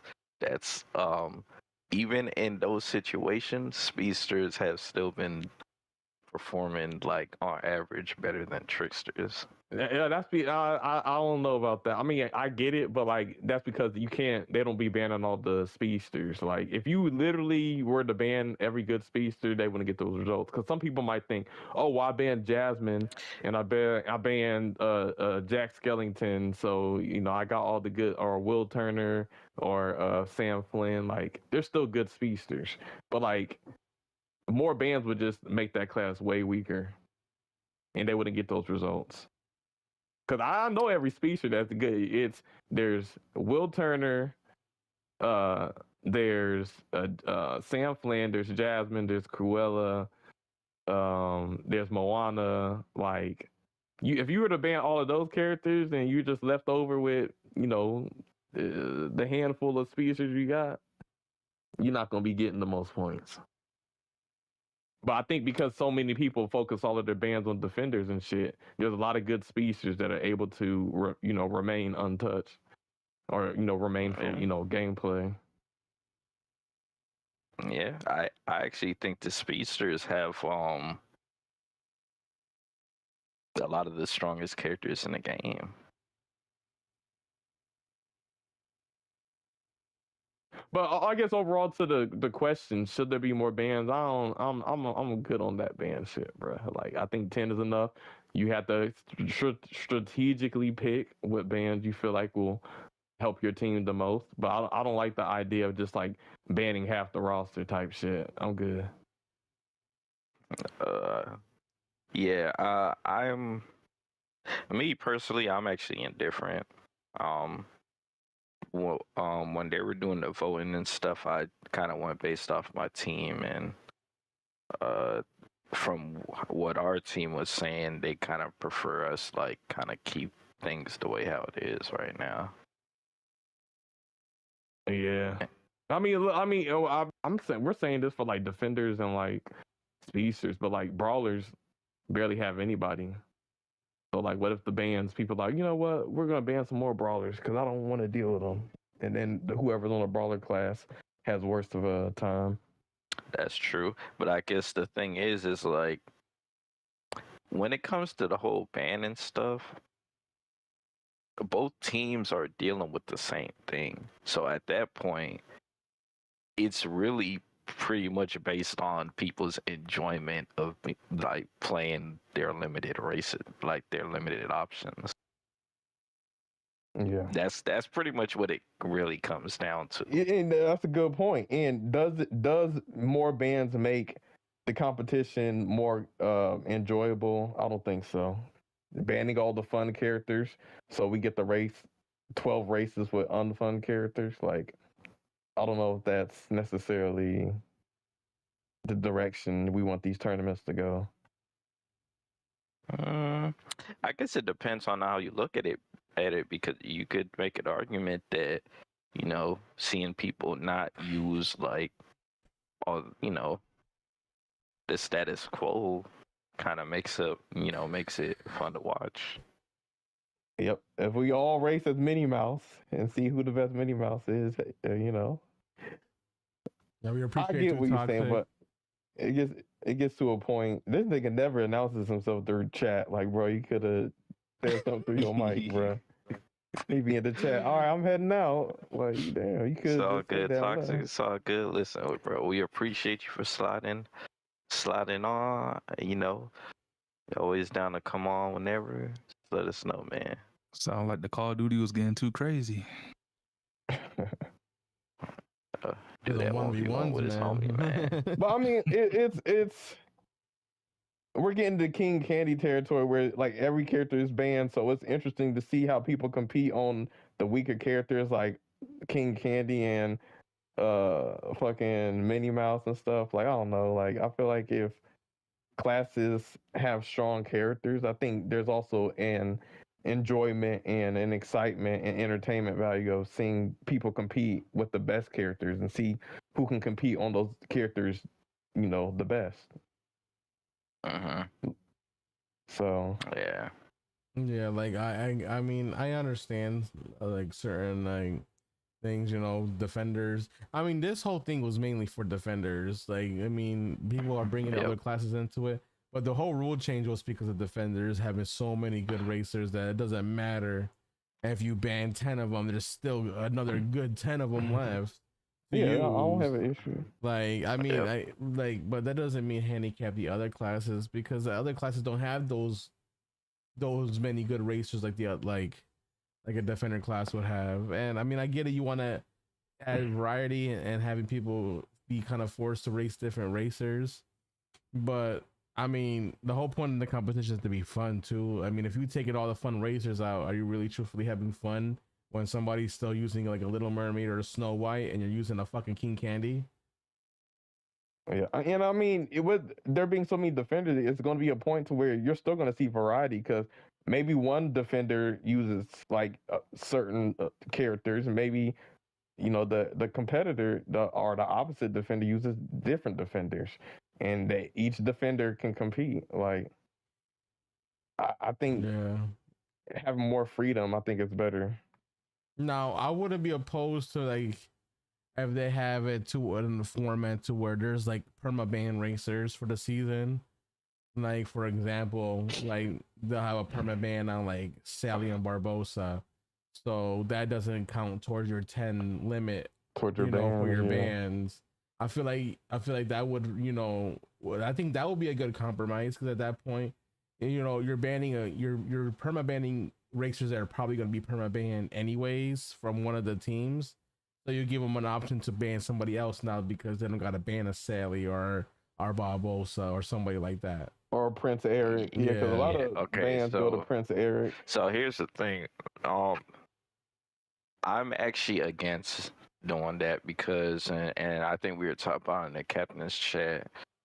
The thing about that is that actually makes that actually will make it like worse, because you would just end up banning other characters in their steed. Yeah. So, yeah, like if they're like, oh, we're gonna permaban Jumba, Calhoun, Steamboat, and then you're like, just left with you just gonna ban other characters. Yeah, so then it just ends up being. I see your point. I'm just trying to find a good medium about this to where everybody's happy, but not everybody's not gonna be happy about that. About that. I mean, if you look at the poll's 10-9.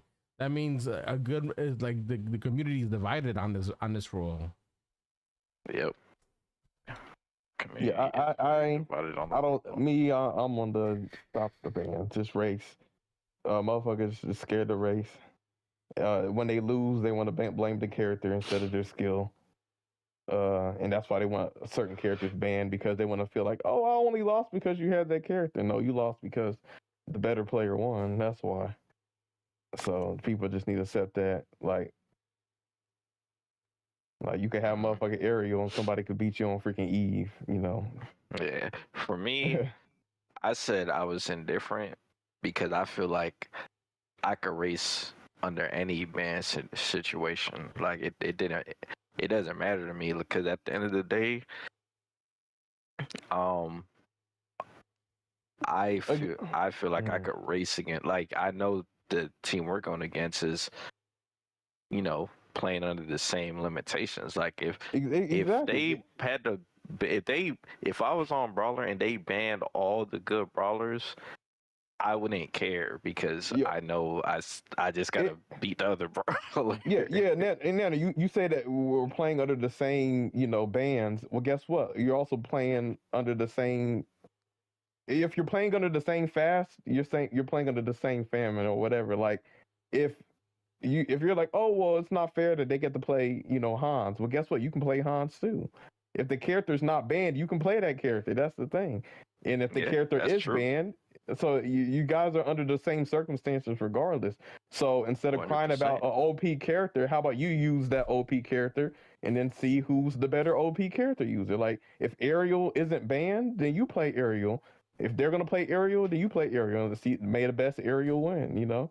And if but Ariel is banned, then y'all are probably just gonna like play another character, whatever. So I don't see 100%.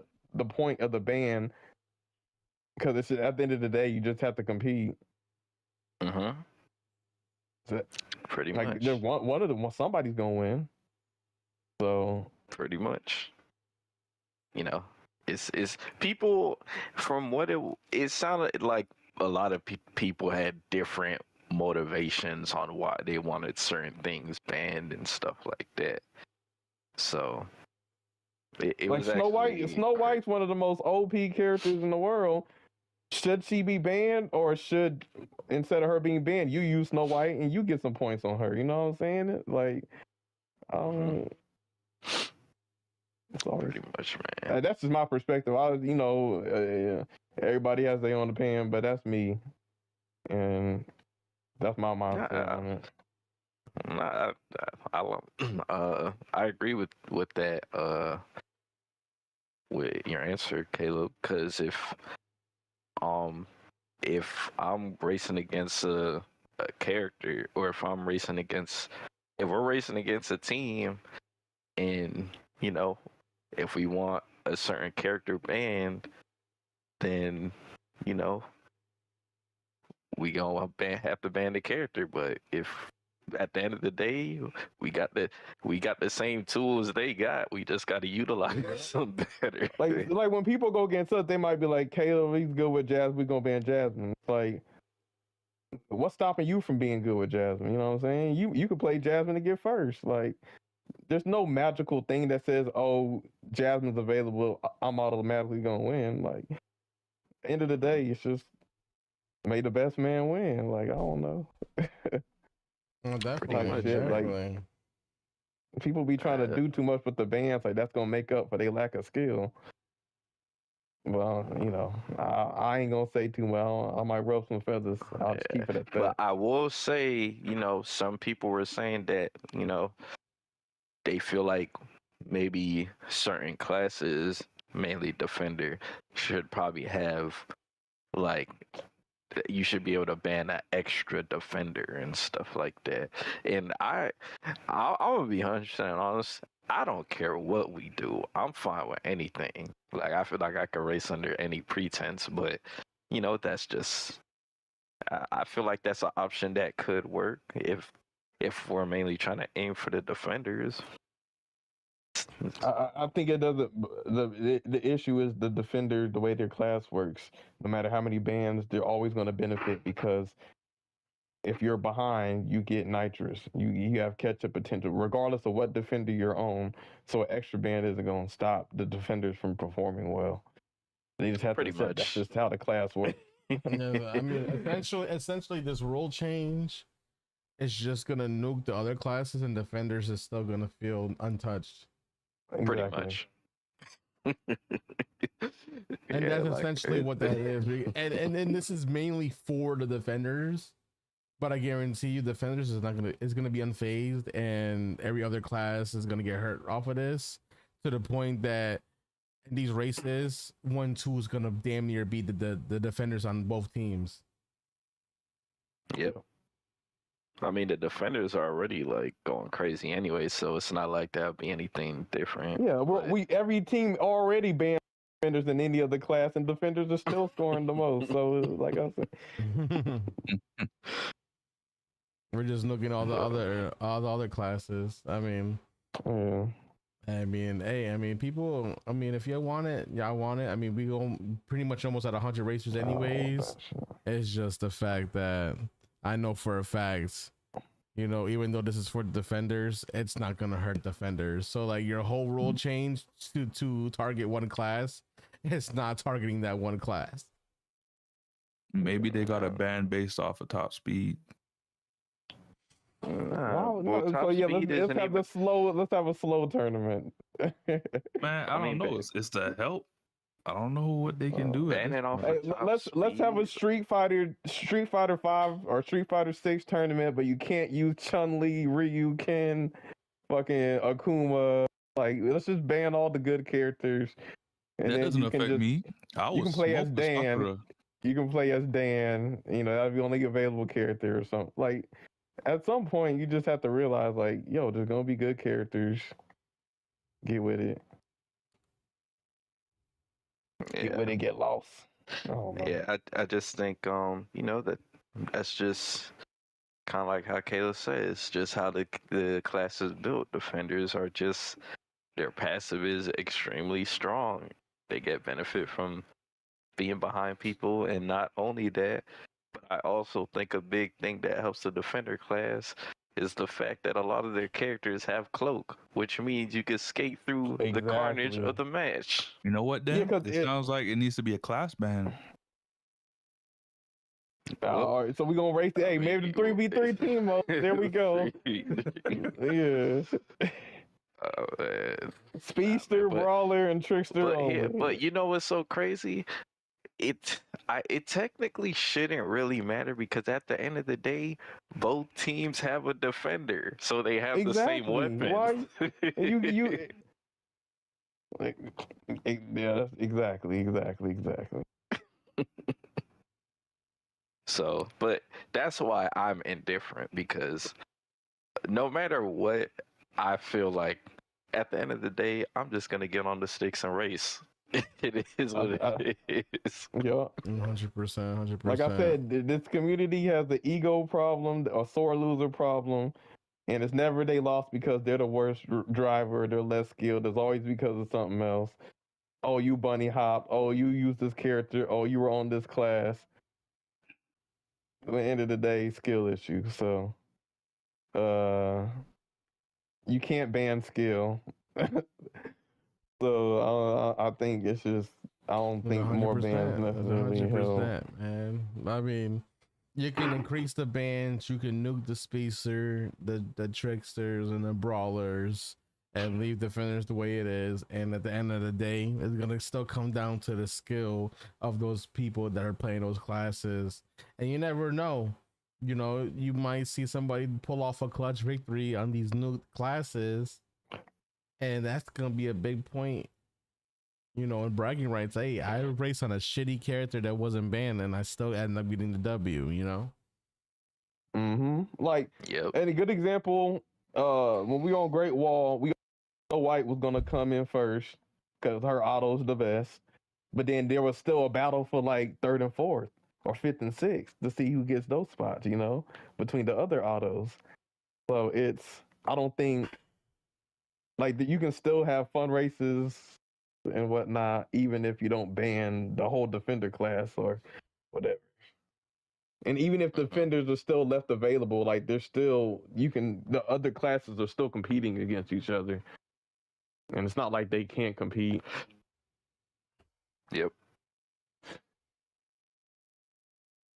I mean, But you know, it's situational, I guess. I mean, yeah. I mean, it could be a good thing. It could be a bad thing.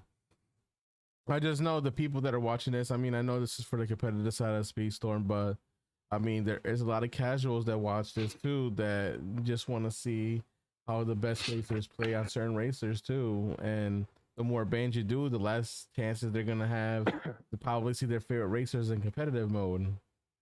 yep. Like, people love watching competitive Speedstorm just for the sweatiness of how everyone is racing. Because, you know, normally you don't normally see that shit unless, you know, we get the pro players, you know, on private lobbies. So, like, you know, there is a market for pro play and competitive play, then regardless of what game you have. So, I mean, you know, sometimes you got to give the people what they want. You know, they're the ones that are watching these competitive matches go down. You know, like, you got to think of everybody in the equation, not just the people that are participating.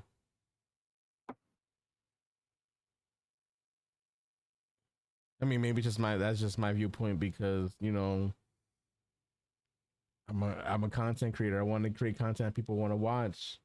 People are going to watch the competitive stuff, but yeah, I feel like the casuals, they might get lost in the sauce because they don't know what the fuck is going on and why certain races are banned.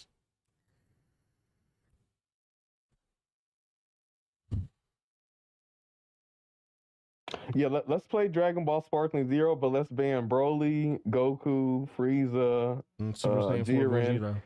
and let's just have a tournament where we see who the best Krillin is.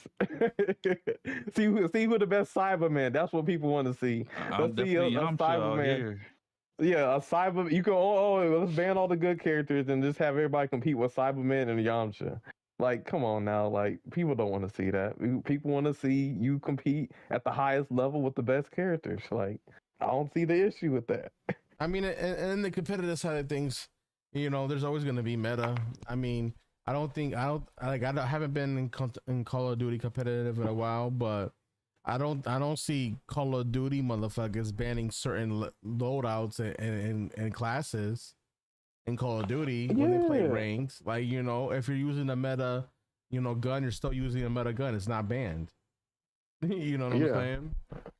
You have the freedom, and maybe a skill expression is that you don't use meta and you still win. Like, maybe that's how you express yourself. Like, yeah, same with Halo. I think the Halo competitive scene, the battle rifle was the gun. There's SMGs, needler, all of that, but the battle rifle was the competitive gun. But like, you never saw that banned. It's just, all right, well, the battle rifle is the weapon to use. Let me get good with that character, or let me get good with that gun or that weapon. So, Yep, that's facts. But I mean, I guess I think we said what we needed to say on that, man. So it might not be what you want to hear, but hey, it is what it is. I feel like competitive players got a different mindset, so. Yeah, at the end of the day, they all want to win. Yeah. So, what we got after that? That was the last question of the survey. You got our takes. Y'all got our takes. The last thing that's on here is Expedition 33, and that's pretty much all the talking points. All right, so I haven't played it yet. Like I said, everybody, Caleb, get on there. Why ain't you on? Skill issue. You're missing out. Skill issue, money issue.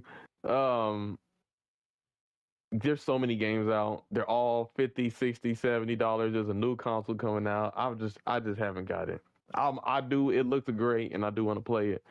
But I'll play it eventually. I'm at the point where I don't feel like for certain, like, obviously I'm gonna try to get Mario Kart ASAP, but I don't feel like I have to get every single game and buy and play it day one. that's facts. But this is one of these ones, man. I'm going to play it, but it's like, am I trying to stream and get views on it, or am I just trying to play, enjoy the game for what it is? If I'm just trying to play the game, enjoy it for being a great game, then I can get it maybe a couple weeks after it's released. Oh man, I mean, I say get it whenever you can, bro. Because it's still gonna be the same game when you play it. Yeah. But I ain't gonna lie, man. This shit is fire, bro. This is one of the best games I've ever played in my life, bro. This is the greatest JRPG of all time, bro. Damn. Like this. And I don't even play JRPGs. This shit is cold, bro. Like, it's like I've played. Like, this is probably like in my top 5, or at the very least top 10 favorite games I've ever played. Like, that's how cold it is. Oh yeah. Yeah, Angel. This better than Final Fantasy? I would say it's in the same caliber. This Final Fantasy, Yeah, especially the older ones, like 7 and 10. Like, this is definitely up there with those. That's saying something for a random ass game that came out of nowhere to be able to compete with the greatest RPG of all time. Yeah, that's saying something about how good Expedition 33 is. And not having any previous. And the fact, like, I feel like they improved on the system of what made Final Fantasy 10 and 7 great, because they were also turn-based. The fact that there's a dodging and parry system is what separates this turn-based game out of all turn-based games. That's not it though. There's also the jump and the jump counter. Oh yeah, jump counter, the gradient counters, like there's so many different like aspects and mechanics in this game, you know, that really separates this game from, you know, a lot of, you know, RPGs. And you know, the skill factor is always going to be there because of the, you know, the parries and the dodge, because you can play this game even on the middle difficulty that I played this through all this whole entirety. You know, if you don't parry your dodge, you still dying. Like you know, it's not like a normal turn-based game. Like you just do your turn and that's it. You don't have to worry about dodging. No, if you don't dodge, you're dying. 100%. Bro, I found out the hard way. Nano was even in the chat. Oh, this man only know the parry button. I'm like, I'm parrying everything like the anime. Come to find out, there's one boss you just couldn't fucking parry. You have to dodge. And I was like, damn, this man changed everything. You're gonna run into more of those in the future, man. Oh yeah, I mean, I like to I like to try to parry everything that I can parry over dodge, just because like my build setup right now is all counterattack damage. So I have to focus on the parries, because my parries are gonna like give me fucking massive amount of damage where I'm fucking people up. And on top of that, my parries also, I got picked those to increase the break damage. So I'm breaking motherfuckers every time I'm parrying them. And it's just an OP ass setup. Like if you're really good at parrying, the setup I use will literally nuke any boss. Hey man, all I'll say is that you put me onto that parry shit, Angel. You said, Sammy, you gotta learn the parry and you'll be good in this game. I was like, all right. I'm telling you, and parry. Since then, all I've been doing is parrying everything. And burn damage. I dodge now too. I dodge now too. But Like, I parry. My build is counterattacks, free aim criticals. You marking people with the free aims, but you're also my build is like burn I use damage. a free aim. I use a free aim. I don't like burn damage too much because it's like hit or miss. Because one of the ones I had is like it's a chance to burn, and I was like, I don't want a chance. I want to give in. And because some of them are resistant to some things, I was like, you know what? Forget the burn damage. I want something where it's like if I do damage, there's no resistance. Like there's nothing you can do about it. So I did it where it was like the mark damage. So every time it's a free aim shot, I get mark. And then the other one was anytime one of my members went to like 50 health, their shield would pop up for the whole team. Sammy, I'm about to change your whole perspective. I got a pick though that all my team members has, because obviously I mastered it. That in the beginning of every battle, I spawn with 3 shields for every character. That's crazy. That's the thing that with just y'all talking, the way y'all talking, that's what makes this game one of the greatest games, is that there's so much custom mobility and how you play the game. There's so many different like builds you can have. I think that's one of the things that makes this game so great. It's like there's so many ways to go about it. Yeah, the you know what's the crazy part? Crafting in this game is amazing. The fact that I could talk about this game with Angel and Nano, and I have no business know what the fuck I'm talking about. Coming from someone who's never played a JRPG in his life. This shit. Like that's fascinating to me. No, and also Bro, fun fact about this game also is before the game even released, there's already a script for a movie that was already announced. I'm watching that day one. They're making an Expedition 33 movie, and they already had this under wraps before the game even fucking came out. Oh, they had a plan. No, is that why Gustav looks like what's his name? From Twilight? That's crazy. That's crazy. You know who I'm talking about, right? It's talking about Edward? Yeah, why he look like Pattinson? That's crazy. Well, they do say that when I first saw him. Video games is the biggest media, so if it gets to a point where now they're trying to like make movies, I mean, they already are doing. They're making all these movies out of video games. TV shows. Video games, the highest grossing, thing out there. for entertainment. So like, I get it. I mean, I will say this: I beat the story. No spoilers. I'm not gonna spoil it, but I'm saying me experiencing the story of this game to its entirety, imagining it in movie form. This shit gonna be gas. This shit gonna be gas. Yeah, man. It's it's so crazy, man. I was a couple of days ago. I was talking with Pro, and he played Split Fiction, and he was like, man, I think I want Split Fiction to win Game of the Year. Like this is when he kind of like was still kind of in like I guess the beginner phases of Expedition 33, and then I'm always like, nah, man, Expedition gonna win. I think uh, I think Expedition's gonna win Game of the Year. And then in the chat today, he was like, you know what, I'm fine with this game one Game of the Year. That's crazy. I hope Oh, this man, game, like truthfully, I really do hope this game wins Game of the Year. For one, it's not a AAA studio, so this will show all AAA studios. Hey, you don't gotta be a AAA that come out with a Game of the Year type of game. And You're for two, charging $100, and for two, to bring back the turn-based RPG era, because there's not enough turn-based games anymore. Everybody said that genre is dead. The genre is not dead. They just needed to implement. I feel like the people that made Expedition 33 basically made their statement. Turn-based is not dead. You just gotta implement it the way we implemented it, to where it still feels alive while you're doing the battles, and the battles seem fun and is engaging. You know what's crazy about this?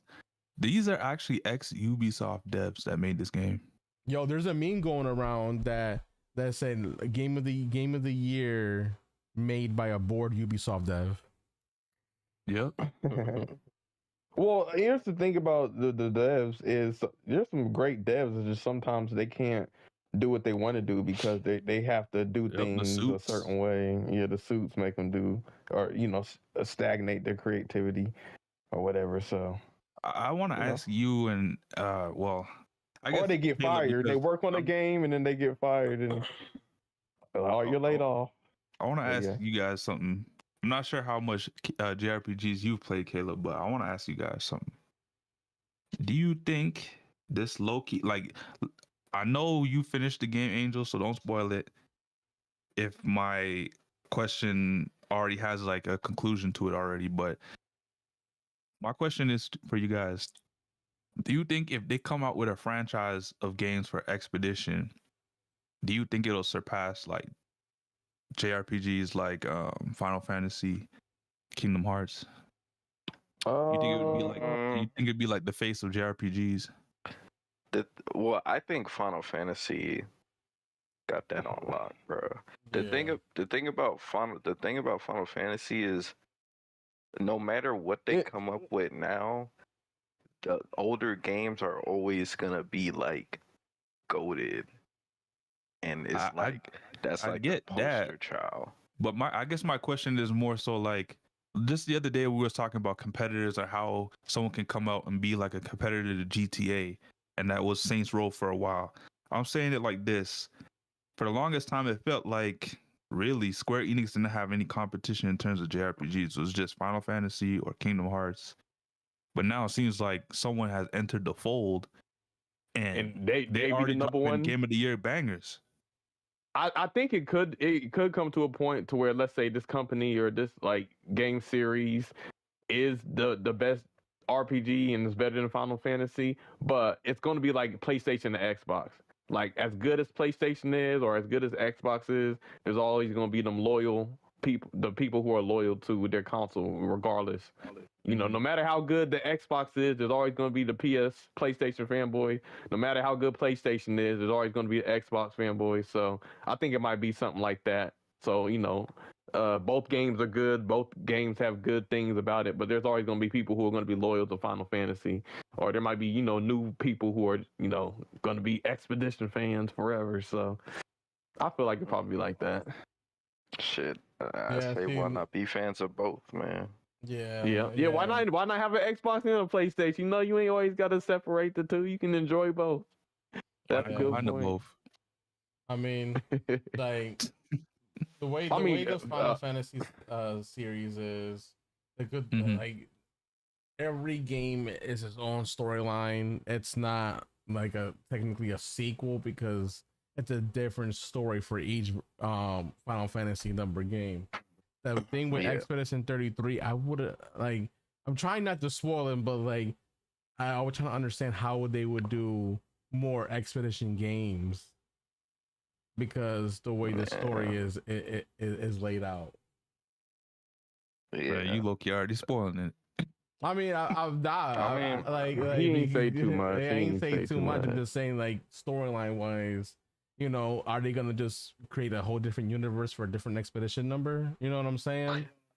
I mean, technically, what if they go back and show? And what if we play as the old expeditions? I don't know what you're talking about. Oh, yeah. Watch out for the spoilers, niggas. I mean, that's not really a spoiler.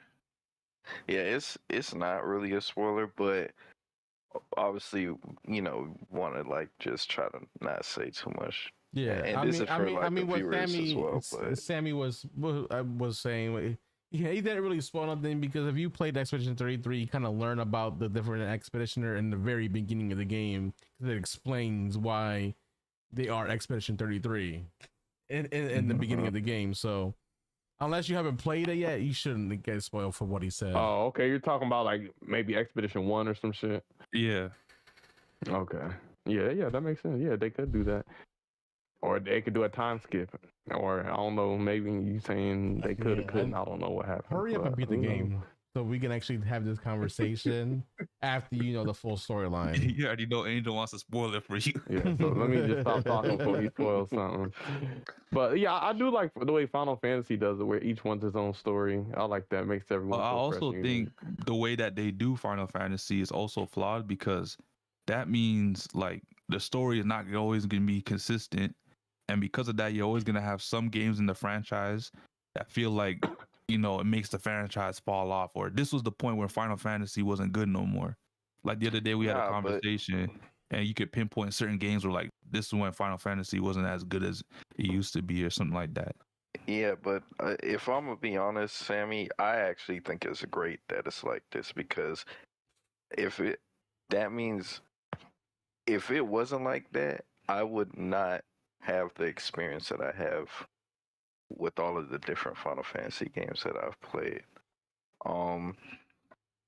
And honestly, they can't keep the same story going for like 20 Final Fantasies. So because it's only able to live like this because it's a different story every time. I don't know, man.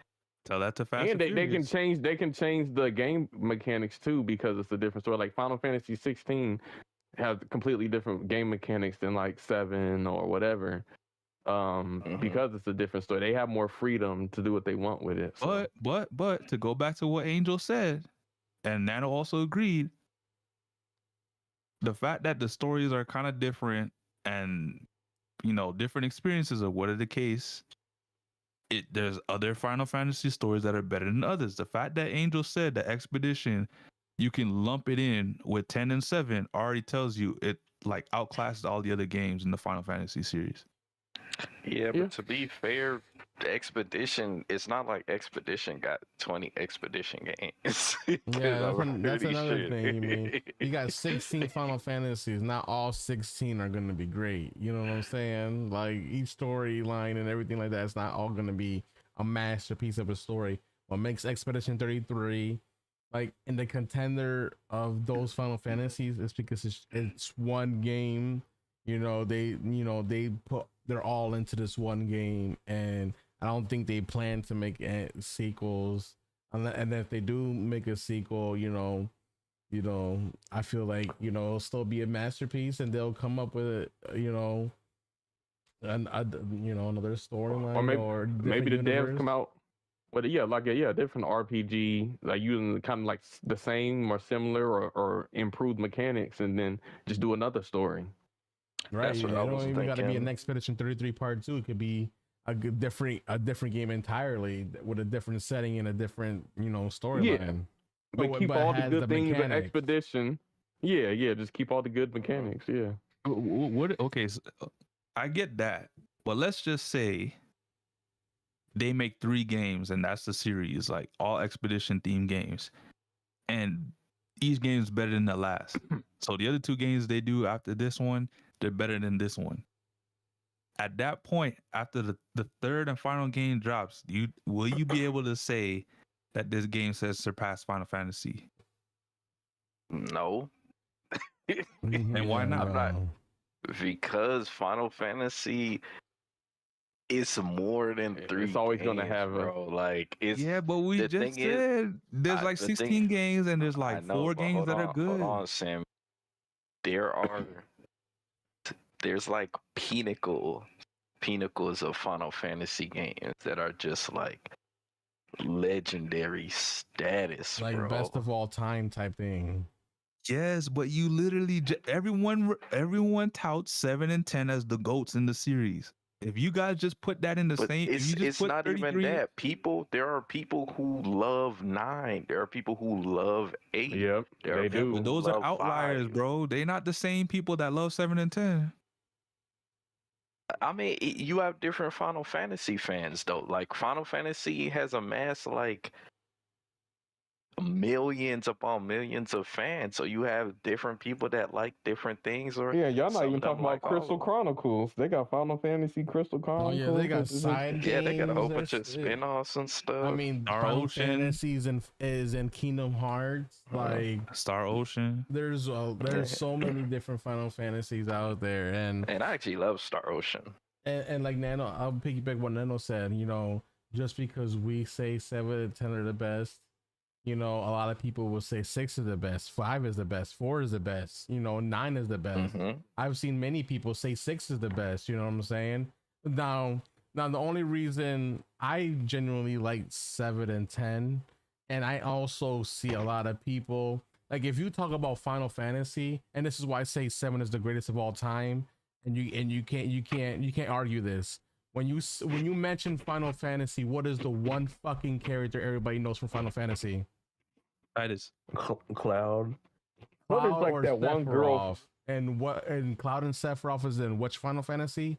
Final Fantasy 7. They have literally the most iconic characters in the Final Fantasy franchise, which is why I classify it as the greatest. Up. Yep, 7 was the one who like made it like 7 was the one that like made everybody like start getting into Final Fantasy. they should have stopped at 10. That was What? yeah. Hell no, bro. I love yeah. Final Fantasy 12 is one of my favorite games of all time. Yo, that's kind of how I feel with anime. There's so many anime characters, and like some of their designs just look be so basic and shit. But then there's always like that one character that just sticks out and it's iconic and recognizable. Yeah, so sometimes, man. But see, yeah, Cloud is the thing basically that. the thing is, Sammy, if you played Final Fantasy, you would understand where me and Angel are coming from. Like you can't. Like Final Fantasy is just something that they gotta keep going, man. Like it's just a part of the RPG legacy. Yeah, but now this new company could be the legacy. Because if you're saying their first game has already surpassed most of the games in the catalog of Final Fantasy, that means they're on par with Final Fantasy. The reason why they surpassed most of the games is because Final Fantasy, a lot of the games came out like in the past, so there's limited hardware capabilities. Coming out on older consoles, so it's kind of like not an equal comparison because this game is coming out with 2025 technology and consoles and stuff. Yeah, but it's not always just the graphics too. It's the stories, the music, it's the atmosphere. It's everything. Yeah, but the graphics are also a part of it, and it's just like it's hard to compare to say that this game, because this game or the most recent games of this franchise makes it better than a series that's been around since like the 90s. Like Okay, hold on. With that logic, you're telling me that because a game is old, it's not gonna compete with a newer game. And I'll if give that's the you the case, that means San Andreas is not a better game than GTA 5? no. I think San Andreas is a masterpiece. I feel like I see. You know what? That's crazy. You say that because I think Vice City is better than all of them. And see, I didn't even go that route. There's people that love San Andreas, and there's people that equally love Vice City. And they say either game is the greatest game in the whole franchise. Yeah, I mean, there's Vice people City who will for say me is that game. Super Mario. There are people who will say Super Mario Bros. 3 is a better game than Mario Odyssey, but they can have that opinion. But Mario Odyssey, technically, it's just a better game. Like tech wise, spec wise, all of that. So, like, see, for me, my first my first Final Fantasy was 10. It wasn't even 7. I played 7 after I got introduced to the series at Final Fantasy 10. And in my heart, I have Final Fantasy 10 is number 1, even though I fuck with 7 a lot, and I enjoyed 7. You know, it's because 10 is the one that introduced me to the whole series. That holds a special place in my heart, and I think the 10 storyline was crazy. You know, that's not so favorite crazy. too. You know, so crazy. So, all right. So, two things. So, one thing they say about Final Fantasy fans is if you ask a Final Fantasy fan what's their favorite Final Fantasy, 9 times out of 10, they're gonna say it's the first one they ever played. And 10 is also the first one I ever played too. Yo, man, 10 just hit different for me, man. All the fights, the story, the summons, like, oh my god, 10 was just great. But For me, my favorite Final Fantasy is 33. But that's crazy. But Angel, they took a lot of inspiration from Final Fantasy X and stuff. Like, think about like the main premise of Final Fantasy X, how you're going on a pilgrimage with your group to stop this thing from killing, like just showing up and just killing people and stuff. It's a similar it's similar to Expedition 33. You know, now that you say that, similarity. now that you say that, now I understand why I fuck with this game so fucking hard, because it's essentially almost just like Final Fantasy X. Like literally, A lot of there's a lot of inspiration, but they took inspiration from multiple games. So, I think, you know, I mean, like I said, when I started playing Expedition, I started noticing a lot of the similarities from Final Fantasy and a lot of the inspiration. I'm like, okay, I see where Final Fantasy influenced it, and like, you know, there's even, you know, a character in the game. I'm just, you know, I don't want to spoil it, but there's a character in the game that, you know, once you unlock them, you'll be like, oh wow, they're like a certain class in Final Fantasy. I want to just say it like that, so I don't spoil it, but Nano will know exactly what class I'm talking about in Final Fantasy because he has that character. Yep. Wait, I don't have the character yet? Nope. Okay. No, yeah. I'm gonna get there. Hurry up and get there so you know exactly what I'm talking about. I don't know, because you wouldn't even know what I'm talking about because you never played a Final Fantasy. That's true, but when I get a new character, I'll know something's up. Like low-key, you wouldn't even know what I'm talking about. But nah,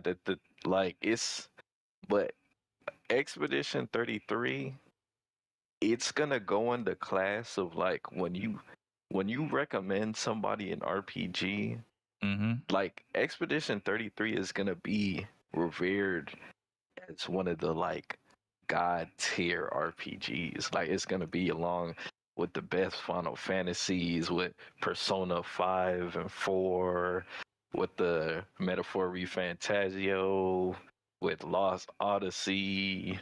Like, it's gonna be up there with those Lost games. Odyssey. That I always refer Lost Odyssey as the Xbox Final Fantasy. That was That's before pretty much what it was. That was before Final Fantasy was on Xbox. I'm like, yo, we got our own Final Fantasy, guys. Wasn't it made by Square Enix too? I'm not sure. I never had an Xbox, so unfortunately I never got a chance to play Lost Odyssey, which sucks because everybody says they liked it. Oh, dude, you gotta play Lost Odyssey. That shit was fire. The gameplay was fire and everything. I'm like, man, this is basically Xbox Final Fantasy. So I mean, if you like Final Fantasy, you would definitely like Lost Odyssey. I also fucked with Blue Dragon. Blue Dragon was a fire ass fucking RPG. That's actually Akira Toriyama's I know. creation. I watched the anime because I played that game. I'm like, yo, this game is fire. And I watched the anime. I'm like, yo, this shit was cooking, man. But it only 2 seasons. I was like, damn, son, that sucks. But it was a good game. All right, so let me ask y'all this, because we're like almost in the middle of the year now. For this game to win Game of the Year, like, do you know what games it has to beat out to get Game of the Year status? Yes, like, I do. There's a lot of juggernauts. There's Doom that just dropped. There's Monster Hunter. This game. Monster Hunter's not Doom. This game. Yeah, no, Doom's a new game. Is it a new Doom or is it just a remake of the No, original? it's a new Doom. Doom with the Dark Ages, I think. Oh, Nano, yeah. How was Monster Hunter? I know you played it. Monster Hunter was good. It's a good game, but this it's not game, Expedition? I ain't gonna lie, bro. This Expedition shit's almost. I don't fuck with Monster Hunter, so I can't really have a good opinion on that. Also, supposedly, go ahead. There's another game, Silk Song. I don't know if you guys play Hollow Knight, but Silk Song is supposed to come out this song. It could win Game of the Year. I don't think it's gonna compete. Y'all think a 2D game could win Game of the Year? I mean, look, but Latra almost won it last year. We're about halfway through this year, right? And out of all the games that came out, I have not heard like people talk about this is the game of the year, this is the game of the year, this is the game of the year more than Expedition 33. Monster Hunter was also. I've never heard anybody say this is the game of the year for Monster Hunter. We need to pause. I think we've gotten into this idea that all of these like single player third person perspective games are always like game of the year contenders. What the fuck about Mario Kart? Like, people got to remember, Mario Kart could easily win Game of the Year. Like, if Mario Kart is hella fire, Mario Kart ain't winning. Hey, it might sell the most. It might be fucking fire. This might be the first racing game, or the one time a racing game could have won it, they didn't give it to it. It was Forza Horizon 4. Or maybe Horizon, but Horizon 4 dropped, and it was arguably the best game of that year. I think Mario Kart is hard for racing games. It's hard for racing games to be, in the category though. I don't know why. It's a game. Why? Yeah, it's a game. It's fun. It's good. If the game is peak, good, fun, like, I don't see why a racing game couldn't do it. Like, I don't think a racing game has ever won Game of the Year before. But that was also my. This might be the first one. It has good soundtrack, a good open world environment, color scheme, mechanics. There's a possibility it could win open world. At the Everybody, end of the year, I'm just saying, Mario Kart is definitely gonna be fucking a contender. Like I was saying, you think it's gonna be a contender?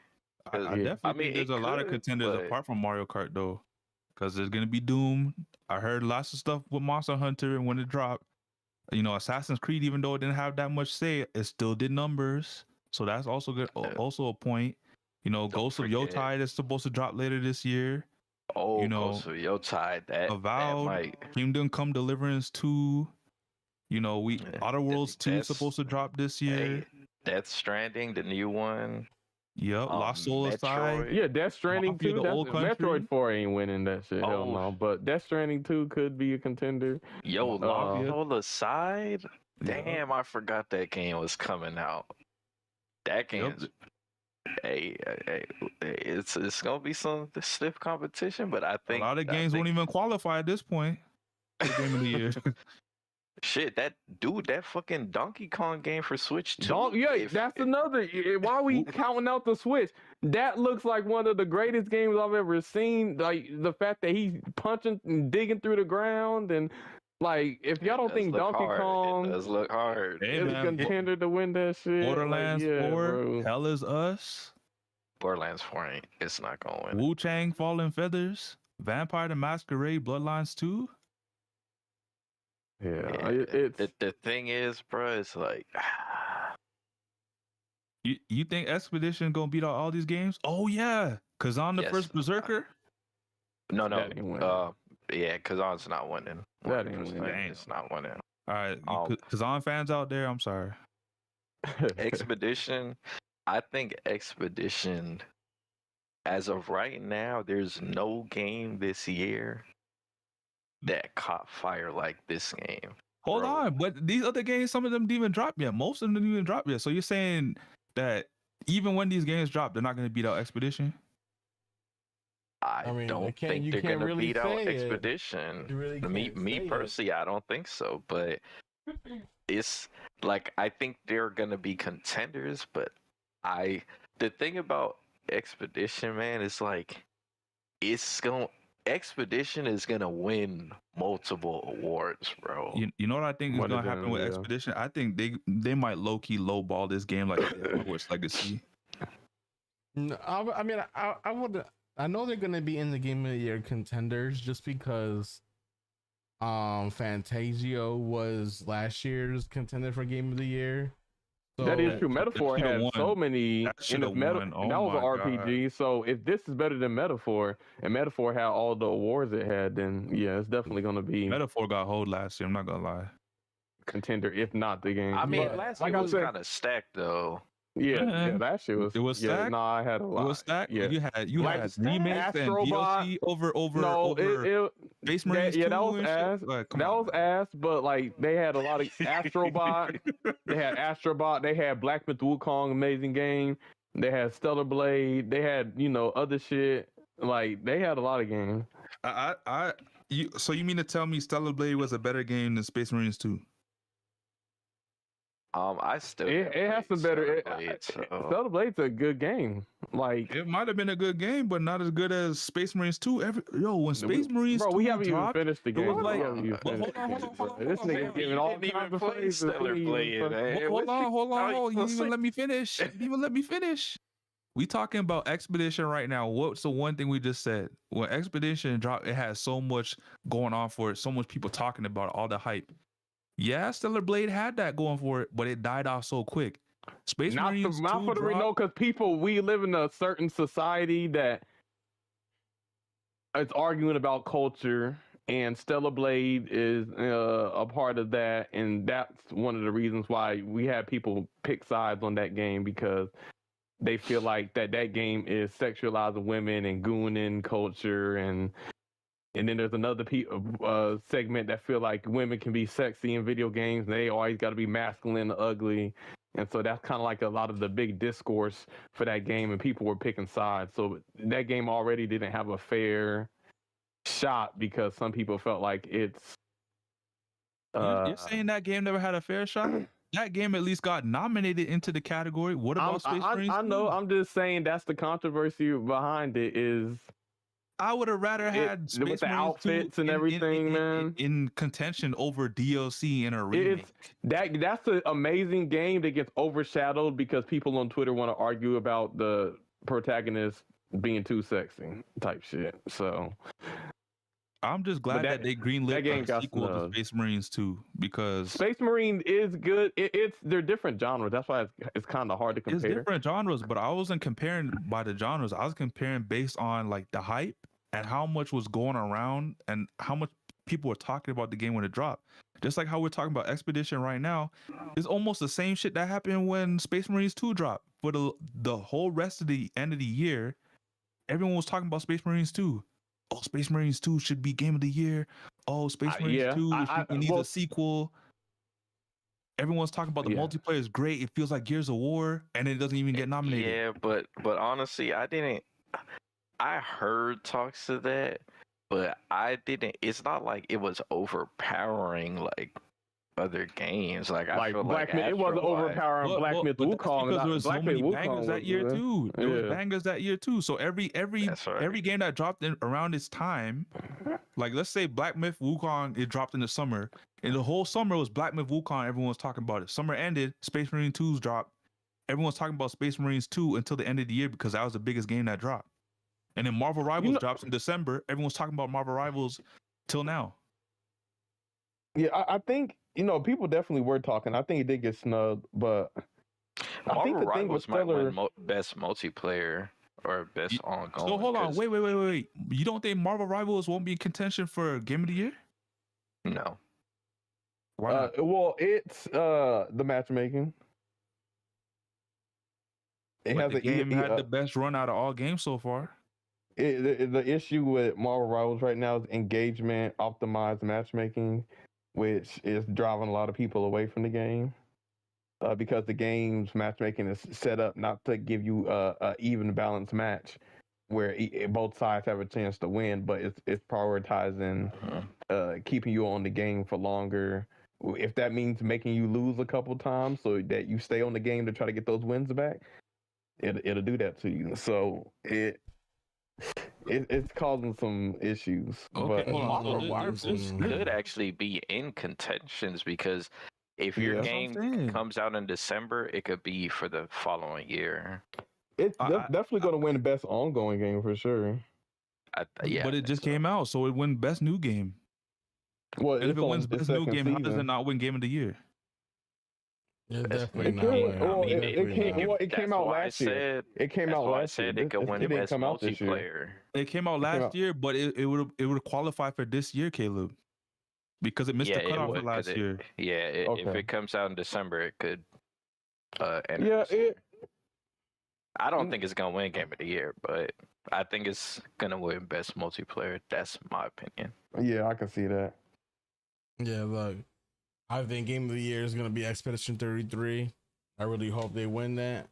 Like when it comes I hope they to win, too. emotion, when it comes to emotion, like I haven't played a game in a long time that made me feel a certain way about certain characters in the game, and then the story. When the game's beginning fucking story gets you all emotional because what's happening in the prologue of the fucking game, and you got the Mhm. music and you got the whole dramatic scene, Yep. and it hooks you right there in the beginning. Ain't no other game doing that, yo. Ain't no other game grasping somebody's Yep. interest to finish that story because the beginning got them hugged and they want to see the end, or you want to beat the fucking final boss's ass because it now piss you off of what's going on in the story. You know what I'm saying? Like, I enjoyed the scenic views early on when you start the game and you can look over the whole city or the village or the town, whatever it's called. Like, I spent like 5 minutes before I even started the story, just running around the rooftop, looking around the whole city. I was like, damn, this looks good. also one thing about this game too that is very unique is the characters' face reactions and like the way their facial expressions are when they're talking. Like I don't think I've ever played a game where it fully capitalizes the emotion of the face of the character when they're talking to you. When they're happy, sad, frustrated, you can tell in the facial structure on their face. Like, that amount of detail is crazy. The only games I know that are on that kind of level was Hellblade 2 and the godfather of all like facial caps were like LA Noir. Because Rockstar put a Man. lot of money in that face tech. It's so crazy, man. Like, I've watched videos of people reviewing this game, and the way they talk about this game, man, that's how you know it's something special, bruh. Like when you could tell a game is probably gonna win Game of the Year, you could just like sense it, man. Like you just Man, don't say see that, how bro. everybody's talking about it and stuff. That's the same I'll shit. put it this That's way. the same way they was with Metaphor and then Metaphor did even get a chance. Well, I think the Game I Awards think sometimes can be a popularity contest. There's niggas that be saying, man, Expedition 33 the greatest game of the year, and they haven't even played the game. They just hearing other people talk about it, and they're just agreeing because other people said it was good. Caleb, honestly, I I can't don't even even. think that shit matters because I don't even think Expedition gonna win. Not because I don't want it to win, because I do want it to win, but I think just because of the recencies that I've seen with the Game Awards and how they hold certain games, I can low key see Expedition not winning Game of the Year. well, Well, you got to remember And they'll last give it to a year. game like Metroid or some shit. Last they're year, not doing that, bro. Astrobot won, Okay, and we don't know. Astrobot had a good. It deserved to win, just like any other game did. Sorry to all the Metroid it fans, should have but got that nominated, yes, but I didn't think it should have won, especially the fact that See, nah, man. man. Why you don't understand how good that game was? the game Yeah, could have been people- good, Nano. I know. I'm not saying it's not. I'm not saying it's a bad game. I'm just saying all the games that were nominated for Game of the Year, apart from the DLC and remakes, were good, right? We all agree on that. Huh? But I thought that all the games that were left standing, apart from those two other things, the DLC and the remake, I thought that in the lineup of those games that were left, I thought Metaphor was the best because one, other than Black Myth, it had the most I'm word of mouth going on about how good the game was. It had the best ratings, gonna be honest with and you. it had man. I already and know it sold why. the most money out of all the games. It's because of the art style. You Most think that's people why just I thought it's lost? another anime game. Look, What's wrong with that? I would say this. I will No say wrong with this. that, but there's a segment of people out there that don't like that style and care more about the realistic graphic type shit. So since the moment Expedition 33 came out, right, until right now present time. Now compared to the Fantasio, I have a lot of streaming friends. I have a lot of streaming partners on Twitch. I never saw them play Fantasio, last year. But I see these motherfuckers play Expedition 33 because they're hearing all the hype about it. And they're watching all these people that never played, or at least I've never watched them play an RPG game from the time that I've known them. I'm talking about people that play like Elden Ring, people that play Call of Duty, that's what I know them from playing, to playing an Expedition 33 game that's completely different, and them saying like, yo, this game is actually fire. That's why I think it's gonna be Game of the Year, because I'm seeing so many people, more and more people are playing this game more on a daily basis. Different genres, damn. Yep, 100%. I think the issue, Sammy, with Metaphor, honestly, is it's probably just a hidden gem. It's just people. It was a good game, but most people just didn't know about it. It's and like I said, I you feel like kind of had to be a fan of RPGs to know about Metaphor. Shit, Angel didn't even know about I'm Metaphor be till honest, we I didn't felt on the trailer. Metaphor was big when it was coming out. I didn't. Maybe the was trailer did big, came out, but it wasn't like people. It's not a game where like everybody knew about it. What? And the issue is Everyone knew the about it. trailer. The trailer didn't show anything that really made it look different than a lot of anime games. So most people just thought, oh, it's just another basic anime game, and then they missed out on a hidden gem. But it's No, I'm not gonna lie. But that Like, wasn't the watching case. the That art game style. that game sold so much. I haven't played Fantasio yet. I have yet to play it, so I can't really like say, how the game is. But watching the trailer and watching like the art style, I will say, if I put Fantasio and Expedition 33 side by side, and somebody tells me watch the trailer and pick what game you want to play, I'm probably going to play Expedition 33 over Fantasio, because of the simple fact that I get more Final Fantasy vibes from Expedition 33 than I do with Fantasio. And I think that's what makes Expedition 33 a little bit more popular and a little bit more where everybody's wanting to play it, because everybody knows what Final Fantasy is. When people talk about Expedition 33, me included, we call it a French Final Fantasy, basically because it is a Final Fantasy basically on a French universe, you know, and like the characters are very like, you know, French like, you know, characters. They speak it too. A lot. There's a couple like, you know, sayings that they say, and it's very like, you know, Manoir type shit. You know what I'm saying? And and you know, just the storyline and the combat style and everything else is very Final Fantasy. Like, I haven't played Fantasia, so I can't really compare it, but like watching from the trailer, I see more Expedition 33 being more popular than Fantasia. Can we just be honest? People act like graphics don't matter, but they matter. The reason why people wanted to spend $100 on GTA 6 because of the graphics. If that shit, people say, "Oh, it's not the most important thing. It's the art style." If they had freaking Grand Theft Auto 6, but it had the art style of fucking Saints Row or fucking something like that, some cell shaded, you know, game, it wouldn't have the hype. People like realistic looking games that are pushing the limits of like graphical fidelity, and Expedition 33 is one of those type of games. Them games that have more of an anime style. There's a lot of people who don't like it because it's not pushing that next level realism type of look. Blame mentioning is crazy. Yo, what up, Tech though? I don't know why people act like graphics don't matter. If graphics don't matter, let's just all keep playing the PS4. I get it. Obviously, you know, the new console is more powerful. You can do more, but like at the end of the day, like people play for graphics. People buy pro consoles, the PS5 Pro, PS4 Pro for graphics. People get PCs for graphics. Like, that's also going to influence what type of games. But at the same time, like game of the year. At the same time, we can't, just because we care to play games with like the highest fidelity doesn't mean we won't play games with a different art style.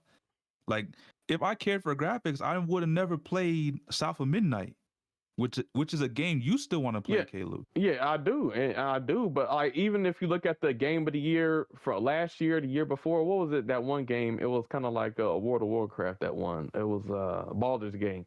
That's another game that has realistic looking graphics. You know what I'm saying? Realistic, good looking graphics. Like, it's a common thing. Like a lot of these. But Astrobot's not like that though. Now that was fair, gameplay, but to be fair, to counteract the whole metaphor art style thing, Astrobot would be the counter, but not Astrobot. Are you guys familiar with Persona 5? Yep. And when Persona 5 came out, one of the best too. When Persona 5 came out, that game sold like hotcakes, and it won Game of the Year, and it's in the Shin Megami Tensei verse, like Metaphor, Refantagio. They're made by the same and wasn't people. Metaphor made by the same people that made P5? Yes. They're made by the same people. So, I mean, what year did Persona? And that's how I knew about Metaphor, actually, because everybody that was talking about P5 was talking about Metaphor and how this game was going to win Game of the Year because it's the same group. I think it's Atlas is making it, and because of that, like, everyone was going crazy about the game. The reviews were crazy. It was in the 90s. I think it was like the highest rating that year, something like that. And Persona 5 came out in 2016. And it was selling the most out of most of the games. Hey, I could see that game winning Game of the Year in 2016, but in today's going against some of these games that damn near look like real life, you're gonna have a hard time. Hey, you might win a certain category, but right now, I think people want the realistic graphic type shit. So hold on, I can't fundamentally say that because look what happened when Power World dropped. It's not the greatest game in one Game of the Year last year. Yeah, but that's a platformer genre. You know, it's like because it's compete. It's finally a platformer that could compete and arguably better than Mario. So you know, I could see why.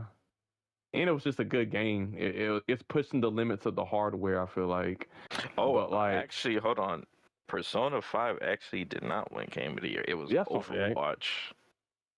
Overwatch? Which is technically not. Rivals has a chance if Overwatch won the Game of the Year. Holy. But that's what I'm saying. Well, on top of that, if we're going to talk about games with the that are pushing boundaries. One of the most played games last year was Power World, and that game was not pushing boundaries in fidelity. But they didn't nominate it for Game of the Year. I think it's just Yeah, when it because comes to they Game got of the snubbed Year, with that whole Nintendo fire. shit. That's what I'm saying. It's not that games that don't like have a more cartoony art style can't win Game of the Year. I'm just saying there's like a bias. I feel like there's a bias. There's always a bias and there's always a narrative. Like look more realistic. That's why I'm saying games like Metaphor got snubbed. Games like Space Marines didn't even get nominated. Like, what are we talking about? Power World not even getting nominated because there's some controversy behind it with Nintendo. Like, what are we doing? All right, so when Persona 5, so Persona 5 came out in 2016, but I think it came out at the end, so it got nominated for 2017, and in 2017, the winner was Zelda Breath of the Wild. Nintendo ninjas. Damn, son, yo, Caleb. Hmm. You really want to play Expedition 33? You know, G2A got Expedition 33 for $13 for the PSN How? key. Oh, really? For the PS5? Yeah, it says he got up to $13. Yeah, G2A, man. Wait, you can't get keys for PlayStation. You can't get keys for PlayStation. You can for games. Credential? I thought you weren't able to on PlayStation. That's 13. Unless this is an account that has the game, that could be possibly. That's possibly. Oh, like, that's a steal. It is, man. But basically, the game is goated. It deserves every praise that the game is currently getting. I don't know how you play this game and not like this game. That's how good the game is, bro. All I'll know is when someone asks me what's my favorite JRPG all time, this is probably going to be the game I tell them.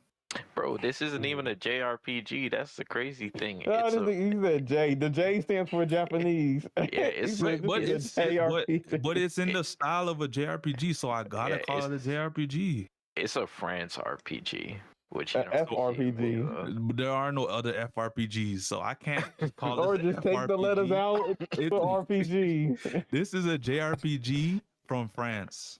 It's an RPG, man. Or just an RPG, man. But I don't blame you for saying JRPG because, like you said, it's in the similar style. You could also say turn-based, but in general, it's an RPG. But when you say JRPG, I know what you're talking about. Thank you. But hey, man, you call it it's cold. The style of the JRPGs, was heavily on turn-based style. Final Fantasy was a big one on that. But there's a lot of other JRPGs that were turn-based. That you have Chrono Cross. Wasn't Star Ocean fucking turn-based too? I believe no. so. Star Ocean is it's action RPG. Action RPG. Okay, so that one's an action one. Yeah, so it's Tales. Yeah, I'm just Blue Dragons. Blue Dragons, but SquareSoft. I would say SquareSoft was the king of the turn-based JRPGs back before it was Square Enix. Yeah, I think I honestly believe wholeheartedly that this Expedition 33 is like almost an homage to Final Fantasy. It's like they've seen everything that Final Fantasy had to offer in terms of the JRPG genre. They took the mechanics that worked for the game that everyone loved and enjoyed and added onto that, made the game even better than what Final Fantasy is doing currently, because I think this is the best in its category of all the JRPGs. I definitely think this is going to be a staple franchise if they continue to do more, or if this developer decides to make other JRPGs or FRPGs for Caleb. Man, y'all better not be hyping this up. No, Like, bro. Look Nah, at this, man. It's Nah. not fake hype, bro. This once game you actually touch got nice. this game, bro, you're gonna be like, "Wow, this is great." Caleb, I want you to look at this. I want you to look at this right now. I pulled it up on the website. Let me enlarge this for you. We have a Steam score of 9 out of 10. You have a PlayStation score of 4.9 out of 5. And on the RPG website, that's 10 out of 10. And that's just these. 97% people like the video game of Google users. Like, yeah, it's probably good. And you know, I think motherfuckers be It's hyping up. probably good. No, it's good. All you In-N-Out Burger niggas. In-N-Out Burger got the best burger ever. And I went to fucking California. Went to In-N-Out Burger and that shit was so mid. I don't buy into all the hype no more after that. Not buying to this. You saying this Hold ain't on, the In-N-Out? hold on, Yeah, this Caleb, better not be Caleb. In-N-Out Burger. Caleb, so This hold better on. not You be don't trust In-N-Out your Burger. boys? I trust it, but y'all been to In-N-Out Burger? I don't know. Y'all I ain't been to In-N-Out Burger, but we talk about games, Yeah. not food. damn, for real. I'm not trying to be hungry right now, man. Like, you got me wanting to eat something. Facts. Man, all we trying to eat, and I'm just playing. Eat But, fucking In-N-Out burger and shit. Like, damn, now I want a fucking That shit, cheeseburger. I don't know how In-N-Out Burger increases your appetite. That shit is trash. I never That had shit it, so make I can't really say nothing about that. But you Motherfuckers still, be like, you gotta order. If you order off the secret menu, it's good. You gotta like, what's the secret menu? They add some fries and on the burger and shit, and like if you gotta do all that to make the burger good, it probably ain't good. All I'm saying is you definitely gotta trust us three. But no. Especially Yeah, we talk just to about, get back. especially No. me, I'm someone sure who it's doesn't have good. a background with these games. Caleb, that should tell you something. No, yeah, no. I from just what I've seen a couple. I tapped into Nano Stream a little bit, some big streamers a little bit. Yeah, it looks good. I've seen the trailer. No, it looks like a game that I'd want to play. And even from the trailer, I thought this game was gonna be a banger, but I didn't think how much of a banger it would be once I started playing the game myself. I thought, yeah, this game was gonna be good. I didn't know or think it would be game of the year until I started playing it. And I was like, honestly, it probably will. I This is think crazy. I think is there a website? I'm gonna have to look that up where it's like upcoming games of 2025. I literally pulled it up on Google, and it was showing me a list of all the games for this year. That's supposed to come out.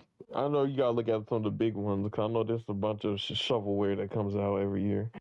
But Yep. big games, this might be. It could be. Nano said it's definitely going to beat down, even after I told him the list of games that were coming out. Yep. I got all my faith in this game. Me Yo, too, do they got bets? Do they got like you can bet money on this? I'll leave it That'd to Geoff Keighley to snub this game. Yeah, we gotta find Okay, somewhere so we let can me- bet so let money me ask on you- who's gonna let me win ask Game you, of the Sammy. Year.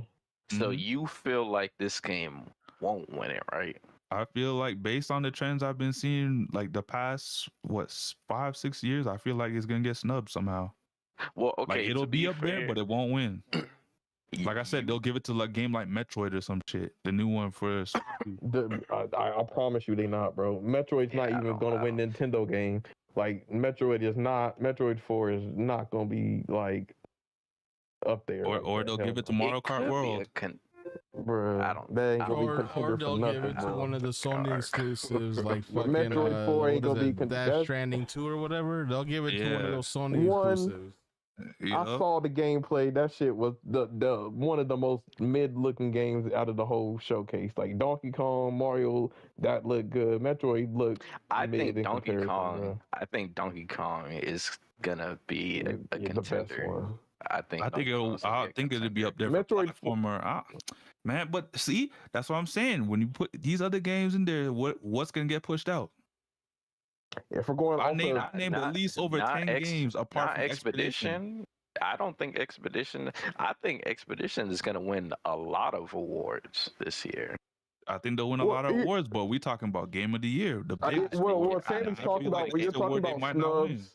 Here's where you'll have to be careful because if Expedition wins like every category, that means another game's winning game.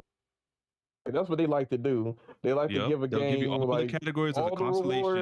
rewards, and then the game when it comes to Game of the Year, then they give to something else. So that does happen, but listen, when Elden Ring came out, everybody knew that game was winning game of the year. Okay, hold on.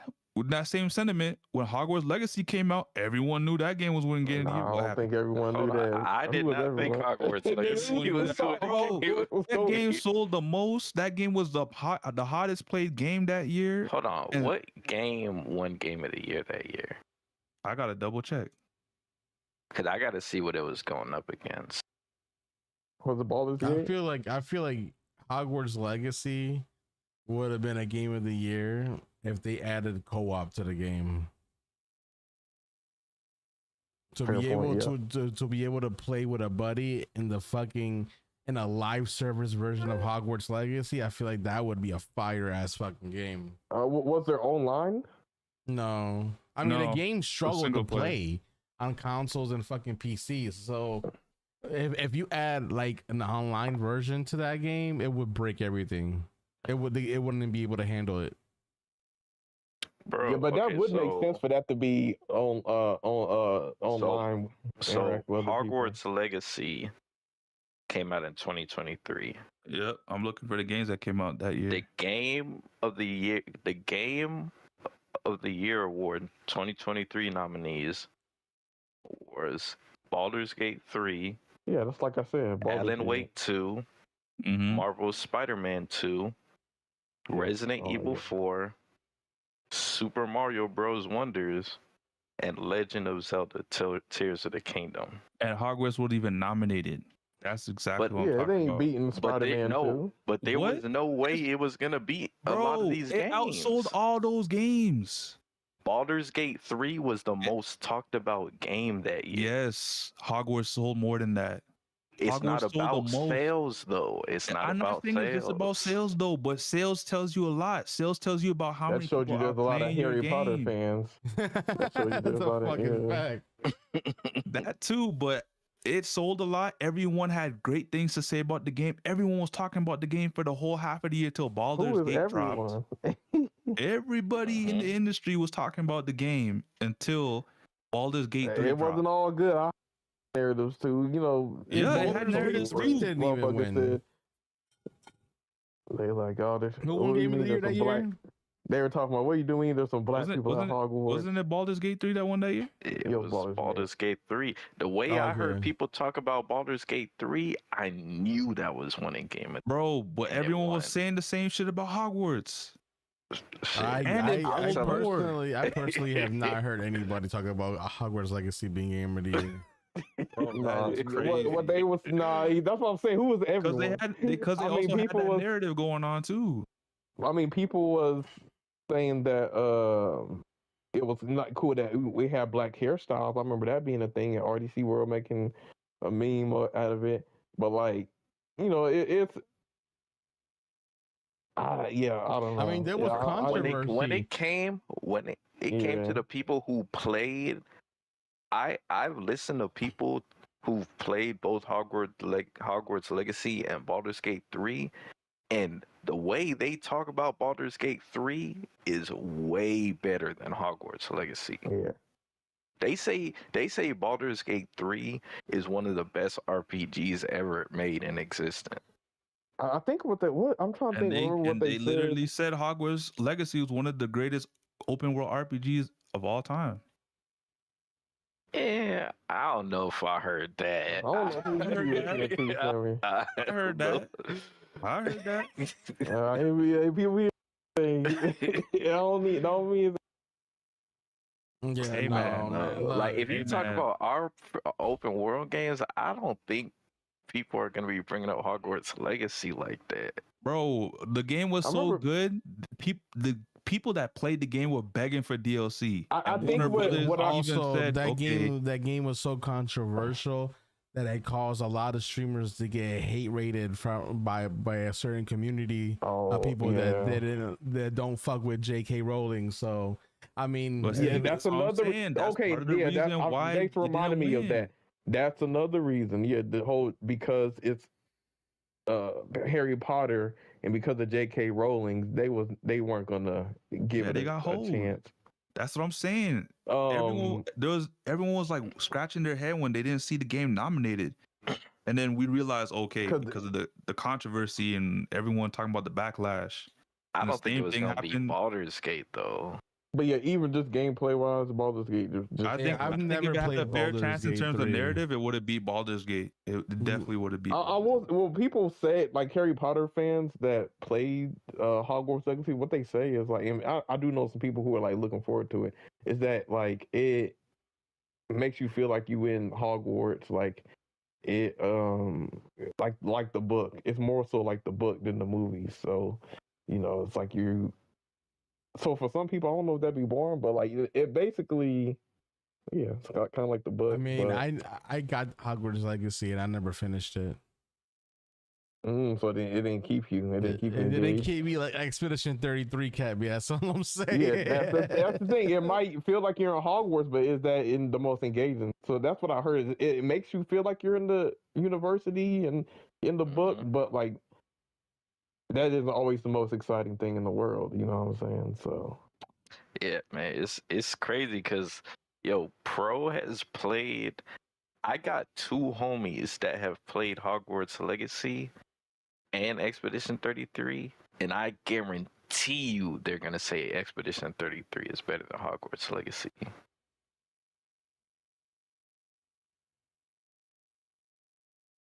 Yeah, I mean, and like I said, I feel like Hogwarts Legacy would have been a fucking great game if,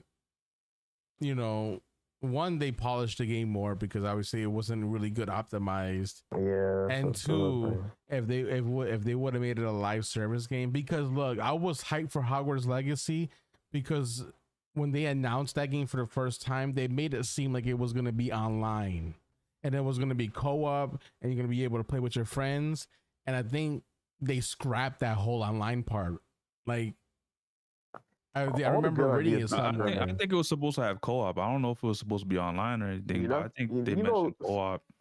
Spider-Man 2 was supposed to be a co-op. They were supposed to have a co-op part of the game. And they were supposed to have a separate Spider-Man game that was just strictly live service co-op. And same with Last of canceled Us. that shit too. I don't know why. It's like all of these games that could have amazing co-op, they canceled it, and they wonder why. They don't win. One game I wish they never canceled was a Division's online game. It was supposed to be free MMO. They canceled that.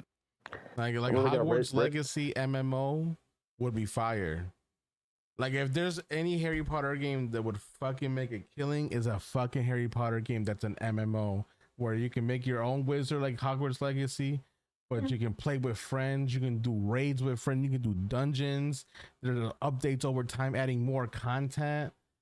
Like I feel like that would be a great fucking idea for the Harry Potter universe to have a fucking MMO live service type of game. Can you imagine seeing fucking all these different people like in the social space of Hogwarts, seeing all these different people, all these different like fucking outfits and shit like that they got from a raid and shit, looking fire as hell. Like that's what makes Destiny I don't think we're fire. getting it from Warner Brothers though, because the gaming industry kind of effed that all Warner up. Brothers is with the controversy for the first game. I got a question. What's the replayability Kingdom for Expedition Hearts 33? Wait, there was a live service Kingdom Hearts game that was announced? Yeah. Well, no, it was a mobile. Well, it was a mobile Kingdom Hearts game. Oh yeah, I know about that. The mobile game, it was okay. No, but there was one they were working on, but it got they just announced it got scrapped. But now they're working on. Now there's, I guess, they're working on Kingdom Hearts 4. Their resources to Kingdom Hearts 4, which is actually better in my opinion. Yeah, so we're finally gonna be able to play this. Kingdom Hearts 4 is definitely not coming up before GTA 6 though. Nope. Nope. And now with Expedition 33, they might use some mechanics from this game. No, I really hope Square Enix looks at Expedition 33 as like, you know what? Damn, we thought our turn-based shit was dead. No, man, they definitely. Hey, yo, maybe we get a Final Fantasy 17 using fucking Expedition 33's fucking mechanics. Yo, that'd be crazy. Yeah. But I mean, to answer your question, Caleb, this game actually has some decent replayability because just the different ways you could go about making your build, bro. There's so many viable options, and you know the character, like the characters you have and stuff. Different party pick members. those. Yep, they like you could do multiple playthroughs running completely different builds, bro. You already know It's- Angel's it's gonna do good, another bro. one because he played on the medium difficulty, so now he's gonna play it on the hard one. Yeah, I mean, Yeah. as much people as I see playing, Expedition 33, I feel like I kind of want to stream Expedition 33 just because I feel like showing people my parry skills, that should be kind And of I crazy. told you to stream it, and you was like, "Oh, bro, I'm doing Final Fantasy." I am doing Man, Final parry Fantasy. skills, play Stellar You Blade. do French Final Go test Fantasy out. now. I'm Gotta telling you, test out your man. parry I'm skills. telling you, pulling out a parry counter attack on Expedition 33 is a very good feeling. A It very is. Oh good my feeling. gosh! Once you get the Oh, perfect man. counter down, whoo, nothing can stop you, Mhm. man. Like I'm not gonna lie, man. I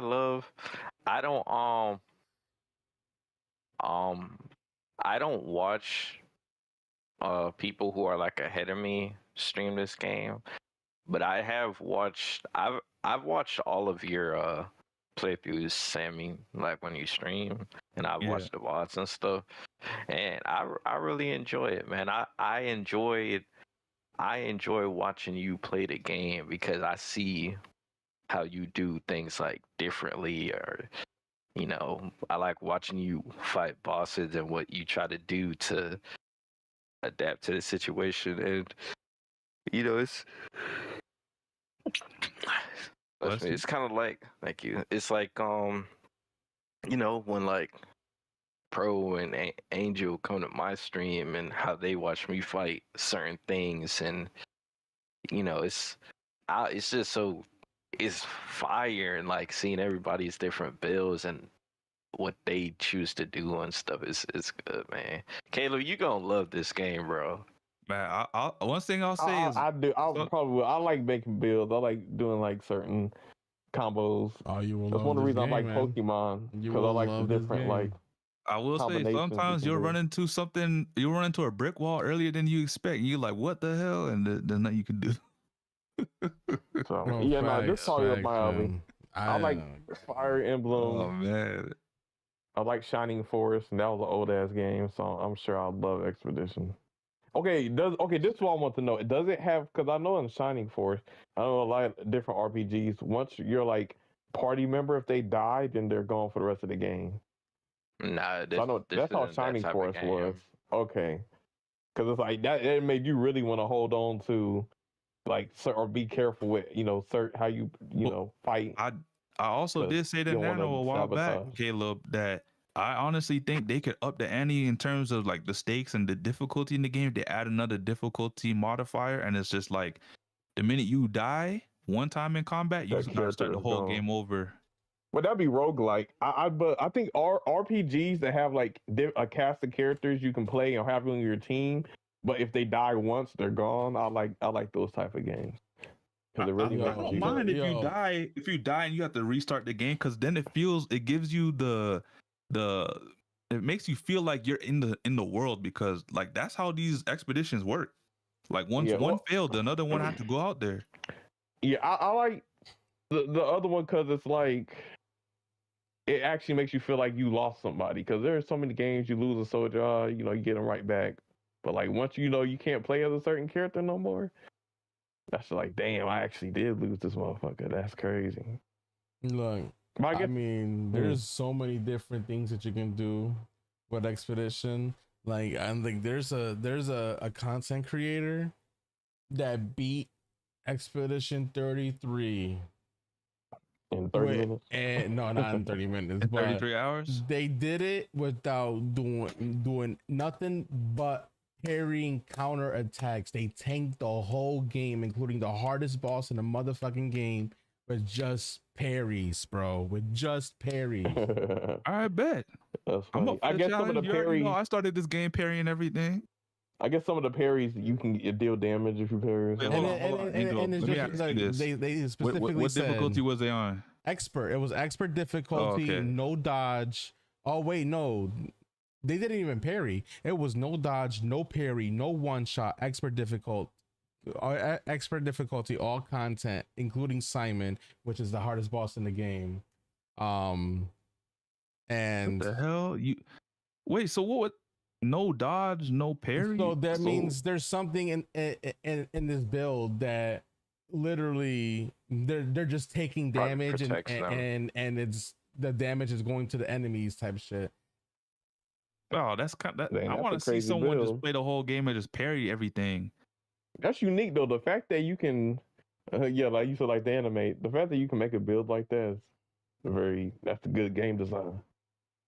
But y'all selling me on it. Y'all selling me on it. Yeah, so You yeah, can sell you just need to buy the game. People We ain't selling you the game. You Buy can the game. literally And hop in right play now. any play style you want to hear. You want to try to do a no, just a parry only type of build. You could do that. You can do a no That's parry me. and just tank the whole game and rock that. Or you can just do your own thing, burn damage builds and fucking free aim shot builds. Like you can do so many different things in this game to see what works for you. Mm-hmm. Yep. This game is a lot of fun. Even my girlfriend, she could tell I'm having a lot of fun with it because she's like, "Oh, I can see you enjoying the game. Like, she'll be watching the streams." She one of those girlfriends that don't be playing games. No, she does play. She's playing Hogwarts right now. Shit, I've played games with her before, man. We DVD, man. Yep, Dead by Daylight. Hey. Yeah, I was about to listen, man. out. It's motherfuckers. She used to play Speedstorm too, but she said the game was trash. So What? Yep. Back in we both started together in season 4, and then she quit after like a week.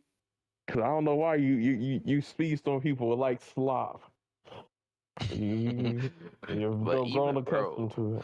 But Caleb, bro, like even the fucking music is like god tier. Oh my god, you'll get into a boss fight and the music will switch up on you and it just sounds good and you just vibing and moving to the beat and then your parry's just on point because of that. Oh god. Sammy moving his hips as he's playing the game. Bro, Caleb, the music, bro. This game has so many high level like fire soundtracks. Like, yo, it's hype, man. There's so many different boss themes that's fire. Like so many different battle themes that's fire. Like they put a lot of, like, you would not think this game was the price that they were selling it for. Yeah, what was it, like 55 USD or 50, something like that? It's $50, man. 50, yeah, that's not that much either. Yeah. So I was trying to tell you, Caleb, that you can buy right now. You say, "Oh, I gotta buy this. I gotta buy that. I gotta buy the Switch too." I'm like, "Fuck that shit. Get this. This gonna hold you over until the Switch too." I wonder how the soundtrack compares to Final Fantasy 16 because that soundtrack goes crazy.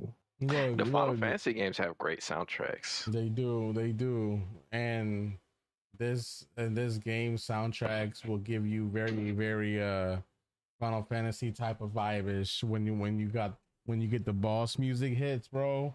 And I'm talking about like Goku Ultra Instinct music type of like themes. Yep. You go into it like, yo, this music is fire. I know this boss is about to be a firefight type shit, Yep, it is, man. I thought Angel how long does it take? The music is way better than Final Fantasy. I was like, Angel, how long it take you to beat the game on Final Fantasy? I still like my Final Fantasy music, yo. Hold on, man. Yeah, I think Final Fantasy 14's battle music, I think, is probably the best out of the whole Final Fantasy series. They get a professional for the Final Fantasy soundtracks. That motherfucker be going in. I think whoever did the soundtrack for this game is professional too. Oh yeah, the soundtrack. Yeah. I'm not saying this soundtrack is I would say it's on par. I think this game's gonna win best soundtrack, bro. Best sound. I don't know, man. Damn. They gotta compete with South of Midnight on that one. Okay. Yeah, possibly. But I know it's goated though.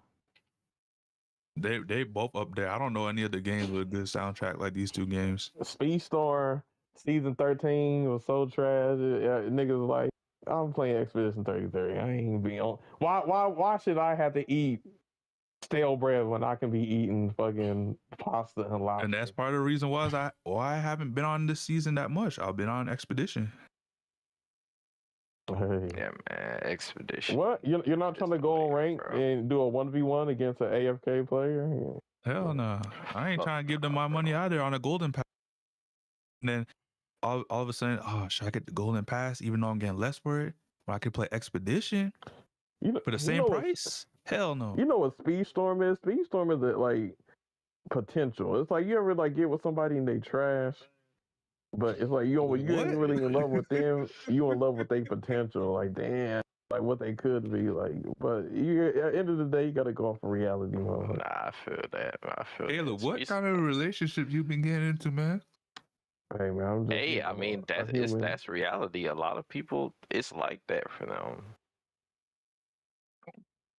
You live life. Well, sometimes I think you're the idea that you've created in your mind of that person. You've fallen for that idea versus what that person actually is. Oh, okay, I get what you mean. And that's kind of how Speedstorm is. It's like the idea of the game and what it could be. I think people fall in love with that, and that's why they like the game or play it. But more often than not, Speedstorm doesn't, reach that idealism that we all have, or like the game's potential. I think that's the thing that we all, we can see the potential this game has or had. I think that's one of the things that we like, but it's like, is it living up to the potential? Well, no. I think Ishnik said he got the game for $30. 30? Damn, people be finding for sales. There's ways to rig it. Everybody trying to get this game right now. That's why, Caleb. Yup. 100%. I know without a doubt if Caleb gets this game, the same day he gets it, he's already streaming it. Probably. Oh yeah, this is a great streaming game, man. I love streaming this game. Me too. I had the most views ever on a live stream from my YouTube channel. I was like, what the hell? Yeah, hell yeah. That's good. When you get some new people because of the game. People got eyes. That just shows you people have interest in seeing other people play the game. Maybe they've already played it. They would, like I was saying, seeing other people's builds and stuff. Yep. 100%. Like I love watching Nano's streams, watching his perspective of going through the shit that I went through. And he's seeing his reactions to the shit. I was like, yeah, man, I felt that because I was the same way, man. Like that shit's crazy. Yo, and just to think that I know what's about to happen, and waiting for Nano to experience this shit. Like I can't wait for it, yo. I'm waiting for the next stream already because I need to see the reaction. Yo, Caleb, I caught this man streaming for 10 hours, bro. Yo, he went hard, bro. 9 hours and 45 minutes. I was like, Nano, stay on. Another 15, get to 10 hours. He's like, you know what? I never got 10 hours before, bro. And I was like, do it. Hey, this man went to 10 hours. I respect it.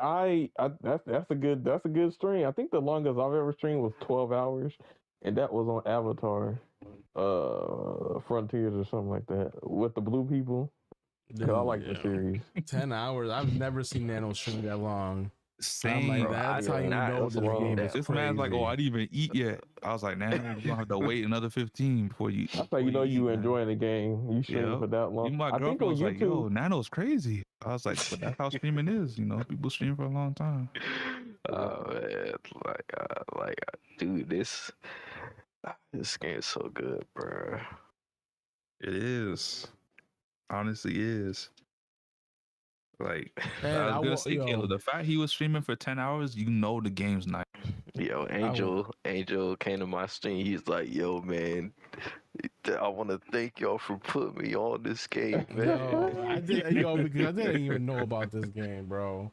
And the moment I watched the trailer from when you guys recommended it, if you want to give, here it is. Want to give thanks? You come to me because low key, I was the one that told y'all about the trailer in the Xbox showcase. Oh, man, you act like I don't be watching Xbox. I watched it. And I was like, yo, I gotta play this. This is sick. I was like, exactly. Said, I made you. I said that. I'm just saying. If you want to give, some praise or some things, shout out your boy. Well, I know I've been looking for, like, once the game got announced and I was watching the announcement, that's when I was like, oh, this gonna be the game, bro. Now, I didn't know it was gonna be this hot. I knew it Me was gonna be either. good, but I know at the time that Nano and Angel like the JRPGs. Well, I think I was having a conversation with you, Nano. I was like, yo, what do you think about this game? Expedition 33 game just had a trailer on the Xbox showcase, and Nano was like, yo, this is sick. You gotta let me know when it drops. I told him, I think this was last year actually. I told him the game drops like sometime in the spring. And then they were showing more trailers for it like after like a month later or something like that. And then I think that's when we told Angels like, bro, we gotta show this trailer on the podcast. And I think we all watched it to get on the podcast. We did. So basically, y'all saying if y'all didn't tell Angel about this game, he would have still been grinding Speedstorm trying to get number one on the leaderboard. No, I still would have played it just for the simple fact that I've seen so many of my friends on stream play it that it would have caught my attention instantly. yeah, like anybody who's in the gaming realm right now, the Expedition 33 at this point. Right now, one of my friends right now is actually streaming right now. She's a Twitch partner. Look at this. She has 165 people in her chat playing Expedition 33 right now. Bro, And the every crazy day I part want to is play this everybody- game, but I can't play it every day because every day I want to play it, I want to stream it, bro. Bro, everybody that streams this game, it's or talks about this game on their platform, it's great marketing for the game, bro. Mm-hmm. And I talked to her when I caught her playing. I was like, "Yo, you're playing this game too." She was like, "Angel, I can't put the game down." That's when you know it's game of the year, bro. Once people keep telling you they can't bro, put the when game you down. hear shit like that, it's game of the year status. That's bro. what I'm saying. Like, y'all really trying to get me off of Marvel Rivals. I see. Bro, like I said, bro, every day I want to play this game. But if I know I don't have the time to stream, I have to avoid the game because I want to enjoy it while I stream and have you guys watch and come talk about, oh, yo, Sammy, you gotta watch out with this boss. Be careful, or whatever the case is. Like, I can't even contain myself right now because I want to play the game and I know I can't right now. Bro, Like, that's no fun I've been having. Like, this game is something else, bro. Let me tell you, after I completed the game, right? I found a farming spot. I completed the game at around level 48/50, some of my characters, right? And I found a spot where I was able to get from level fucking 50 to level 85 in 3 hours. What the hell? 35 levels of farming. And you know what? It wasn't even a boring farm. That shit was crazy because I was learning how to parry and I was learning the combos of the new setup. And I'm like, dude, this shit's about to go crazy. And I did the damn thing. And then I'm doing the side content in the game, you know, like the end game, post game stuff, right? The crazy thing is the post story and like the side mission stories are so good and it's so like entwined with the actual main story that it could technically be part of that actual main story. Like the side story stuff is that good. I hope we get DLC. How do y'all feel about farming? Y'all feel like, oh, you cheating if you farming? You need to go through the struggle. That's the whole point of RPGs. That's a part of RPGs. I mean, technically, you're farming while you're going through the anyway. Mm-hmm. To me, I always fighting bosses that aren't even bosses or even mini bosses. The boss will be level 20, you be level 130. I think that's kind of like, I just call it being prepared. But honestly, Caleb, there's so much shit you find in this game that when you first run into it, you are gonna get obliterated, bro. And then you gotta go like get stronger and then come back and fight it. There's like a million bosses like that in this game. Bro, Nano, remember that one boss I was asking you if you fought before? He's like, yeah. once died again. I was like, oh shit. Yeah. I mean, And I thought that thing 5 times thinking I could beat it. Nope. no, there's one boss in the game right now that I'm trying to master, and that motherfucker, even at level 80, fucks my whole party up. It's crazy, and I'm like, damn, dude. And you're gonna come across these bosses too, and you're gonna be Yep, like, they're brick walls, man. You're like, okay, I'm pretty much gotta wait until I beat this story type shit to try to even prepare myself for this type of fight. You'll know because the amount of damage you do, you'll be like, damn, I just tickling this motherfucker. Yeah, the damage you'll do is like 8, 5, 10, 20 at max, and you're like, what the hell? And you're not even seeing the health bar move. You're like, what? And then they one shot you, you be like, oh yeah. Yep. You get the first parry off, you feel confident. Then when you miss the second one and you die, you're like, whoa, what? All right, okay, I'm not coming back here. Man, I like how we've been doing all this Expedition 33 talk over Speedstorm gameplay. Like, y'all could have put Nano stream. But then again, that could have been a spoiler. Yeah, I didn't want to play no spoilers, man. Okay. Yeah, that makes sense. Never mind. Man, we definitely gonna have to do an Expedition podcast episode. Bro, we gotta do that after all you motherfuckers beat the game first. Hey, for all the people who came, because Caleb don't sound like he's gonna get it anytime soon. Well, I'll get it, especially if I'm not able to get on the motherfucking Nintendo Switch too, nigga. I'll be on Expedition. Hey, Best Buy's gonna have stock, yo. You just gotta be there at midnight. Yeah. Nah, man, but I mean, I think I think we talked about Expedition long enough, man. We don't want to keep everybody up, but he said, let's end the stream so I can go play Expedition some more. Well, I'm already playing it, man. You don't gotta tell me that. I've been playing it the whole time over the podcast. Bro, I've been clenching my fist the entire time not to grab my controller, man. This whole time Nano's over here already played this shit. Talk about y'all gonna have me stream overnight playing this shit, bro. Why is Sammy still streaming? Yo, fucking, bro, my fucking eyes about to fall out of the sockets playing this game. That's crazy.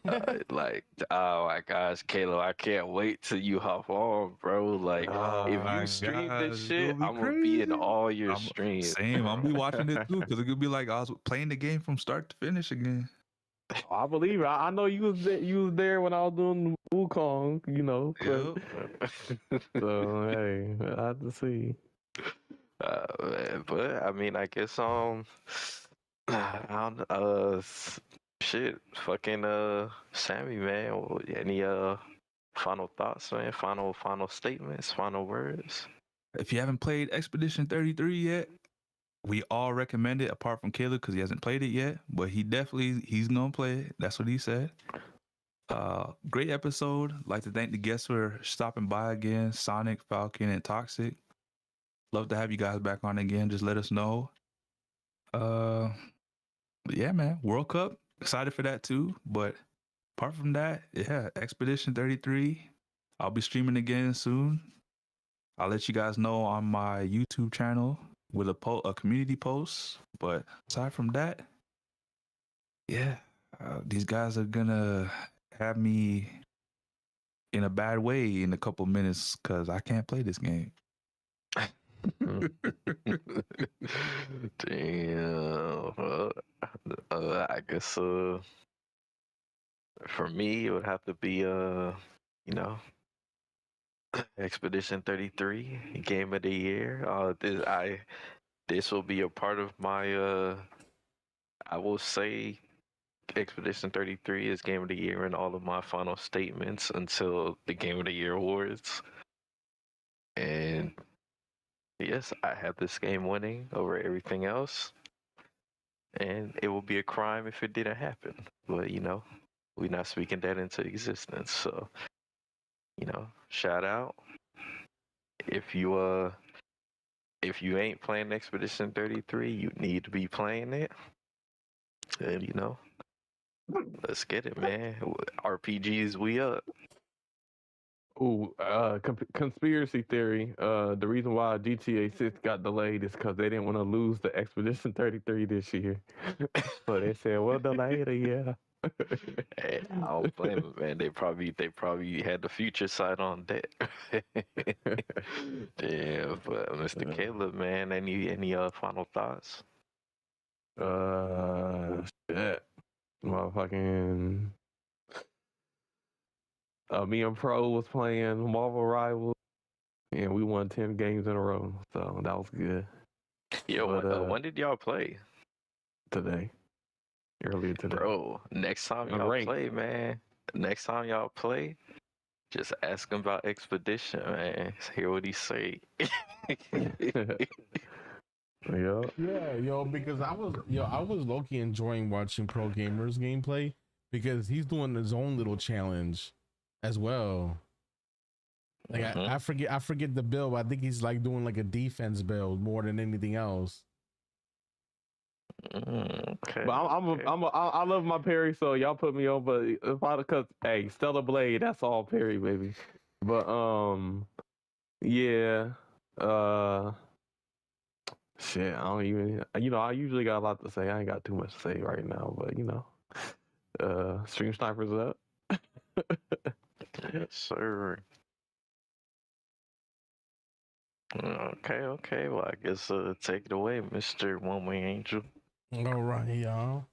I appreciate everyone that came through the stream today and chopped it up with us. Yo, great episode.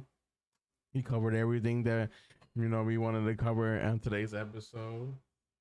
Expedition 33 Game of the Year. We all calling it right now. So y'all can go back to this episode when it actually wins Game of the Year next year, and we could talk about it.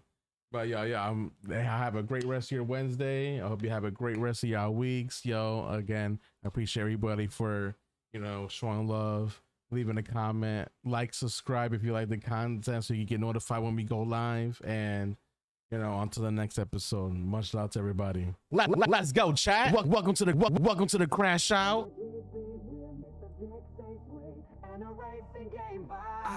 It's the Crashout podcast. Buckle up, let's go. One Wing Angel, Nano, Sammy, Caleb in the flow. We're talking top 100 drama and the heat. From Disney Speedstorm to the latest game and beat. Crashout, spin out, bring the heat and the vibe. Controversy, competition, the reason we thrive. From the track to the trends, we're taking it all. With special guests in the mix, we're having a ball.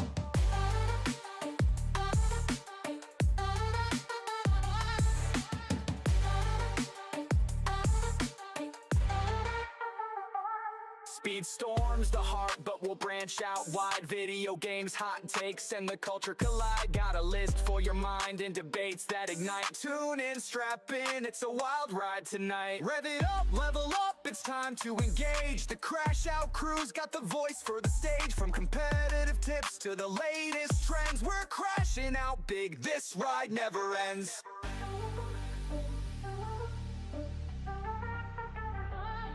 Crash out, spin out, bring the heat and the vibe. Controversy, competition, the reason we thrive. From the track to the trends, we're taking it all. With special guests in the mix, we're having a ball.